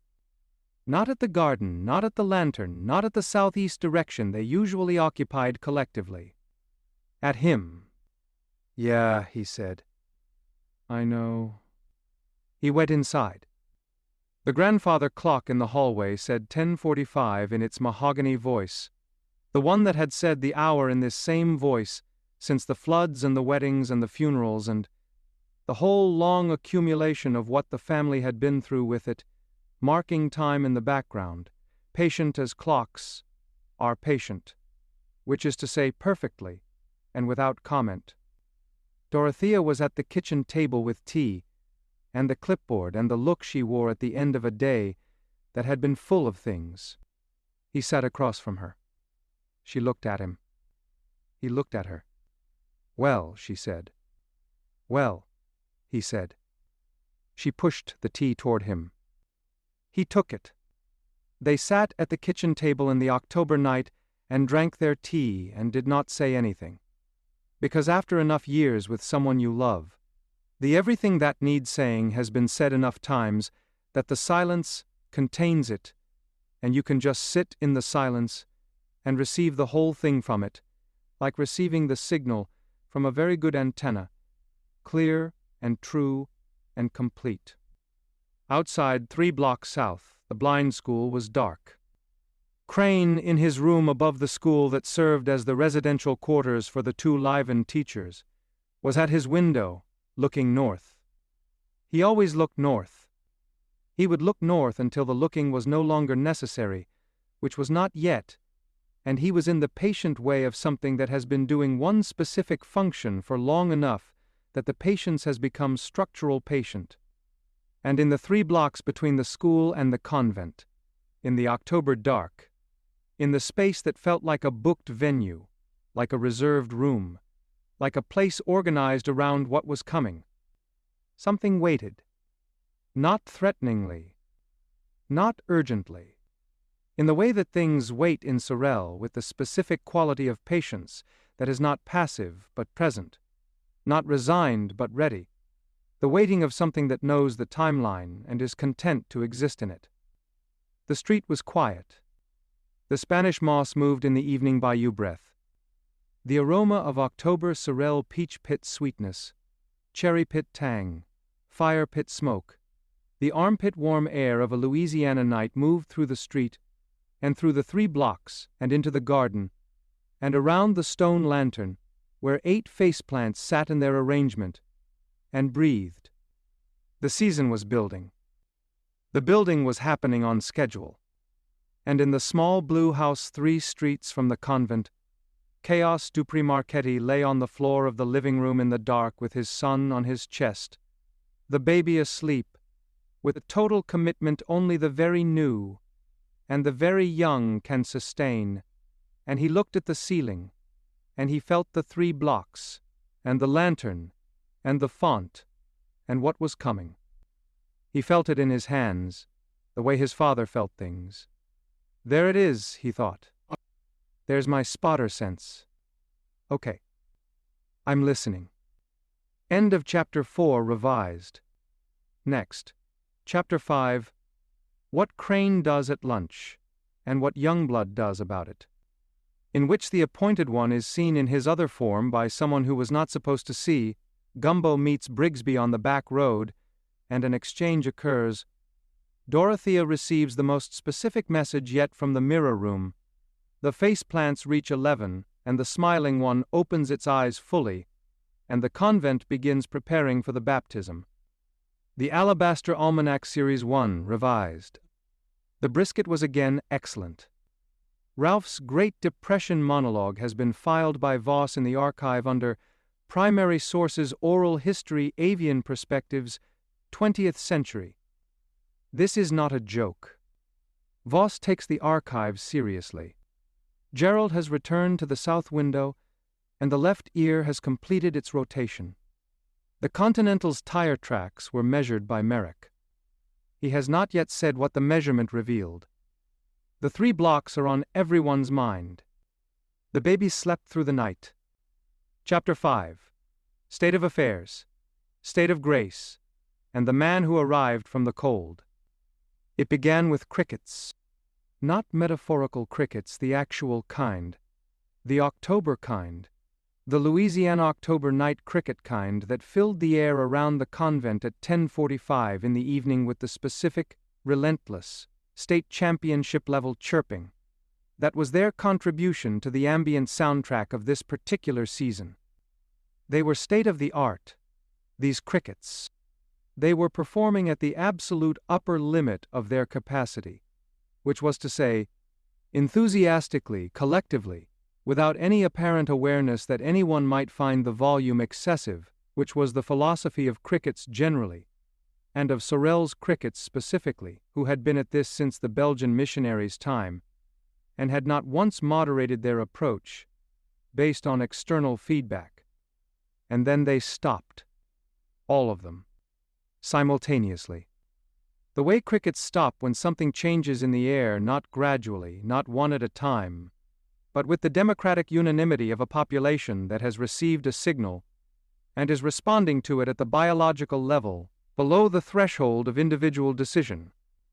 The night, which had been a full orchestral production a moment before, became the specific silence that is not the absence of sound, but the presence of held breath. Gumbo, who was on the convent porch in his fishing shirt with his ledger and a glass of the Quaker State brand of iced tea that Dorothea refused to buy because of its name, but which he had purchased himself from the gas NCP, and was drinking with the quiet satisfaction of a small domestic victory. Gumbo looked up. He looked out at the street. He looked at the night. Something was on Rue Sainte-Marie. Not in the 3 blocks. Not in the school or the garden or the space between. On the street itself, at the property line, at the tall iron gate of the convent grounds, standing at the gate with the quality of someone who has arrived somewhere after a very long time and is not certain of the protocol for announcing themselves, and is standing at the gate in the November night, holding this uncertainty with a patience that was remarkable for a person who had, in all reasonable estimation, been traveling for quite some time. Gumbo stood. He took the cane. He walked down the porch steps and across the garden path in the cricket silence, which was so complete it amplified everything: his footsteps in the gravel, the cane's soft percussion, the specific sound of the live oak leaves in the minimal bayou breath of air that passed for wind in this particular hour. He got to the gate. He looked at the person on the other side of it. The person on the other side of the gate was a man, broad, not tall, built with the substantial density of someone whose body had been shaped by a specific and serious environment, not by any programmatic intention, but by the simple requirement of existing in conditions that selected rigorously for particular physical capacities. He had a wide face and dark eyes, and the quality that Gumbo recognized immediately, the same quality he had recognized in Youngblood on that first day, the quality of someone whose intelligence operated through the body, as much as through the mind, who had learned the world through physical engagement with it before any conceptual framework had been offered, and who trusted that kind of knowing the way you trust something that has never been wrong when it mattered. He was holding a bag. Not much of a bag, the bag of someone who has been traveling long enough to know that you carry less than you think you need, and you find what you need where you are. He had a nose that had been broken once and healed with character. He had on a parka that was wrong for Louisiana in October, which meant he had come from somewhere where it was right for something colder, and had not yet replaced it. He had something in his other hand. A wooden carving, small, palm-sized, worked in the specific patient style of something that takes months, rather than hours. The carving of someone who does things with time that other people do not know time is available for. A bird Gumbo saw, or the spirit of a bird, or the relationship between a bird and whatever a bird means to the person who carved it, which in some traditions is the same thing, and more profound. "You're late," Gumbo said. The man looked at him through the gate with the dark eyes and the not-quite smile of someone who has been told he is late, by someone who is not complaining. "I came the long way," he said. "You always do," Gumbo said. He unlatched the gate. "Come in. There's coffee and I'll get you set up." His name was Aklak Sikinik. 31 years old, Inupiaq, from the north slope of Alaska, from the specific geography of the Beaufort Sea coast, where the land was flat in a way that Louisiana was not, and the sky was enormous in a way that Louisiana was and where the cold was not the cold you cursed at, but the cold you negotiated with, the cold that was simply one of the primary facts of existence, and that you met with the same practical equanimity that Gumbo met most things, because the cold was not your enemy. The cold was the condition, and you were in the condition, and the question was not how to defeat the condition, but how to be genuinely alive inside it. He had come from Fairbanks. Before that Anchorage. Before that Anchorage. Before that a research station on the Beaufort Sea. Before that a degree in marine biology that had been followed by the specific confusion of a person who has completed what they set out to complete and discovered that completing it revealed a larger incompletion behind it, the Russian nesting doll of vocations, and who had spent 2 years holding this incompletion with the patience he applied to most things, and watching the edges of it for direction. The direction had come, as direction had come, as direction often comes, sideways. An internet forum. A thread about anomalous geography places that appeared on maps incorrectly or not at all. Places whose coordinates and physical reality were in disagreement. Places where the reported experience of being present diverged significantly from the reported experience of approaching from the outside. He had been on this forum for approximately 6 months, contributing occasional precise and non-dramatic observations about the Beaufort Sea coast, where certain locations had these properties in a form that was specific and well documented in his community's oral record. He had encountered, in this forum, a posting from someone who called themselves B. New York, who described a town in Louisiana with exactly these properties, and who had offered, at the end of the posting, in the matter-of-fact way of someone extending an invitation that they had been carrying for a while. If you're the kind of person this matters to, you should probably visit. I don't know exactly why I'm saying this to specifically you, but I'm saying it. He had read this. He had felt the specific quality that he had learned to trust, not excitement, not curiosity exactly, but the quiet confirmation of something aligning, the same feeling as finding the right word in a language you are still learning, the yes, that, exactly of recognition. He had driven south. He had arrived at the tall iron gate at 10:47 on a Wednesday evening in October, in the cricket silence, and a man with white hair and a cane had unlatched the gate and told him he was late and let him in. He was, by any available measure, exactly where he was supposed to be. He was, by the measurement of the path from the Beaufort Sea coast to the convent grounds of Our Lady of Perpetual Bewilderment in Sorrelle, Louisiana, he was home. Not in the home sweet home sense. Not in the manufactured home sense. The sense of a structure built to specification, and placed in a specific location, and called home because of its specifications. In the other sense. The older sense. The sense that existed before the word had a building attached to it. The sense of the place where the specific shape of you fits, the specific shape of you fits the specific shape of what's here, which is the only definition of home that has ever reliably held up under examination. Dorothea was in the kitchen at 11:15 and received Akhlaq's arrival with the specific hospitality of a woman who had been managing arrivals of various degrees of unexpectedness for 20 years and had developed, in that time, an intake procedure that was as efficient as it was genuine. She looked at him. She conducted the assessment, the full Dorothea assessment, which was not unkind but was comprehensive. The assessment of a woman who needs to know who is in her house before she decides what that means. She saw a man who was tired but not depleted. A man who carried himself like someone who has been through serious physical conditions and emerged from them with the body's knowledge that seriousness can be survived and that survival is not the ceiling but the floor. A man who was holding the wooden carving in his left hand with the specific grip of someone for whom the object is not decorative but functional, not an artifact but a tool.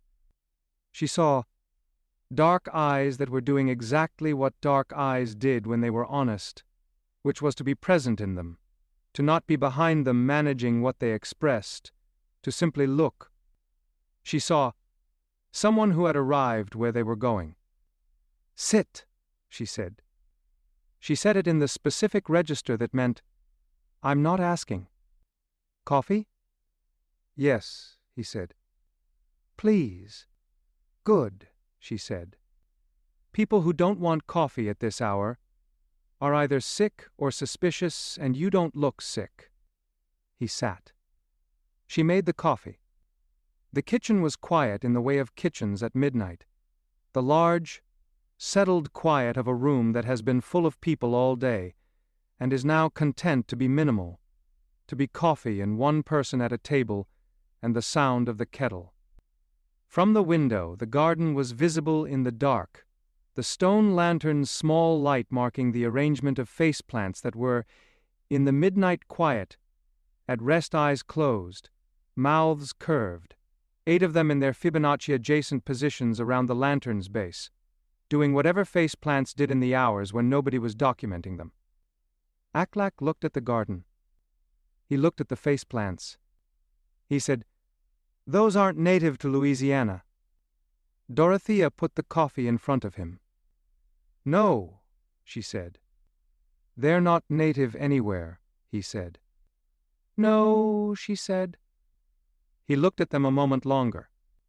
Then at the coffee. Then, with the Eskimo etiquette of someone raised in a tradition where you do not express more reaction than a situation requires, and thereby preserve the dignity of both the situation and yourself. "Okay." "Okay," Dorothea said. She sat across from him with her own coffee. "You'll take the guest room," she said. "Beige carpet." "I hate the beige carpet." "Don't take it personally." "I've slept on sea ice," he said. "Then beige carpet will be a mixed experience," she said. He almost smiled. She almost smiled back. This was, by the standards of Dorothea's interpersonal first contacts, an exceptional beginning.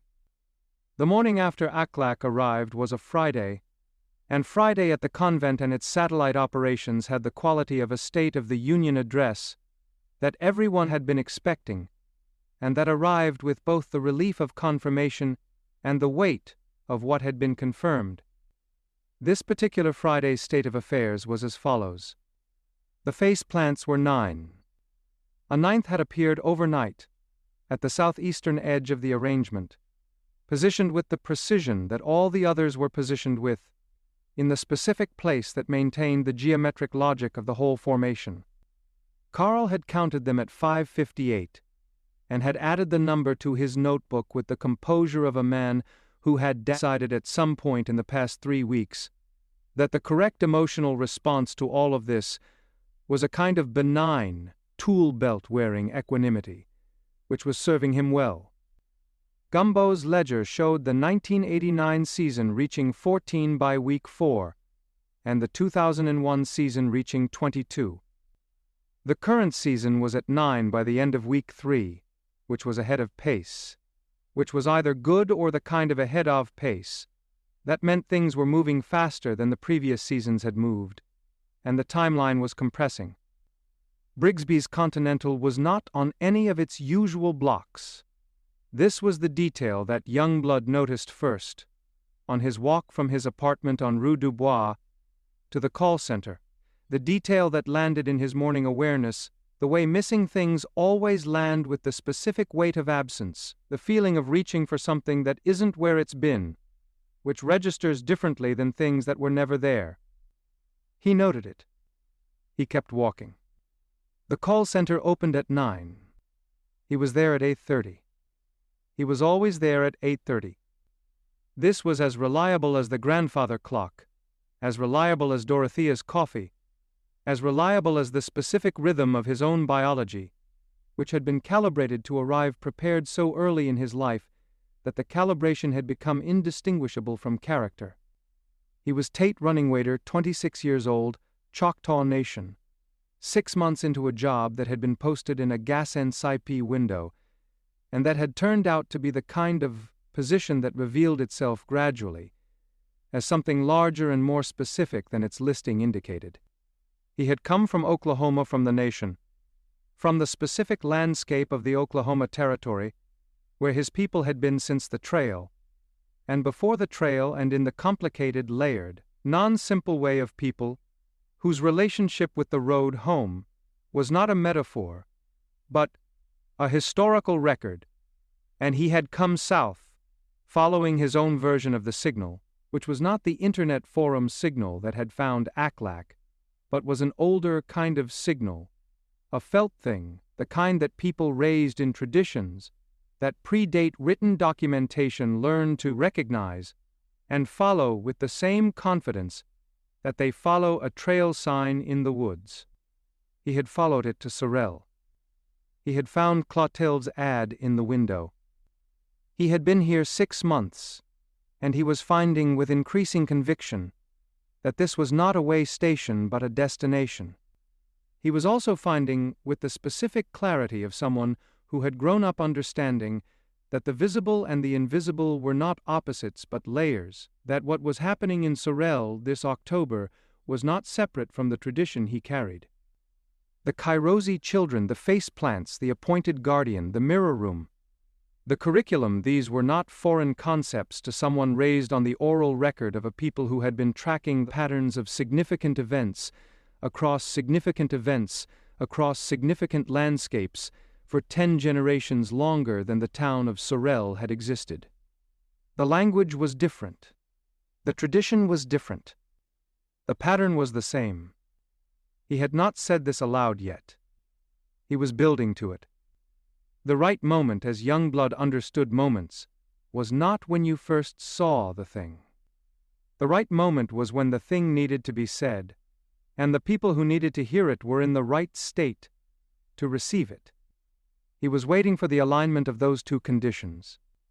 The call center power came on at 9:03, 2 days after the outage, having been restored by the energy crew that had identified, in the substation serving the block, a fault that the crew chief had described in his work order as consistent with standard electrical failure, and then had written, on the personal notepad he kept in his breast pocket for observations that didn't belong in work orders, not consistent with standard electrical failure.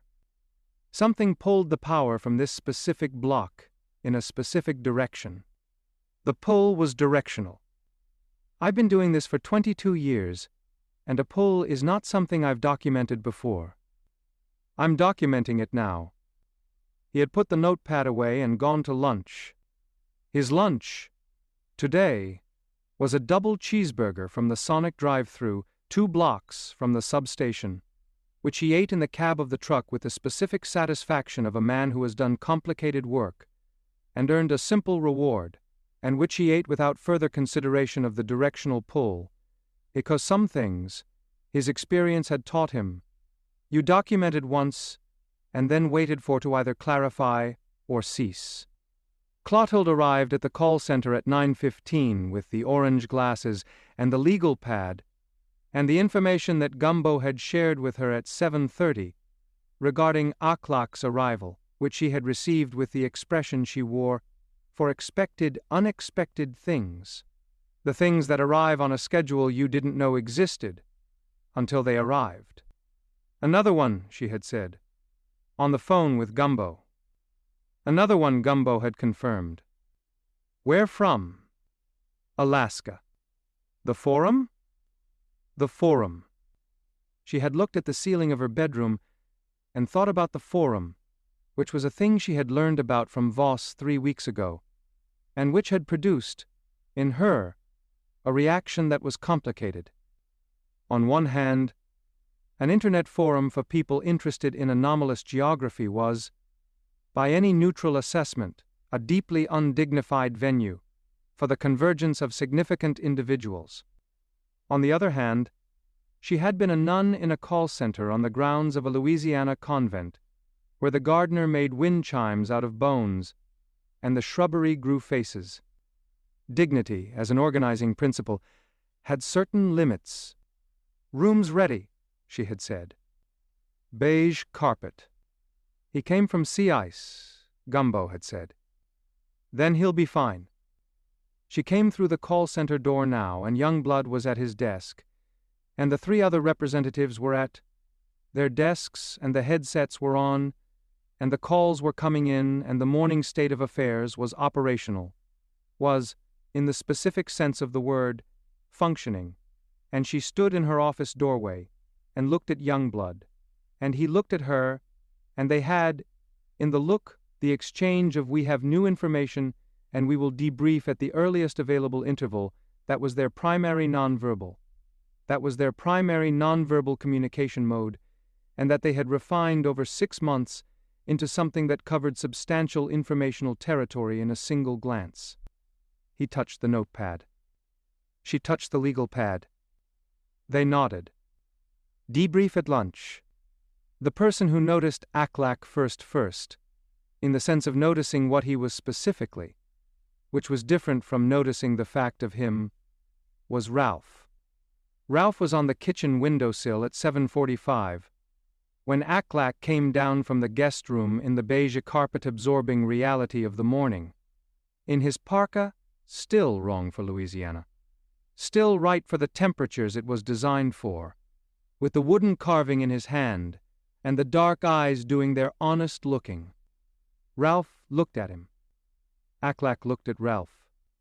There was a moment of not exactly assessment, more recognition. The specific quality of 2 things, encountering each other, that are from different traditions of the same knowledge, which is less a meeting than a reunion of the distributed parts of a single understanding. "You carve," Ralph said. "Yes," Aklak said. "What's that one?"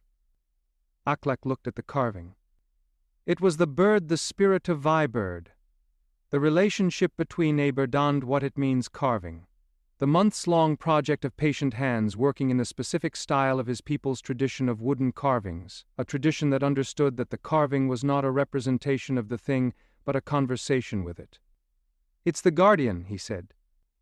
"Or one form of it. I started carving it before I knew why. I finished it on the drive down." He looked at Ralph. "You're a parrot," Ralph said. "Mexican red-headed Amazon. Don't romanticize it. What tradition are you from?" "Inupiaq," Aklak said. "North Slope." "The Inupiaq oral record," Ralph said, "contains 7 documented instances of what this town would call a season of significance, tracked over approximately 400 years, none of which the formal academic record has adequately integrated into its understanding of the phenomenon." He walked 4 steps left. "I have opinions about this." "I imagine you have opinions about most things," Aklak said. "Comprehensive opinions," Ralph confirmed. "Systematically organized. Available on request." Aklak almost smiled. "I would like to hear them," he said. "You're going to hear them regardless," Ralph said. "But I appreciate the courtesy of the request. It speaks well of your upbringing." He looked at the carving. "The guardian form in your tradition changes depending on what the situation requires," Aklak said. "The function is consistent. The form is the tool. And the current form," Ralph said, "is a quetzal, which is 3,000 miles from its natural range, which is, itself, a piece of information." He looked at the window, at the garden, at the stone lantern's early morning position in the October light. "Welcome to Sorrelle. You were expected." He paused. "Not by anyone specifically. By the general logic of the thing, which amounts to the same." Aklak sat at the kitchen table. He put the carving on the table. He looked at it. "I carved it in the dark," he said. "In the cab of the truck. Stopped at a rest area in Arkansas. 2 in the morning. I did it wax on, wax off, the way my grandfather taught me, not thinking about the shape, thinking about the wood. And the shape comes because the shape is already in the wood and you're just finding it. He looked at the carving. When I turned the light on and looked at it, the wings were spread. I hadn't planned the wings spread. I was thinking Quetzal, I've been thinking Quetzal, I've been thinking Quetzal since I left Fairbanks, but the wings came without me deciding on the wings. Wax on, wax off, Ralph said. The method of the genuine craftsperson and the martial arts instructor, and, I would argue, the method of this entire household, which has been doing without thinking for 3 weeks, and getting considerably further than it would have gotten by doing while thinking. He cleared his throat. This is high praise from me. Accept it in the spirit offered. I accept it, Aklak said. Ralph nodded. One sharp, decisive nod. The kitchen smelled of Dorothea's coffee, which was in the process of being made with the specific intentionality that Dorothea brought to things she had been making for 20 years, and had refined into something that required no thought, because thought would only interfere with it. She came through the kitchen door from the pantry at 7:53, and looked at Aklak at the table with the carving. You found the kitchen, she said. The smell, he said. I followed the smell. Good nose, she said.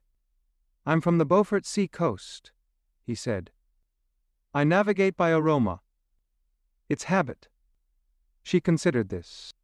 Well, she said, this particular aroma leads to good coffee and biscuits. I've made worse navigational landmarks. She put the coffee in front of him and went back to the biscuits. The state of the baptism planning was as follows, as of Friday morning. It was going to happen. This had been decided not in a meeting, not with a formal consensus, but in the way of things in this household that were decided, which was, the evidence accumulated to a point where the action was the only available response to the evidence, and then the action happened, and the planning happened around the action rather than before it. Clotilde had confirmed with Father Dominic, the parish priest, who was 68 years old, and had a face that was the specific face of someone who has been in the proximity of the divine, and the mundane in equal and interchangeable measure for 40 years, and has arrived at the understanding that they are not opposites.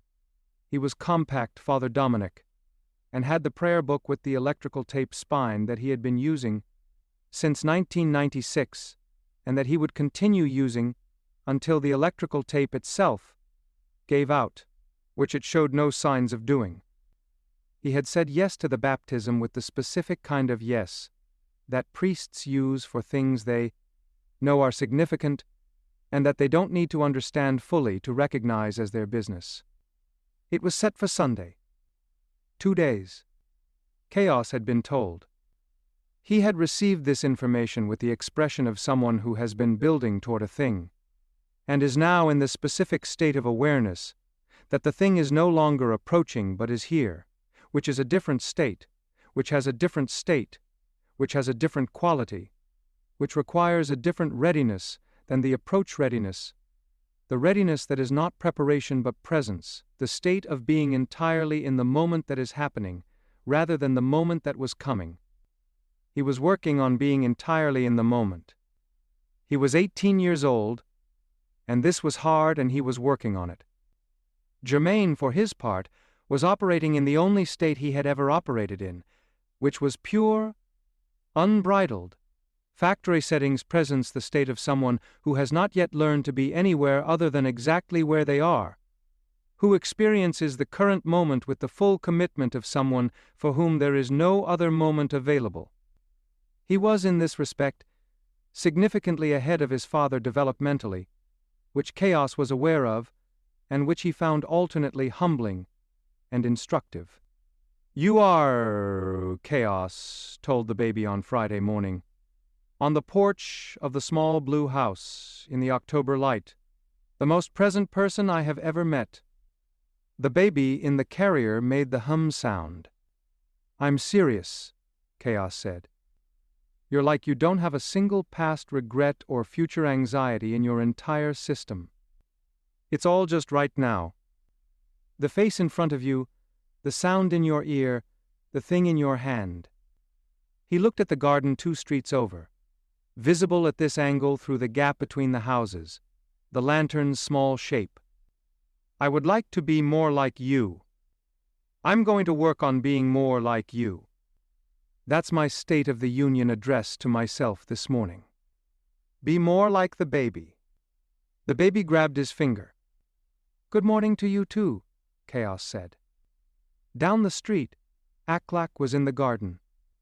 He had gone there after the kitchen, after the coffee, after the Coving and Ralph exchange that had established, without either of them naming what had been established, that they were going to understand each other well, and that this was going to be useful.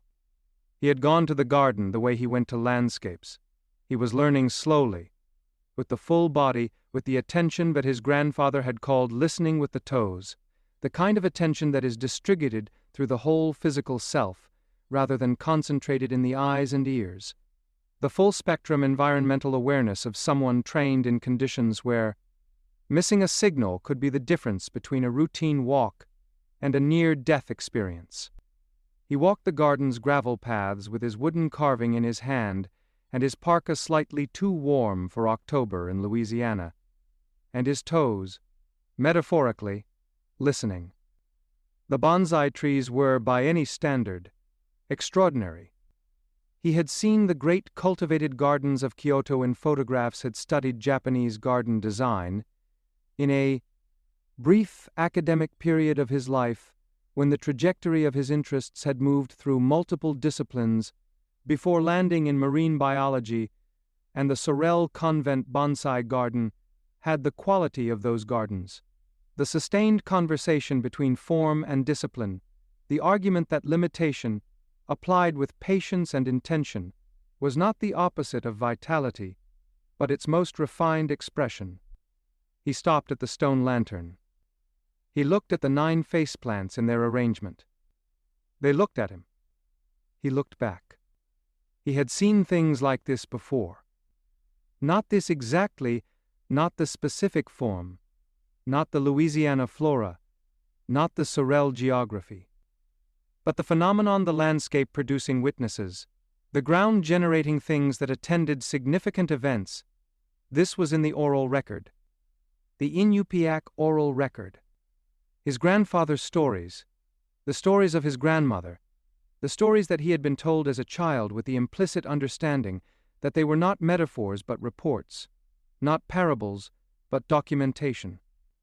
The land knows, his grandfather had said. When something important is happening, the land makes eyes. You don't ask why. You just acknowledge you've been seen. He acknowledged.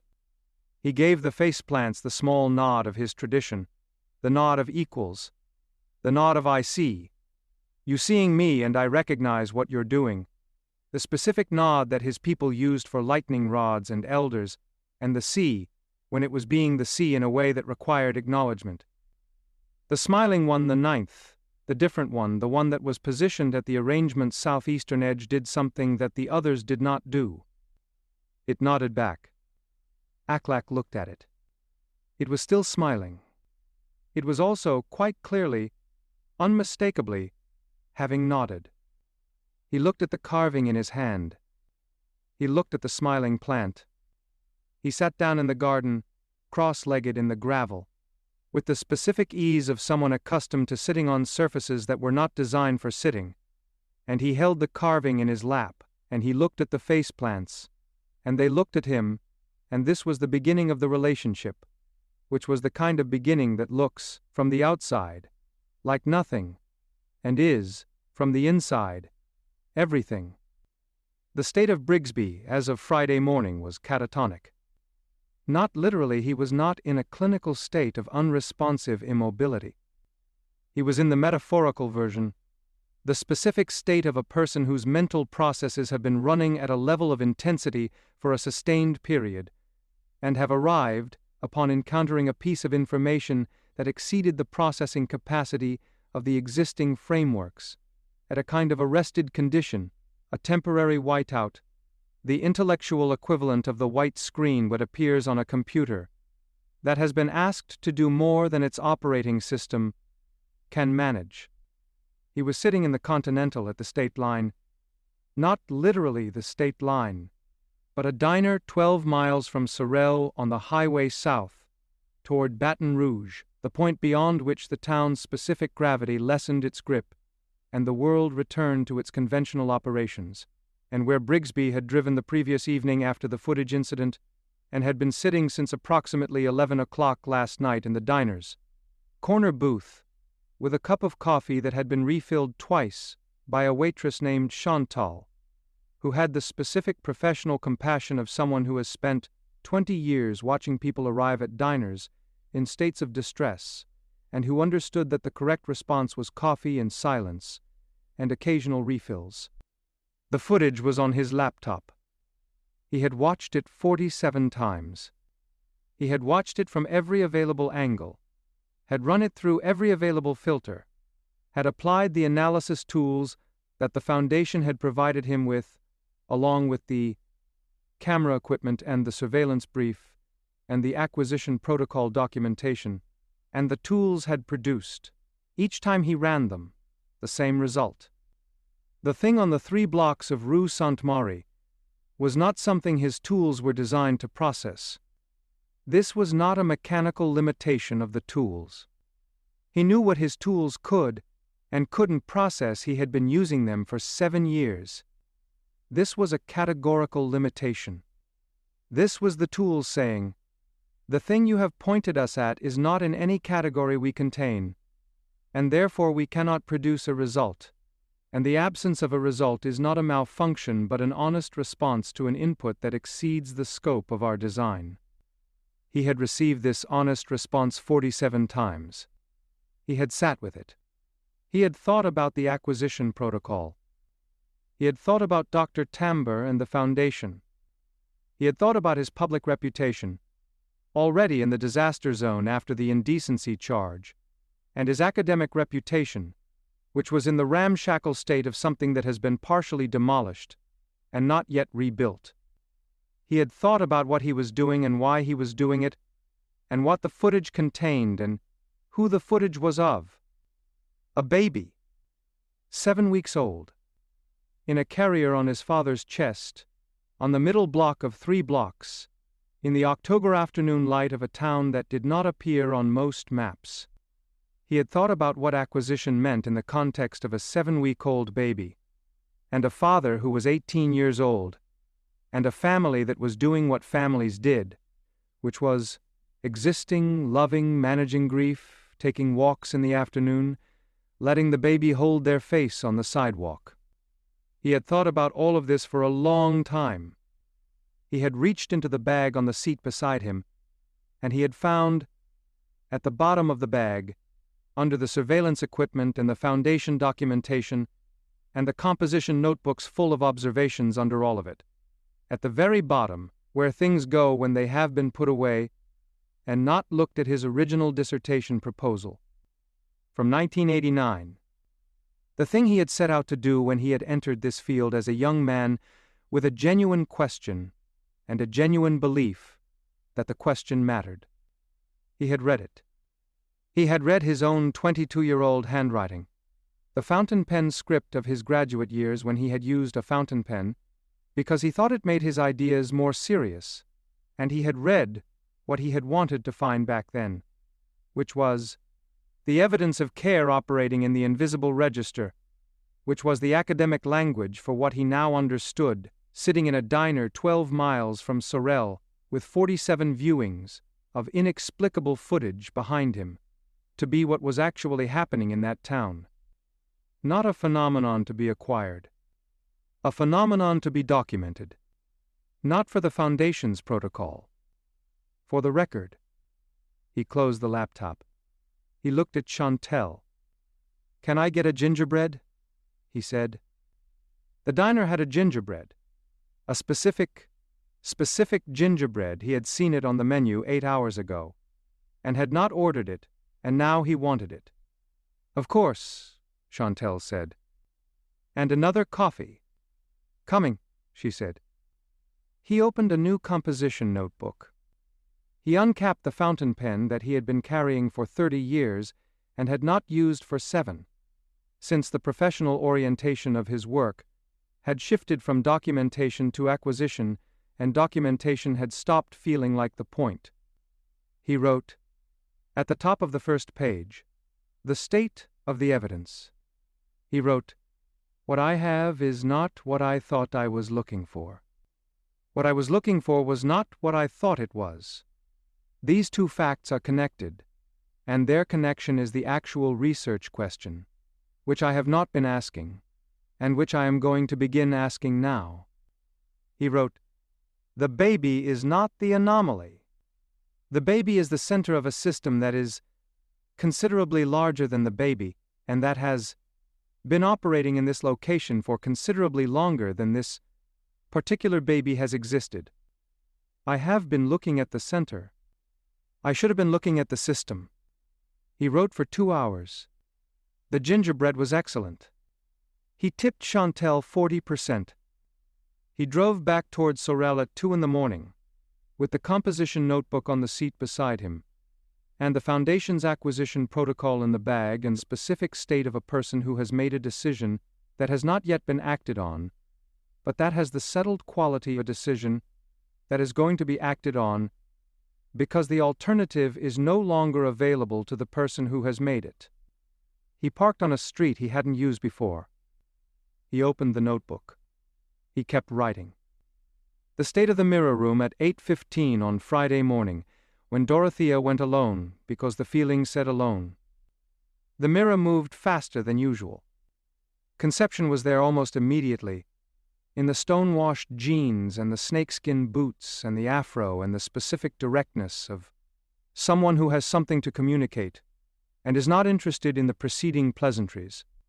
What came through was layered, again, but this time with a urgency that was new, not panic, not alarm, but the urgency of someone who is seeing a timeline and has specific information about the timeline that the people on the receiving end of the timeline need. Sunday, it came through. The water and the word on Sunday. Before Sunday is over. Before the thing on the 3 blocks consolidates into its final position. You have a window. Use the window. And then specific additional. The new one. The one from the cold. He has something. He has been carrying it for 3 years without knowing why. Ask him about the carving. The carving is the key that turns the thing that needs turning before the baptism. And then a third thing, which Dorothea received and held, and was going to tell Chaos. She is going to be at the baptism. Not visible. Present. In the way of the changed address presence. The baby will know. He already knows. She has been in the water since before he was born. She prepared it for him. Tell the father, the water is already hers, and she is giving it to their son. Tell him she's happy. Tell him I said she's the best kind of happy, not the easy kind, the earned kind, the kind that knows what it cost and finds the cost was worth it. Dorothea sat for a long time after the mirror cleared. She sat until the candles needed tending, and then she tended them, and she sat some more. Then she went to find Chaos.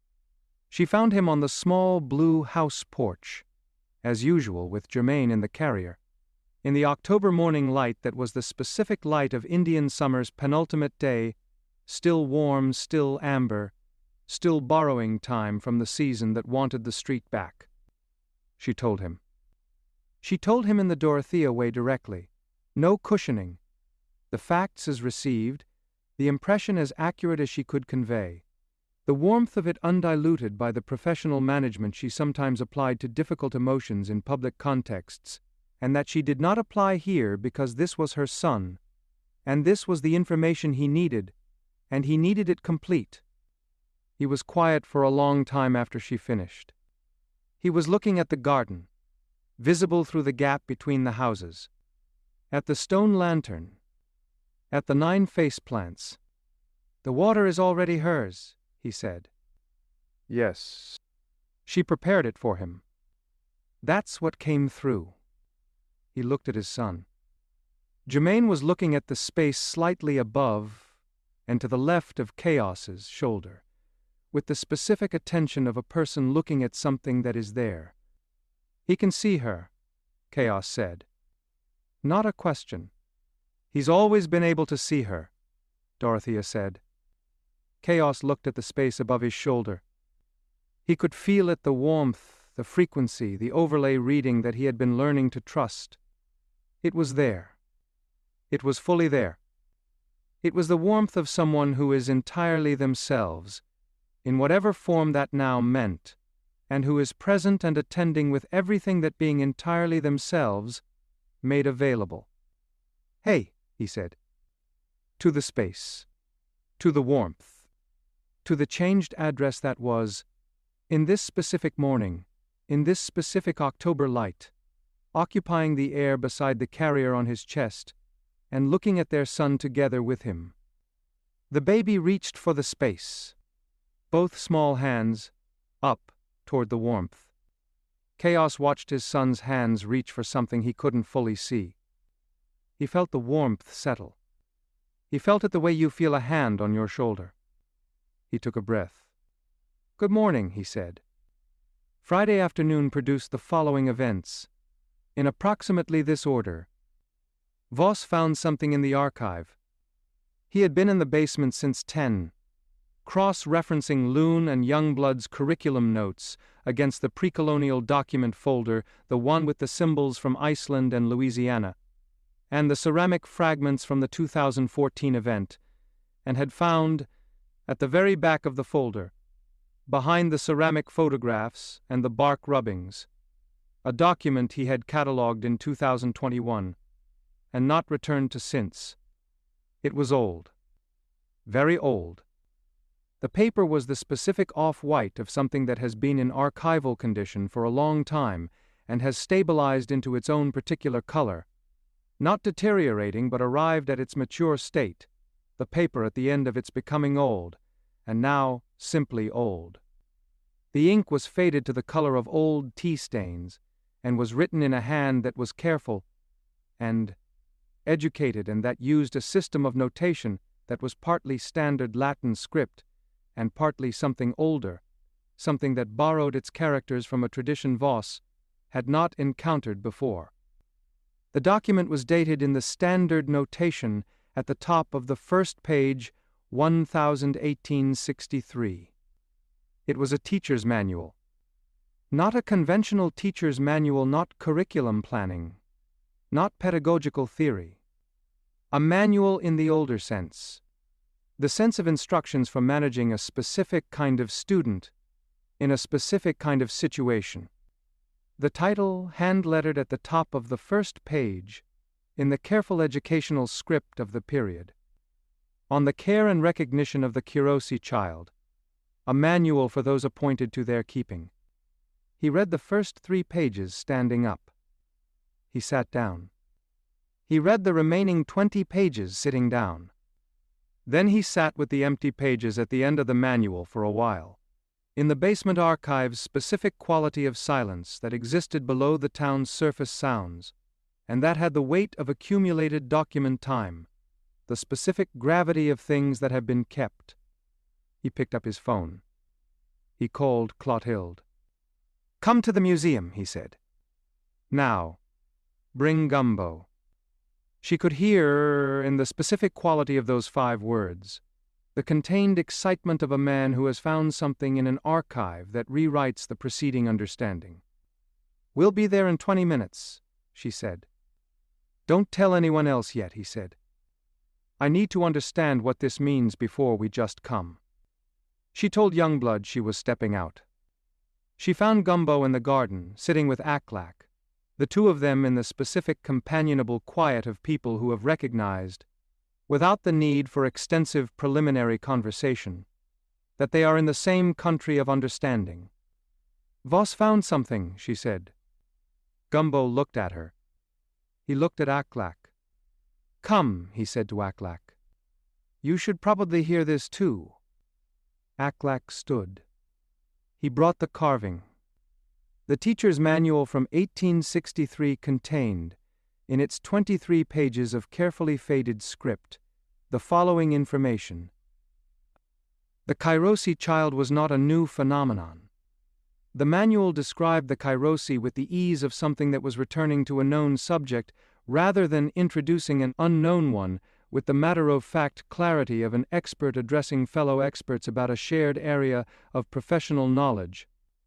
It gave the etymology, Greek kairos, the right moment combined with the suffix the author did not explain but that Voss had seen in ancient texts about pivotal events.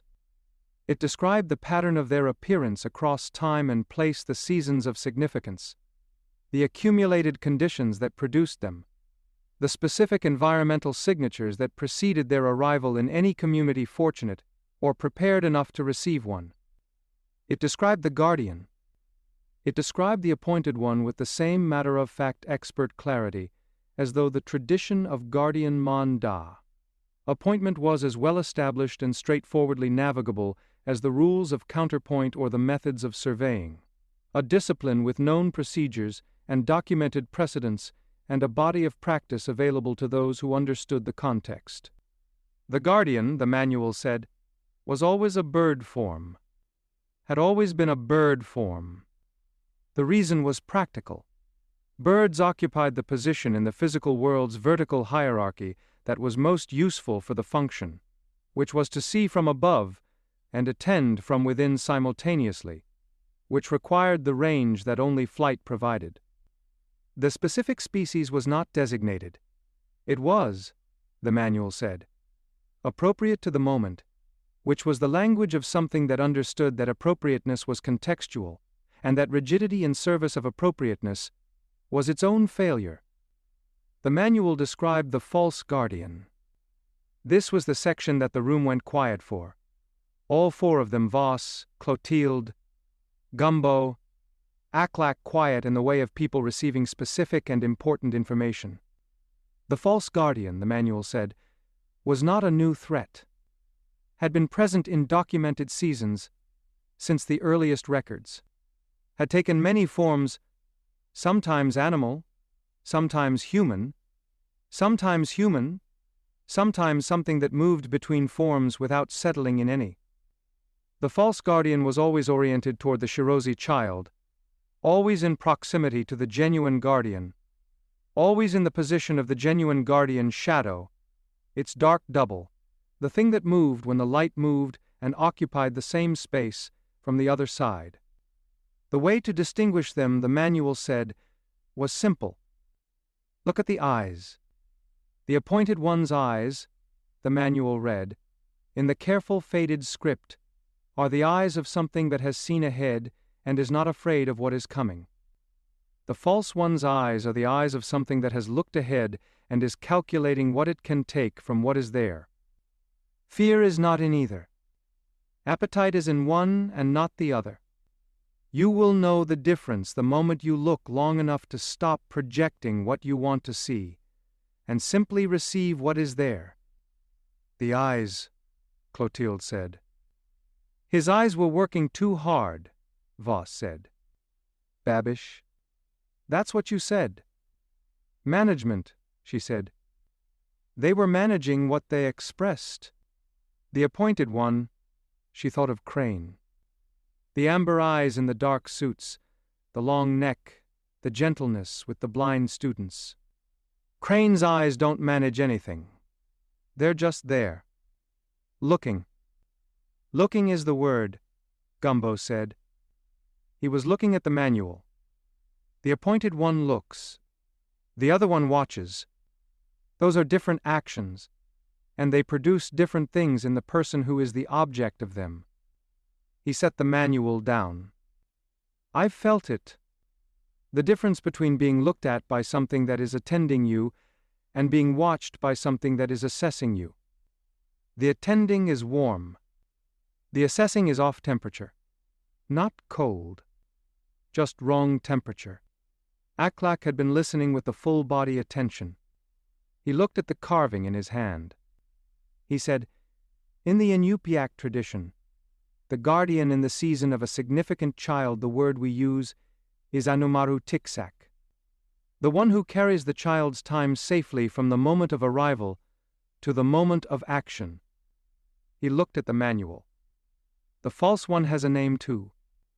In the oral record, Kingaruk, the one who wears another's face. He looked at Gumbo. We have the same two things. The same two things in every tradition I know. The guardian and the wearing another's face. They always arrive together.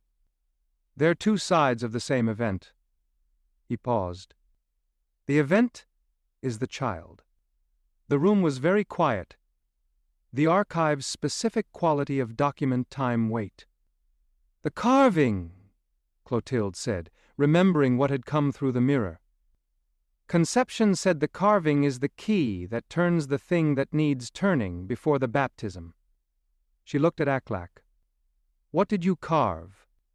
He held it up. The guardian, the spirit-vibered form. The wings spread, carved in the dark at a rest area in Arkansas by hands that were not thinking about the shape, but about the wood, and finding the shape that the wood already contained. The Quetzal, Voss said. I was thinking Quetzal, Aklak said. I had been since Fairbanks. But I didn't know. You carved what you were supposed to carve, Gumbo said. The same way the smiling faceplant nodded at you this morning. He looked at Aklak with the look he reserved for confirmations, things he already knew that needed another person to complete the circuit. The carving is the second piece of the appointment. Crane is the appointment.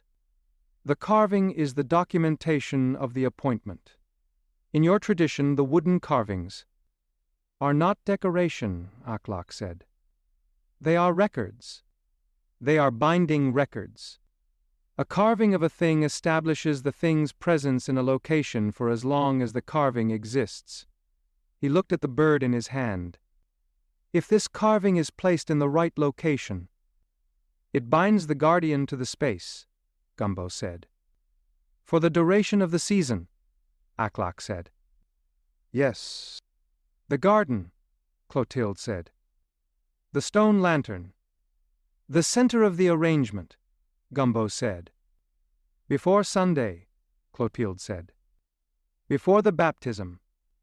Gumbo looked at Aklak. Aklak looked at the carving. He said, I've been carrying this for 3 years. Since before I knew about this town.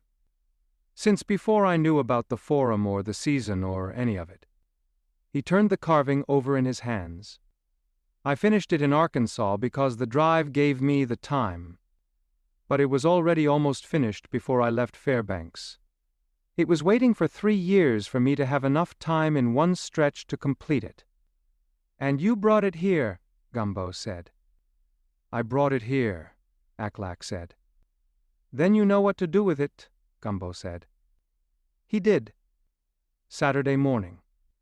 One day before the baptism. Aklak placed the carving at the base of the stone lantern, at the exact center of the faceplant arrangement, in the shallow depression in the gravel. That was, as Merrick noted, with his ruler, in the specific notation of someone who measures things as a form of paying attention, positioned at the mathematical center of the formation, the point equidistant from all 9 plants. He placed it with the ceremony of his tradition, which was no ceremony visible from the outside. No words, no gestures, no performance. Just the placement, the specific, intentional, this is where you go placement of something that has arrived where it was going after a long time of being carried, and which settles into its position with the specific quality of a thing that has found the right surface.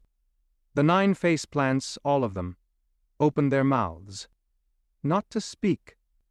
The same harmonic they had produced when Loon returned from the curriculum. The same chord, but deeper now, fuller, the addition of the 9th voice making it complete in a way that 9 was complete where 8 was not, the mathematical satisfaction of Fibonacci-adjacent completion. The chord lasted 30 seconds. Then the faceplants closed their mouths. Their eyes remained open. They were watching now. In the full sense, not the attending watching. The seeing watching. The kind that precedes the recorded event. The kind that says, "We are ready. Everything we have been growing for, we are ready." An eye was at the garden gate. She was luminous in the Saturday morning light, the specific luminosity that was her own. That was the luminosity of something that has always been the luminous version of itself, and has simply not always been in a place where it was visible. She looked at the carving at the lantern's base. She made the sound she made for rightness, the low, warm, specific vocalization that the household had learned, was her assessment of things falling correctly into place. Carl, who was watching from the maintenance shed doorway with his composition notebook, wrote, "Carving placed." 9 plants responded. An eye confirmed. "Ready?" He closed the notebook. He looked at his tool belt. He tightened one of the pouch snaps that had been slightly loose. He was, in his own way, ready too. Sunday was 2 days from Friday. The faces plants were, by Saturday evening, 11. 2 more had appeared overnight, and the 11 were in the specific arrangement that Merrick had mapped from Loon's overlay, the Fibonacci-adjacent formation, complete, the geometry of it, visible now that all 11 positions were occupied, a pattern that looked, from above. Merrick had climbed the bell tower with his drawing and his ruler and confirmed it from elevation, like an eye. Not a human eye. Something with a different geometry. But the function was the same. Something looking. Something prepared to witness. The baptism was set for 7 in the morning. The face plants watched through the Saturday night. The stone lantern burned its amber. The quetzal carving at its base said what wooden carvings say in the tradition that made it, "I am here. The appointed one is bound to this space. The function is secured." And somewhere in the 3 blocks, the thing that the manual called the King Uruk felt the carving's binding and understood that the season had moved past the point at which it could be navigated differently, and reconsidered its position, and was still in the street, but differently, less consolidated, less committed to the specific plan it had been building, more watchful, waiting. The thing about the King Uruk, the manual said, was that it did not give up. It did not abandon the season. It adapted. Watch the adaptation, the manual said. The adaptation is the most dangerous moment. Gumbo had read this. He had made a note. He had told Dorothea. She had made her own note. They were watching. All of them were watching. And the baby slept through all of it.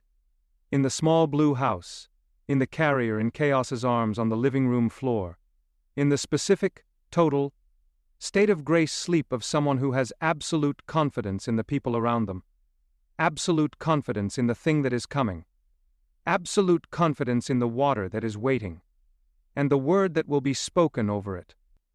The sleep of someone who is, in all available senses, home.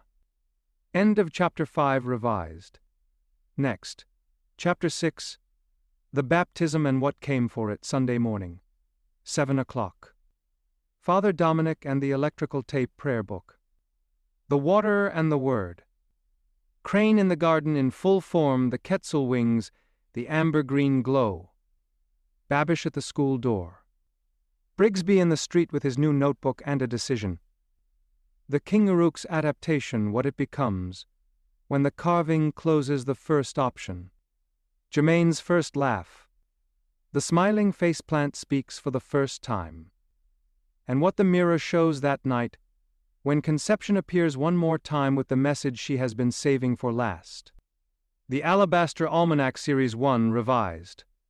The gingerbread at the State Line Diner was genuinely excellent. Chantel received a 40% tip, and a composition notebook left at the table by accident that she will read and find confusing, and then find clarifying, and then find moving. Ralph did not deliver a monologue on Saturday. He was, by his own admission, saving his material. The beige carpet in the guest room has not been replaced. Aclac has not complained. Dorothea has not stopped hating it. The carving is at the base of the lantern. Sunday is coming. Chapter 6. The water, the word, and everything that came with both. Sunday arrived in Sorrelle the way certain mornings arrive in places that have been waiting for them, not as an ordinary rotation of the planet, but as a disclosure, a revelation of something that had been present and withheld simultaneously, the way a letter arrives that you know has been written for some time and has simply been in transit. The air at 6:45 in the morning was the specific air of the last of Indian summer's allowance, the final warm morning before the cold that was coming from the north, from the direction that Crane had been looking since his arrival, would arrive and settle and make itself the new ambient fact of Sorrelle's October-November. The jasmine had made one last effort. The bougainvillea on the convent's south wall, which had been winding down for weeks, had produced, overnight, 3 more blooms, not a botanical fact that anyone asked questions about, because in Sorrelle you stopped asking certain questions and started simply receiving the answers. The face plants were 11, and the 11 were awake, and the 11 were awake, and the 11 were the most awake they had ever been, which was a quality that was visible even to Carl, who was not given to the kind of perception that his colleagues on the grounds had developed, but who had been paying the specific close physical attention of someone who manages a space, and who therefore noticed when the space was different. He had walked the garden at 6, and written in his composition notebook, "All 11 awake." Eyes fully open. No movement. Total attention. Waiting. He had underlined waiting. He had tightened the snap on his tool belt pouch that had been slightly loose. He was ready. The baffling thing happened to Dorothea at 6:58 in the morning, 2 minutes before Father Dominic arrived with his electrical tape prayer book. She was in the convent kitchen making the post-baptism reception food: biscuits, sweet potatoes, banana bread that she had started the previous evening, and which had been in the warming state since 5 in the morning, filling the kitchen with the specific warm sweetness of banana bread at the peak of its moment, the moment just before serving when it was most completely itself. She was also, with the calm multitasking of a woman who has been managing complex operations simultaneously for 30 years, reviewing the logistics of the morning in her head. Father Dominic at 7, the garden, the font, cleaned by Carl yesterday with a thoroughness that Carl applied to cleaning anything that was going to be used for something significant. The family assembled, Aclac with the carving at the lantern's base, Crane. She reached for the banana bread, and her hand went through it. Not through it in the sense of a magic trick. In the sense of her hand passed through the banana bread the way light passes through a window, which is to say, the banana bread was there. She could see it. It was present in every sensory modality available to her, except the physical, and her hand encountered no resistance, no surface, no texture, nothing, and came out the other side having touched nothing. She looked at her hand. She looked at the banana bread. She reached again. This time her hand met the banana bread. Warm surface, slightly springy, the banana bread specific give under pressure.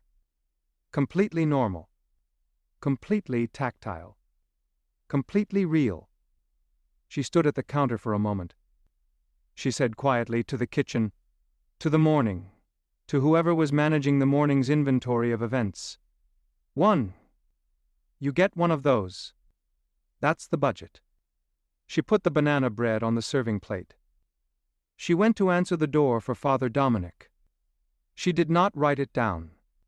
She did not tell anyone until 3 days later, when she mentioned it to Gumbo in the garden in the late afternoon, and Gumbo looked at her and said, "What did your hand feel in the nothing?" She thought about it. "Warm," she said. He nodded. "Hers?" he said. "I think so," she said. He made a note in the ledger. He did not elaborate. Father Dominic arrived at 7:02 with the prayer book and the purple stole and the expression of a man who has performed thousands of baptisms and who approaches each one with the specific reverence of someone who has never managed to find them routine, which was either his most admirable quality or the most efficient argument for his vocation. He was 68, Father Dominic compact, wire-framed glasses, hair more silver than brown, and kept short with the pragmatic haircut of someone who manages his hair on a schedule rather than a philosophy. He had known Cora since her baptism, had known the convent ground since before Gumbo and Dorothea arrived, had performed the services that Sorrelle's people required of him, the weddings, the funerals, the baptisms, the occasional crisis confession that came in over the call center when divine reach was the closest available sacramental resource, which was more often than the diocese would have considered conventional. He looked at the assembled group in the garden with the prayer book open and did not, to his considerable credit, require any of them to explain themselves. The assembled group was Gumbo, Dorothea, Clotilde, Chaos with Jermaine in the carrier, Cora and Sean, Youngblood, Loon and Merrick, Voss, Carl with the tool belt and the composition notebook, Aclac in the parka, that was wrong for Louisiana and right for everything else, Erica Fontenot, who was Halipatinash's aunt, and who had not been told specifically what the morning was, but who had been told there was a baptism, and who had arrived in the dark blue dress she wore for significant events, with the expression of someone who is managing everything they are carrying, with extraordinary steadiness and honneur, at the garden gate, luminous. Ralph was on the covered porch of the cottage, which was close enough to the garden that his contribution to the proceedings would be audible if he chose to make one, which everyone expected him to, which he had not confirmed or denied. Father Dominic looked at all of this. He said, "Let us begin." The baptismal font was in the garden for the first time in the convent's history. This had been Dorothea's decision, made 2 days ago with the brisk finality of a woman who understands that the location of a significant event is not ceremonial but functional. The font needed to be in the garden, at the center of the 11 faceplants, at the point of the arrangement's convergence, because the arrangement had organized itself around this event, and the event should be inside it, rather than adjacent to it. Carl had moved the font. It had required the wheeled dolly and 3 hours, and a level of architectural creativity that had pushed Carl to the edges of his considerable logistical gifts.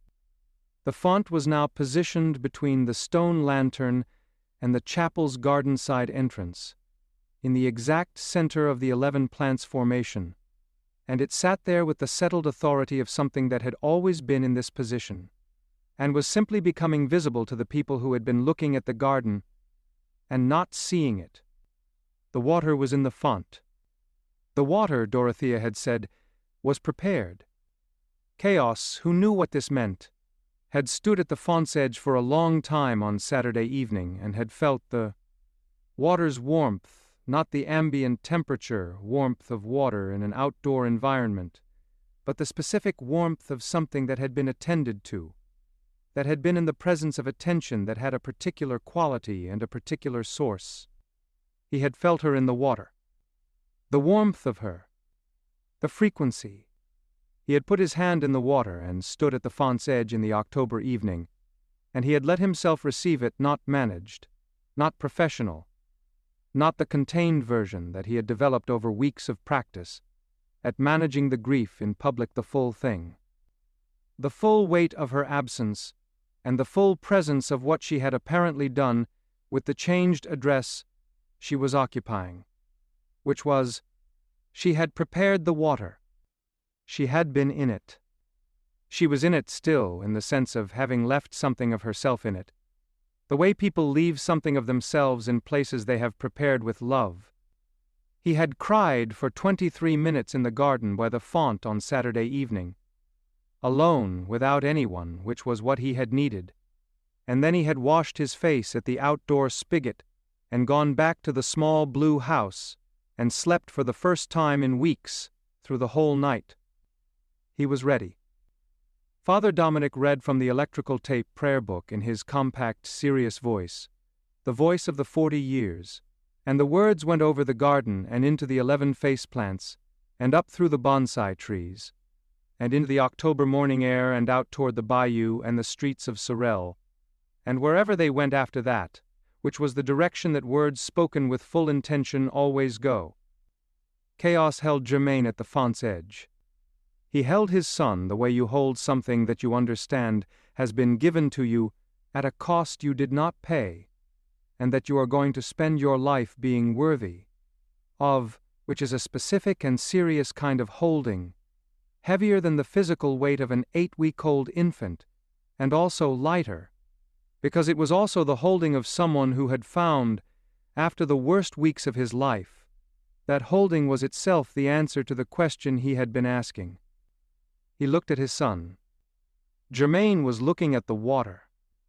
He was looking at the water with the specific sustained attention he brought to things that were significant to him, which was the full-face attention, the attention that went through the eyes, rather than stopping at the surface of them, and in the water, he was looking at something that was from Chaos's overlay reading, from the frequency sensitivity that he had been learning to trust as a spotter's tool, not just water. Father Dominic said the words. He cupped the water. He poured it over Jermaine's head 3 times, the traditional 3, the 3 that were each something specific in the tradition's understanding. And Jermaine laughed.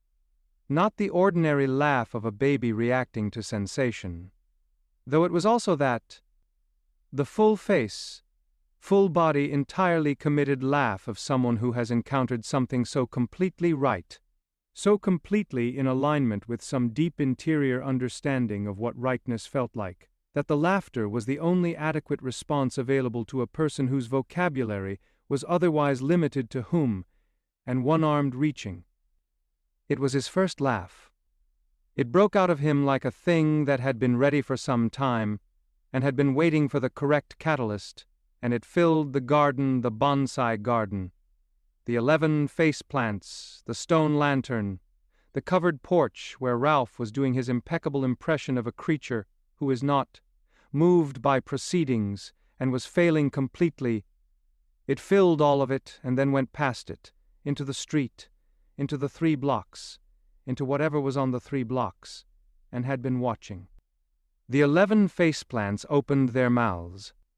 The harmonic, fuller than before. The 11-voice chord that was complete in a way that 10 would not have been. The mathematical satisfaction of the final note arrived. And the smiling one, the 9th, the different one, the one that had nodded at Aklak, opened its mouth and spoke. Not in any language anyone present had heard before, but in the specific register of something that was communicating below language, in the body register, in the sternum and bones register, in the register of Scott's hum and the mirror room's impressions, and the curriculum's non-verbal transmission. What it said arrived as comprehension rather than words, and what everyone in the garden comprehended simultaneously was, "He is received." The water received him. She was here. She saw. The appointed one witnessed. The record is made. The season continues. And then specific, directed at Chaos, in the specific language of the changed address, that he had been learning to read. He has her laugh. You'll hear it more and more as he gets older. Don't be surprised. Be glad. The garden was silent. Father Dominic closed the electrical tape prayer book. He looked at the 11 face plants. He looked at the stone lantern and the carving at its base.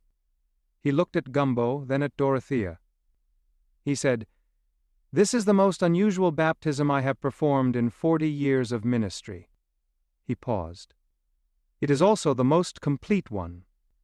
He looked at Jermaine, still laughing, the laugh subsiding now into the afterglow of itself, the baby's face in the specific piece of something fully expressed.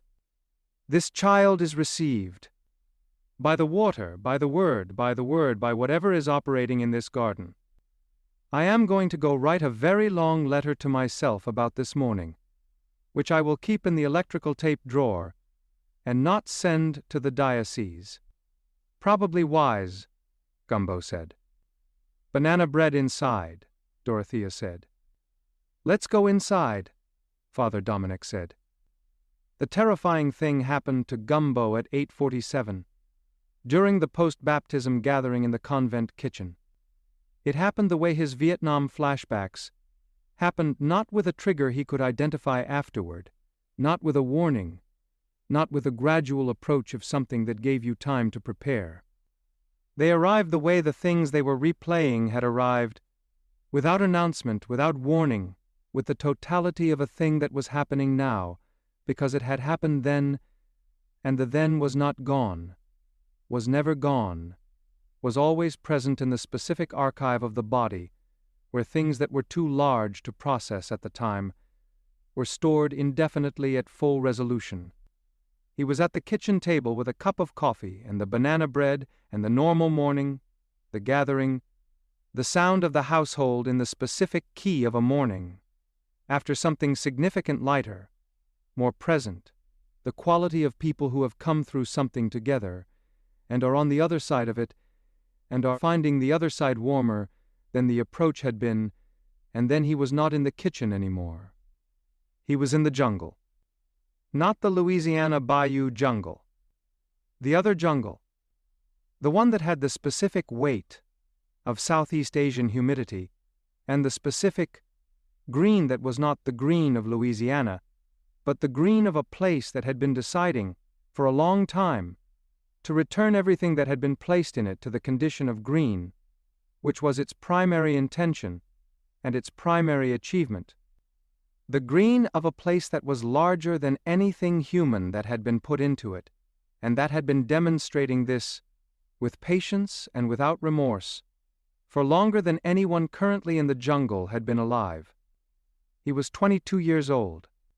He was on the western perimeter, which was where his battalion had placed him because he had demonstrated in the first 3 weeks, capacity, that nobody in the chain of command had the framework to describe accurately, but that translated, in the language of military utility, to put him where you need to know what's coming.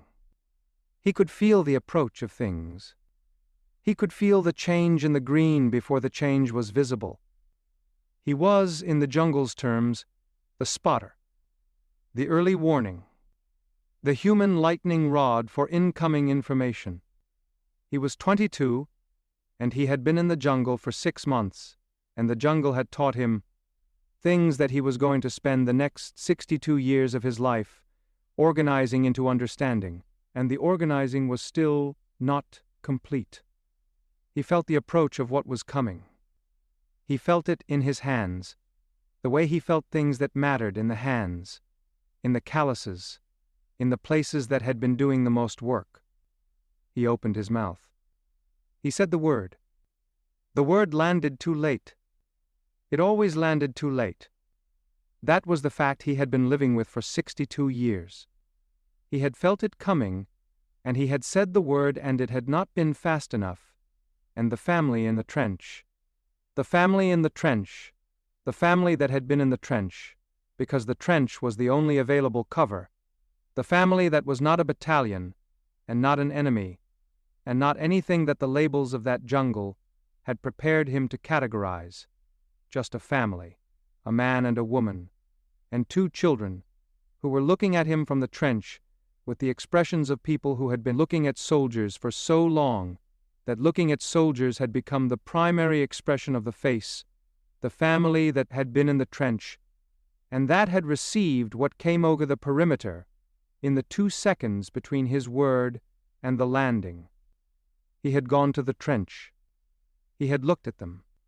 He had carried what he had seen in the trench for 62 years in the specific archive of the body, at full resolution, retrievable at any time without his consent, which was the nature of the archive.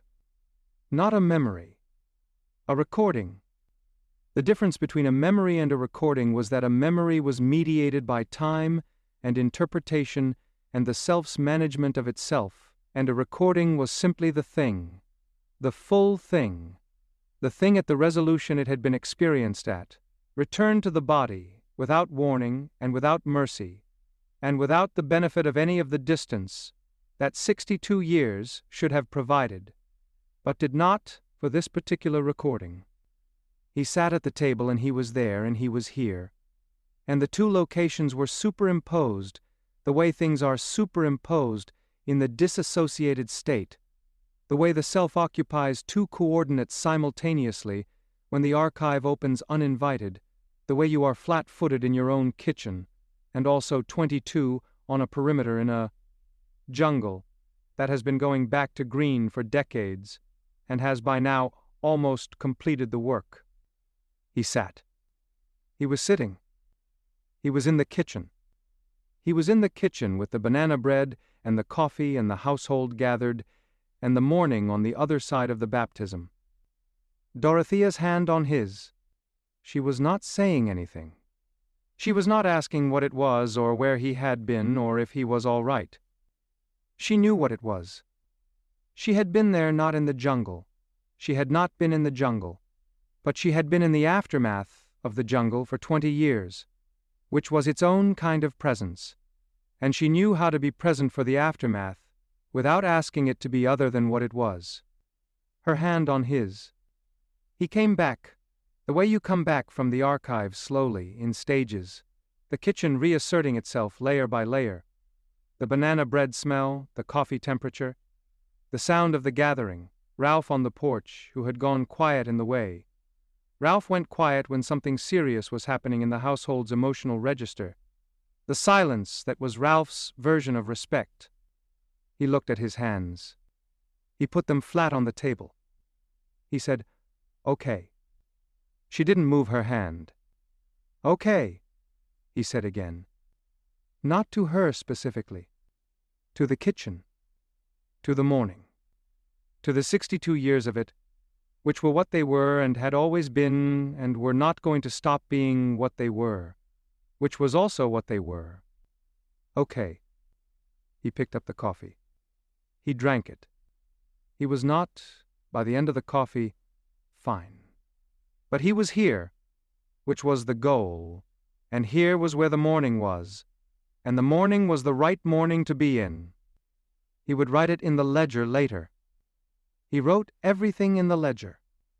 The ledger was its own kind of archive, self-made, self-organized, mediated by his own hand and his own pen, and his own choices about what to include and what weight to give it.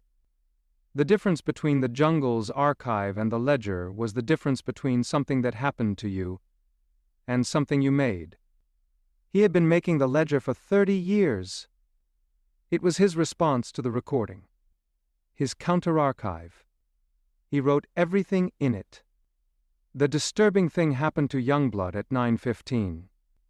He was in the call center, which had reopened after the Sunday morning baptism gathering. Clotald had asked him to cover the morning shift, and he had agreed because the calls came on Sunday with a specific quality that other days didn't have, the calls of people who had been to service and found it insufficient for what they were carrying. The calls of people who had done the Sunday routine and reached the other side of it still holding whatever they had brought in, which was the bread and butter of Divine Reach's Sunday operation. He was on line 3 with a woman who was describing, in the careful detail of someone who has rehearsed this conversation many times, in private before making the call, her experience of what she called a presence in my bathroom that seems interested in my medicine cabinet, which Youngblood was managing with his characteristic combination of patience and genuine interest, because in Sorrelle, the medicine cabinet interest of bathroom presences was not categorically implausible and deserved to be heard out. He heard in the background of her call, behind her voice, behind the ambient sound of her house, behind the specific quality of phone audio that filtered everything through the narrow bandwidth of a cellular connection, a sound. Not a loud sound. The opposite. A sound at the edge of audibility, in the register just below what the phone should have been able to transmit, in the range that was felt rather than heard, in the sternum register, in the Scott hum register. But this was not Scott's hum. Scott's hum was warm. This was not warm. This was the other temperature. The wrong temperature that Gumbo had described, when distinguishing the attending from the assessing, the temperature of something that had a specific orientation, and that orientation was not toward anyone's well-being. He said, "Ma'am, I'm going to need to put you on a brief hold." He put her on hold. He sat very still. The sound was in the room, not in the call. In the call center itself, in the room he was sitting in the air of the space that he occupied, in the specific physical environment of his desk and his headset, and the glass partition of Clotild's empty office, and the 3 empty desks of the other representatives who were not in on Sunday. He was alone in the call center, and the sound was examining him. Not the call center him specifically. The way the Kingaruck examined the space between the school and the convent, the way the footage had looked back at Brigsby through the camera's eye, this was the sound doing the equivalent, the sound as an instrument of assessment, aimed at him, at Youngblood specifically, cataloging him. He understood, in the specific body knowledge way of someone who has been raised in traditions that understand these distinctions, what it was assessing. It was assessing his connection to Jermaine. It was running the map of who mattered to the baby, who was in the baby's protective network, who was in the circle of people the season needed to proceed correctly. And it had gotten to Youngblood, and it was looking at him the way you look at a structural element when you're planning to take a building apart. He was flat-footed. He was dissociating slightly, not in the clinical sense, in the sense of his self pulling back from the assessment, the way a body moves away from a heat source before the mind has processed that the source is dangerous. He said, out loud to the room in a voice that was very even and very controlled, and was using every call center skill he had ever developed. "I see you. I know what you're doing. And I am not a weak point in this system. I'm a strong point. Take that assessment back where it came from." The sound stopped. Completely. The same way the crickets had stopped on the night Aklak arrived democratic, unanimous, immediate. He sat in the silence. He was sweating, which he noted with the systematic self-awareness he brought to his physical states. He was also, he noted, still sitting upright, still at his desk, still holding the headset that had line 3 on hold. He went back to line 3. "I'm sorry for the hold," he said. "You were saying something about the medicine cabinet." The woman said, "Are you okay?" "You sound—" "I'm fine," he said. "I'm completely fine." And then, "Tell me more about what it seems to be looking for in there." He stayed on the call for 14 more minutes. He did not tell anyone about the sound until that evening, when the full group was gathered at the convent and the debrief was happening. And when he told it with the same precision and efficiency. He brought to all significant information, and the room received it with the specific quality of people who have been expecting the Kingaruck to make a direct assessment, and are now confirmed that it has begun. Gumbo wrote it in the ledger. Youngblood had said, "I told it I was a strong point." And Gumbo wrote that down because it was important and because it was important, and because it was true. Meanwhile in the street, the bizarre thing happened to Brigsby. He had been on the street, the new street, the one he hadn't used before, the one that was closer to the school and further from the convent, and that gave him, through a particular angle of approach, a sightline to both the garden and the school's east entrance simultaneously. He had the new composition notebook. He had the fountain pen. He had a MC Donald's bag on the seat beside him, containing the remnants of a breakfast. he had purchased at the drive-thru on Magnolia at 7:15, and that had been in the ordinary MC Donald's bag way. A McDonald's bag containing MC Donald's food. Or it should have been. He reached into the bag for the hash brown. His hand encountered something that was not a hash brown. He looked in the bag. At the bottom of the MC Donald's bag, beneath the hash brown wrapper and the coffee sleeve and the standard detritus of a fast food breakfast, was a substantial quantity of cash. Not a small quantity. He reached in and pulled it out. $30,000. In banded hundreds. 12 bands of 2,500s each. $30,000 in AMC Donald's bag that he had received through a drive-thru window on Magnolia at 7:15 in the morning from a teenager in a headset who had handed him his order with the standard transactional indifference of a person doing their job, and which the teenager had presumably not noticed, contained $30,000 in cash because the teenager had been making minimum wage and managing a drive-thru window and had the expression of someone who was, in the most clinical sense available, doing without thinking. Brigsby stared at the cash. He stared at it for a long time. He thought, I am a man who is currently in a state where unusual things are happening around him and to him, and I cannot determine which of those unusual things is this. He thought, is this a bribe? He thought, is this a message? He thought, is this the town's way of getting me to leave, or the town's way of getting me to stay, or neither, or something else entirely? Or am I genuinely just the first person to reach the bottom of a AMC Donald's bag that contained $30,000 by what is functionally a cosmic misdelivery? He put the cash back in the bag. He sat with the bag. He drove to the police station. He drove past the police station.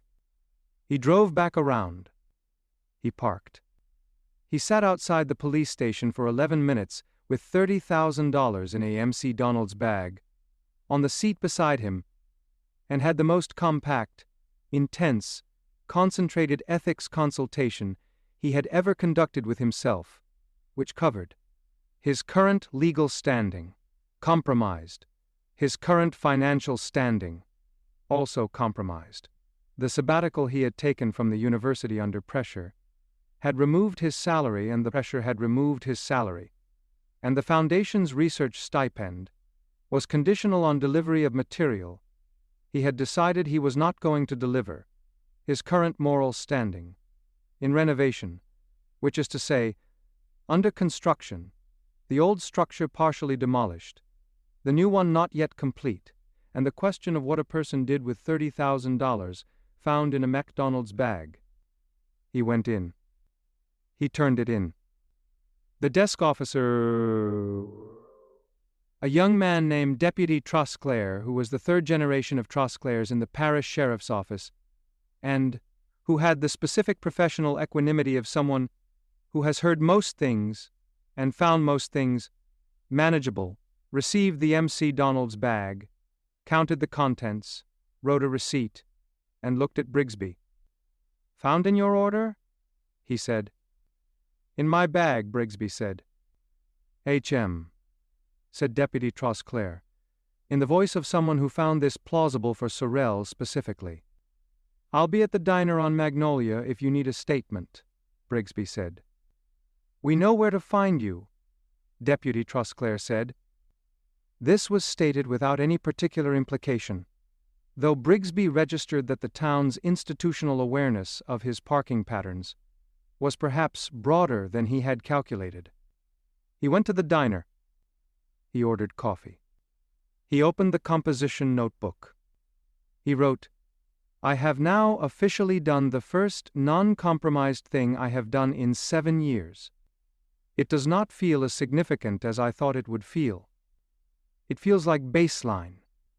It feels like the floor. It feels like, from here, walls and possibly a ceiling available if I keep building." He wrote, "I need to talk to someone on the convent grounds." Not about the baby. Not about the Foundation's protocol. About what I filmed in the 3 blocks, and what it means, and whether my documentation, my actual, honest documentation, could be useful to the people who are managing whatever this season is. I am not equipped to manage it. I am perhaps equipped to document it. I would like to offer what I am equipped for. He closed the notebook. He thought about who to approach.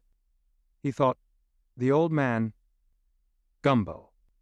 He met me on the road when I had the camera, and he was not angry, and he was not angry, and he was not afraid, and what he was instead was accurate.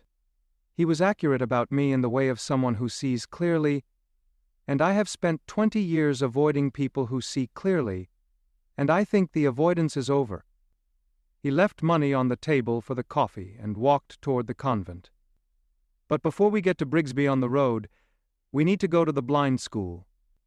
Because the blind school had, on that Sunday, its end-of-semester graduation ceremony for the advanced program, and the advanced program's director, a small, determined woman named Miss Arsano, no relation to the Arsano twins, a woman who had been running the program for 11 years with the tenacity of someone who has decided that the low visibility of her institution's achievements is a funding problem and not a quality problem, and who has made it her project to correct. Both had arranged, as the ceremony's keynote address, a speaker. The speaker was Ralph. This had been Clotilde's idea, offered to Ms. Arsenault 3 weeks ago in the spirit of community connection, and received by Ms. Arsenault with the specific enthusiasm of someone whose keynote speaker had cancelled 2 days prior, and who had found in this parrot-related suggestion less a novelty and more a solution. Ralph had been briefed on the parameters of the assignment. He had delivered his acceptance in 1 sentence: Helen Keller. Obviously. There is no other subject. He had asked one clarifying question: will there be tassels? Ms. Arsenault had confirmed, yes, the graduation caps had tassels. Ralph had said, good. Tassels indicate a ceremony of substance. I'll prepare. He had prepared. He was at 10:30 Sunday morning, on a perch that Carl had constructed specifically for this occasion, and transported in the back of Dorothea's car to the blind school auditorium, which was small and clean and smelled of the institution's specific combination of chalk and care, and which held 17 graduating students in their caps and gowns and tassels, and, in the front rows, their families. Loon and Merrick were present, having volunteered to transport Ralph, and provide what Loon called ambient responsible adult presence and what Merrick called someone to manage the situation, if the situation requires managing. Voss was in the back row with his notepad. The families of the graduates were arranged in the auditorium with the specific gathering energy of families at ceremonies, the carefully dressed parents, the younger siblings who had been brought under protest, the grandparents who had arranged their faces into the specific expression of someone determined to be emotionally available for whatever the event required. Among the audience, Voss noted, a woman in the second row who appeared to have arrived from a life that was considerably different from the one she was currently presenting, the curated, casually perfect appearance of someone whose social identity depended on appearing to have everything together, whose smile was applied rather than occurring, whose eyes moved around the room with the specific checking quality of someone managing a reputation rather than attending a ceremony.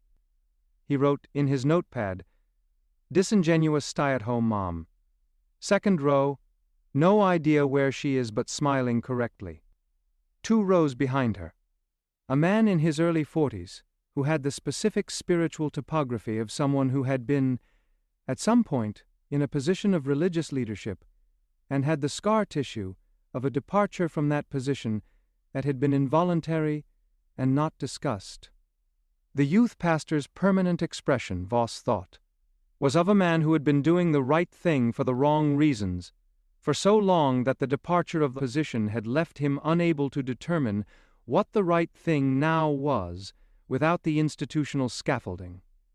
He was attending his niece's graduation, and he was holding a program and reading it with slightly more attention than a graduation program warranted, because a graduation program was available, and his interior life was not presenting him with anything more useful.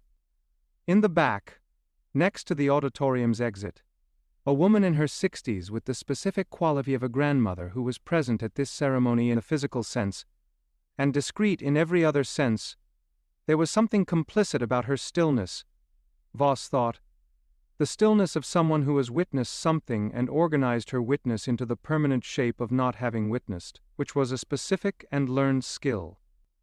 And in the row behind Voss, a young man with a banjo case beside his chair that he had not checked at the door, because he was the kind of person who didn't check instruments at doors, who had the specific quality of someone whose gift was considerable, and whose moment of recognition for it had not yet arrived and might not arrive, and who had found, in the not arrive, and who had found, in the not arriving, a relationship with the gift that was purer for the absence of an audience. His playing, Voss had heard it once, was the specific quality of extraordinary that does not announce itself. Ralph regarded all of them from the perch. He cleared his throat. Helen Adams Keller, Ralph said, in the full declamatory voice, the voice that had carried the Annie Oakley monologue, and the Great Depression history and 22 years of household editorial commentary, the voice at its maximum capacity in the service of a subject that required it. Born 1880. Deaf and blind at 19 months, after what her doctors described as an acute illness that was possibly scarlet fever or meningitis. Dead to light and sound before she could form a language for either. And from that beginning that looked, from the outside, exactly like an ending, she became the most significant single argument against the human habit of deciding in advance what is possible for another person, that the 20th century produced. The auditorium was very quiet. Ralph walked 3 steps left. Now, some people and I want to address this directly, because it deserves direct address. Some people will tell you, and will tell you with the specific confidence of people who have spent time on the internet developing confident opinions about things they were not present for, that the Helen Keller story is exaggerated, that the achievements attributed to her were performed by Anne Sullivan for her, that the famous water pump moment, the moment of WATER, was theatrical reconstruction rather than documented event. These people are entitled to their opinions in the same way that a person is entitled to stand on a beach and maintain that the ocean is a puddle. The entitled statement does not change the ocean. He walked 3 steps right. Helen Keller graduated cum laude from Radcliffe College in 1904. She was the first deafblind person to earn a Bachelor of Arts degree. She wrote 12 books. She co-founded the ACLU. She spoke with the specific difficulty that anyone who has been deaf since 19 months speaks, with the effort and the courage that converting interior experience into the medium of sound, without having heard sound, requires. She spoke in public, on platforms, before audiences, about women's suffrage and labor rights and pacifism and the specific moral obligation of people who have full access to their senses to use those senses in the service of people who are navigating the world without them. He looked at the 17 students in their graduation caps. "The diploma in your hand," he said, "is real. I understand there may be those who receive it with the private uncertainty of whether what you have learned is truly what it says it is, whether you truly know what it says you know, whether the world you are entering will recognize the diploma's real value or the institutional value, which are related and not identical. I am here to tell you, real. What you have learned is real. What you can do with what you have learned is real. The tassels on your caps are not pasties. They are not decorative concealment. They are indicators. They indicate completion. He paused. He looked at the room.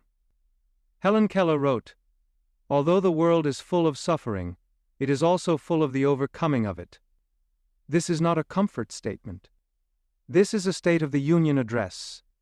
It is a factual account of the available evidence. The suffering is real. The overcoming is also real. Both are in the record. The record, which is what graduation ceremonies are. A record. A statement that something was done. A moment when the work is put down and the completion of it is witnessed. He stopped. He let the room sit. One of the 17 students, a girl, 16, with the specific composed beauty of someone who has been navigating the world without one of its primary inputs since birth, and has developed, in that navigation, capacities that the world around her is still in the process of discovering. This girl, who was in the front row, and whose cap was at a slight angle, and whose tassel was on the wrong side. It would be moved at the end of the ceremony, in the traditional gesture, was crying. Not from sadness. The other kind. The kind that arrives when something said publicly matches something known privately, when the external statement confirms the interior truth, when the world and the self align for a moment in the specific, rare, overwhelmingly confirming way of, yes, this, exactly. Ralph saw her. He said directly to her, in the register that dropped below the declamatory mode to something quieter, "What you can do is extraordinary. You don't need me to tell you that. But I'm telling you anyway, because sometimes the things we already know need to be told to us from the outside before they are fully available on the inside." Helen Keller knew what she was. It still helped when Anne Sullivan showed her the word for it. The auditorium breathed. "That is all," Ralph said. "Congratulations. Move your tassels." The unexpected thing happened on the road. Brigsby was walking toward the convent. He had left the car at the diner, because he had discovered that walking cleared the specific static that accumulated in him when he was managing too much information in a small space, and the walk was 3 blocks. And the 3 blocks were the 3 blocks, and the 3 blocks, in the October Sunday afternoon, had the quality he'd filmed, the quality of a space that was decided about, and he was walking through that quality with his composition notebook in his hand, and his fountain pen in his breast pocket, and the specific intention of arriving at the convent gate and doing the thing he had written in the notebook that he needed to do. He was halfway through the 2nd block. A hand on his shoulder. He turned. No one there. He looked in every direction. The Sunday street was quiet, the specific quiet of a Louisiana Sunday afternoon in October. Everyone at home or at church, or in the post-church transition, the street between the school and the convent empty, except for the Spanish moss and the live oaks and the specific October light. No one. He looked at his shoulder. On the shoulder of his jacket, the jacket he'd been wearing since yesterday, the salt-stained jacket of a man who had been living in his car, and at a diner, and in the Continental, and had not quite gotten around to the logistics of laundry. On the shoulder of the jacket was a hand-shaped warmth. Not a handprint, not a handprint, not visible. But he could feel it. The specific temperature and pressure of a hand placed on a shoulder in the specific way of someone saying, "I see you. I am accompanying this walk. You are doing the right thing. Keep going." He stood in the 2nd block for a moment. He was not a supernatural person. He did not have the overlay, did not have the frequency sensitivity, did not have the tradition of his people in his back pocket the way Youngblood had and Aklak had.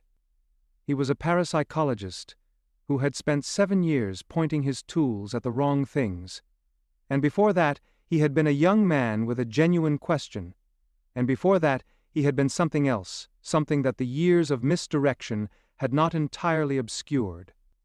The warmth on his shoulder was the warmth of Right direction. Keep going. He kept going. He arrived at the convent gate. He knocked. Gumbo opened it.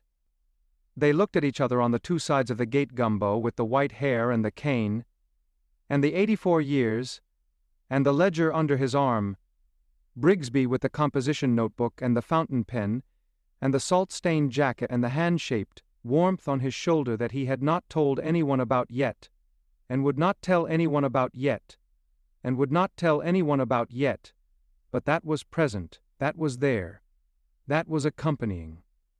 You decided, Gumbo said. I turned in $30,000 I found in A.M.C. Donald's bag, Brigsby said. Because this was true, and this was where he was starting from, because starting from the most recent true thing was the only honest approach. Gumbo looked at him. He looked at the ledger. He looked back at Brigsby. Come in, he said. I'll make coffee. He unlatched the gate. Brigsby came through. The gate closed behind him with the click of a latch engaging. On the other side of the gate, on the second block, in the space between the school and the convent that had been decided about and organized and waiting, something shifted. Not dramatically, not alarmingly. A small shift. The kind that happens when one of the variables in a complex arrangement changes its value, and the arrangement recalculates, and the recalculation produces a new configuration that is not the same as the old one. The King Uruk's plan had accounted for Brigsby as an asset. His documentation, his camera, his foundation connection, these had been part of the calculation. The calculation was now one variable short. It was adapting. The manual said, the adaptation is the most dangerous moment. Gumbo inside the convent gate felt it. He kept walking toward the kitchen. He kept his face as it was, unhurried, composed, the face that had managed the jungle and the decades and the flashbacks and the long, slow accumulation of a life that had required him to be the kind of man who could feel things ahead of their happening and continue moving anyway. He felt the adaptation. He noted it. He made coffee. At the kitchen table, over the coffee that was the third pot of the day and that had the quality of coffee that has been made multiple times for multiple purposes and has therefore achieved a certain wisdom, Gumbo and Brigsby had the conversation. It was not, from the outside, a dramatic conversation.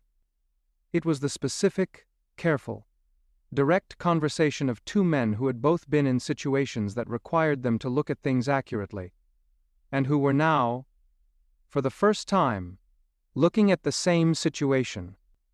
Brigsby showed him the footage. Gumbo watched it on the laptop. He watched it twice. He said, You've been looking at this for days. 47 times, Brigsby said. What do you think it is? I don't know what it is, Brigsby said. I know what it isn't. It isn't what I was sent here to look for, which was a baby with measurable paranormal phenotypes. What I was sent for is not there.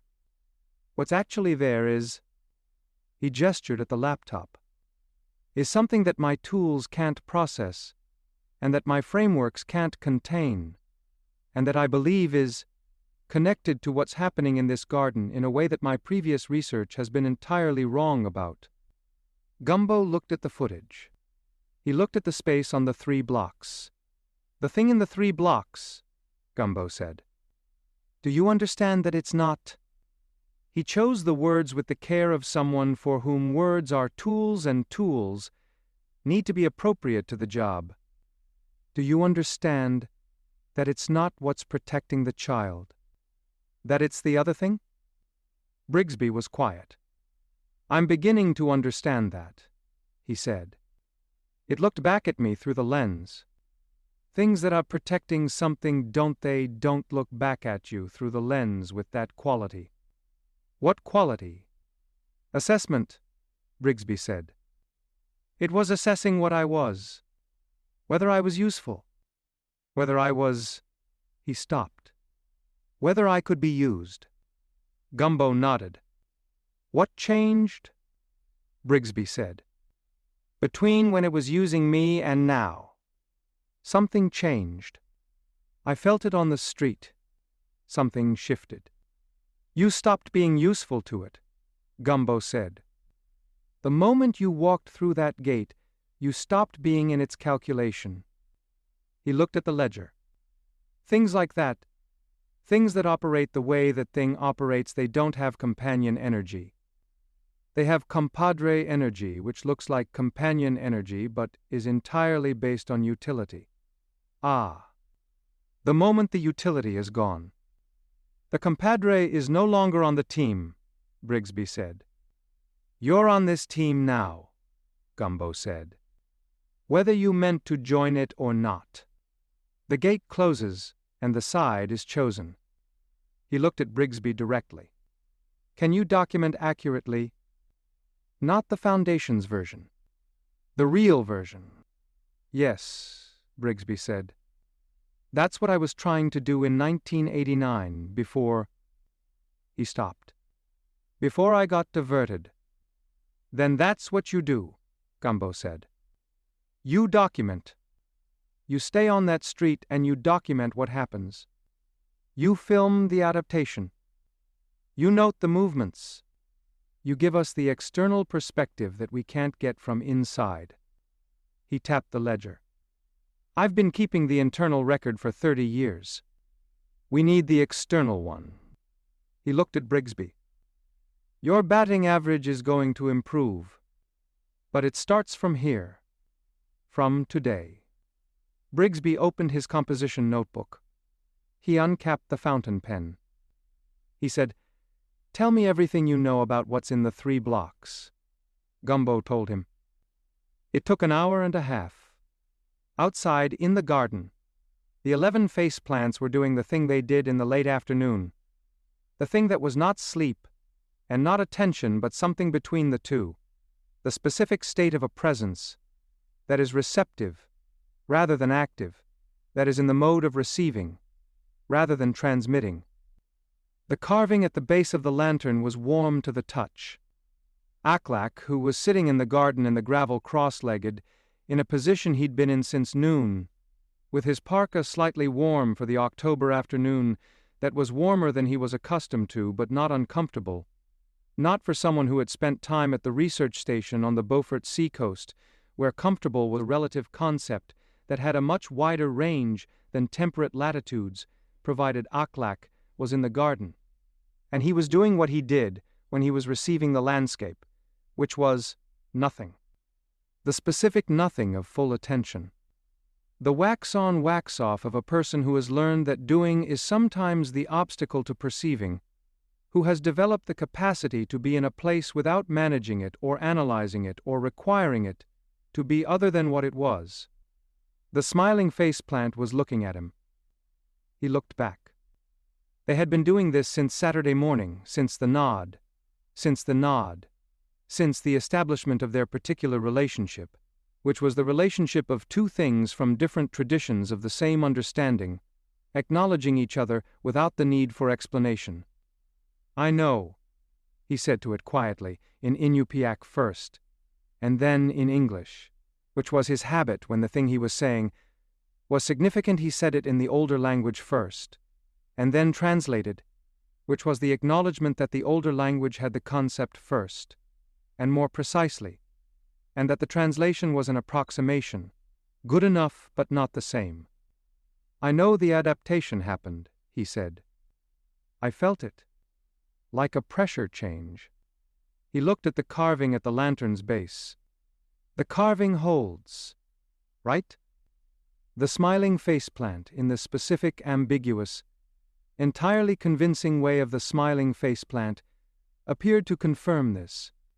Good, he said. He looked at the sky above the garden, the October Sunday sky, the Indian summer's last afternoon, the specific blue that was going to be replaced tomorrow by the gray of the real season beginning. He was in Sorrelle, Louisiana. He was from the north slope of Alaska. He was sitting cross-legged in a bonsai garden having a conversation with a faceplant about a supernatural binding carving he had been carrying for 3 years, and which had found its place. He was, by every available measure, right at home. That evening the household gathered for what Dorothea called supper and what Ralph called the daily assembly of the relevant parties, and what was, in practice, the convent kitchen full of people who had each had a significant Sunday and who needed the specific provision that only the communal table at the end of a significant day could provide. Banana bread and brisket and sweet potatoes and the jambalaya that Cora had made at the malt shop and brought in a covered pot that was the correct size for the occasion, which Cora had an instinct for the right amount, always the correct quantity for the number of people and the weight of the gathering. Erica was there. She had stayed, since the baptism, in a way that she didn't usually stay, not the transactional staying of someone who has a role and is performing it, but the staying of someone who has found themselves in a place that turns out to be where they needed to be, and who is not in a hurry to leave. She had held Jermaine after the baptism, with the specific quality of someone holding their lost person's child, the weight of it. The both things simultaneously, the grief and the love that was the continuation of the grief, and the grief that was the evidence of the love. She had said, quietly, to Chaos, at the table, "He has her hands." Chaos had looked at Jermaine's hands. "Yeah," he said. "I know." They had sat with that. At the table, at supper, the state of things was as follows. The baptism had happened. The season had moved forward. The carving was in place. The binding was established. Brigsby had come through the gate and changed sides, and was now an asset in the documentation rather than a threat to the process. The Kingaruck had adapted, which the manual said was the most dangerous moment, and which everyone at the table was aware of in the specific low-frequency way, that you are aware of a danger that has shifted its position, but not its nature. Crane was at the school, still looking north. Babish was at the school, still taking shapes after hours, still doing the thing that the 9-year-old girl had felt with her full body attention. The next move was unclear. This was the honest state of the situation. The baptism had been accomplished. The carving had been placed. The binding had been established. The documentary record was being managed from 2 angles now.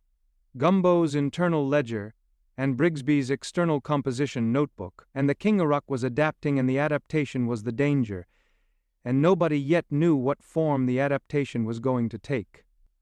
Ralph, who had returned from the blind school graduation with the specific satisfied energy of a creature who has deployed his best material for the right audience and found the deployment successful, was on the kitchen windowsill with the post-monologue stillness that followed his major performances, and that was, Chaos had learned, not emptiness but consolidation. Ralph processing the morning, filing it, making it part of the accumulated record that he maintained in whatever the parrot equivalent of a ledger was. He looked at the table. He said, "The girl who cried at the graduation. 2nd row from the front. She has a gift that she has been told is insufficient because the people who told her were measuring against the wrong standard, which is the most common way that extraordinary things are made to feel ordinary. She is not ordinary." He walked 2 steps. This is not germane to the current strategic situation. I mention it because things that are not germane to the strategic situation still need to be said by someone, and I am the someone available. He walked 2 steps back. The adaptation. The Kingaruck. What it becomes when the original plan is closed. He looked at Gumbo. It will try the children. Not Jermaine. Jermaine is protected by the carving. The other children. The blind school students. It will try to generate a point of access through them. Through the closest proximity to the school that isn't directly guarded. The table was quiet. You think Babish accelerates. Youngblood said. Babish is the instrument, Ralph said. The Kingarook is the player. The player has had the instrument fail once the Brigsby asset is gone. The Foundation's external acquisition is no longer available. The player adapts. The adaptation uses what it still has, which is the school, the proximity. Babish in the building. He looked at Clotilde. The blind school needs a guardian of its own. Not supernatural. Practical. Human. Someone in the building who understands what Babish is and who is capable of managing the specific situation. Crane, Clotilde said. Crane is already there, Ralph said. But Crane is the appointed one. He operates at the season's frequency, at the Kairosi's frequency. He can't manage Babish the way a human intervention can manage Babish because their modes are different. Crane is protection. What the school needs is, he paused, detection and reporting, and the human intervention that comes after the detection. Someone on the inside, Youngblood said. Someone who can be in the building without raising concern, Ralph said. Someone who has a reason to be there that is not connected to the supernatural dimension of the current situation. The table thought about this. Voss said, The Advanced Program Director, Ms. Arsano, has been applying for a research assistant position at the museum for 2 years. We have not been able to accommodate it due to budget. I could offer her a position, Loon said. One that involves some of her time being spent at the school, Merrick said. In the building, Voss said. Yes. She wouldn't know why, Youngblood said. She doesn't need to know why, Gumbo said. She needs to be there. The knowing why is for us. The being there is for the school. He looked around the table. Clotilde. I'll call her tomorrow, Clotilde said. And Babish, Chaos said. If the Kingarook accelerates through Babish, if Babish starts moving more actively, what do we do? About Babish specifically? The table was quiet for a moment. Aklak, who had been at the table since supper started and who had been eating the jambalaya, with the specific attentive appreciation of someone encountering a new food and finding it better than anticipated, looked up from his bowl. In the Inupiaq tradition, he said, the Kingarook's instrument, the thing wearing the face, the false guardian, can be disarmed without confrontation. You don't fight the instrument. You remove the player's access to it. He looked at the carving, which was in the garden but which everyone at the table was aware of in the way you're aware of a significant object in a proximate space. The carving bound the appointed one to this location. A second carving... He paused. A second carving, placed correctly, could bind the Kingarook's access to Babish. Not permanently, but for the duration of the season. Long enough for the child to do the thing the child needs to do. You'd need to carve it, Gumbo said. I know what to carve, Aklak said. He looked at his hands. The hands that had carved the first piece in the dark at a rest stop in Arkansas, that had been carrying the work for 3 years without knowing the destination, that knew the process, not the thinking process, the other process, the wax-on wax-off process, the finding what was already in the wood process. How long? Gumbo said. Week, Aklak said. Maybe less. The first one took 3 years because I didn't know where it was going. This one I know where it's going. The knowing changes the time. Gumbo wrote in the ledger.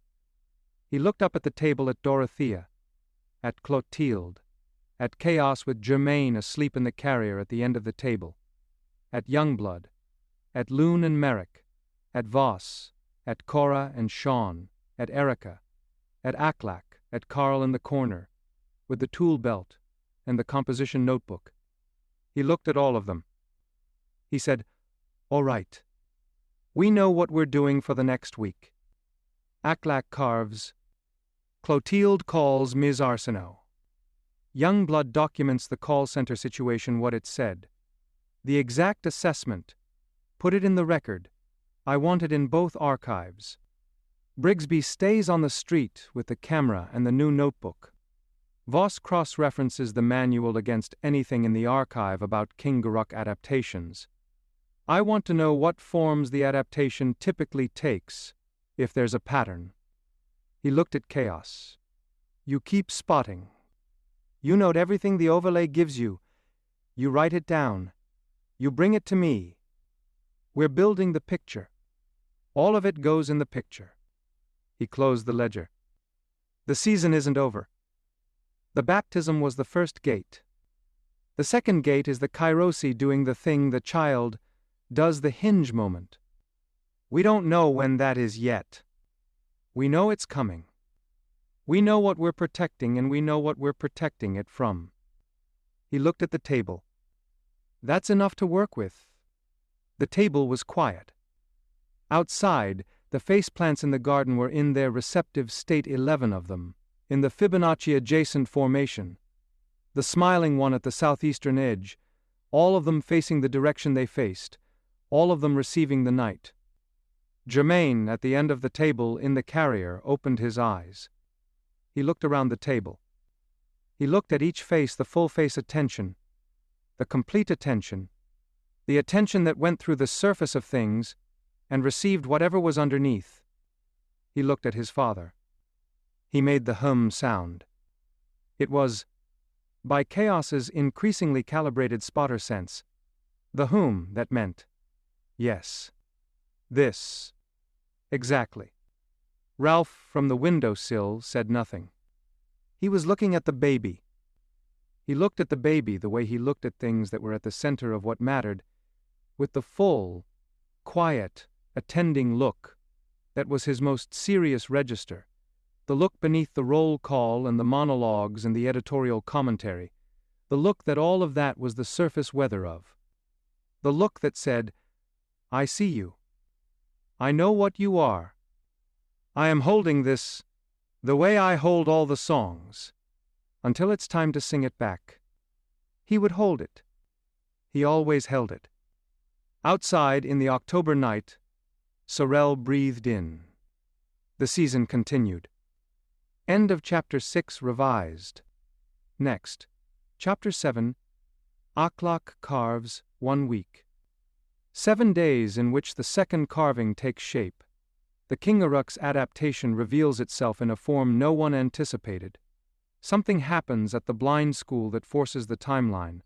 Brigsby's documentation captures something that changes his composition notebook from a record to a weapon. Gumbo visits the mirror room alone for the second time.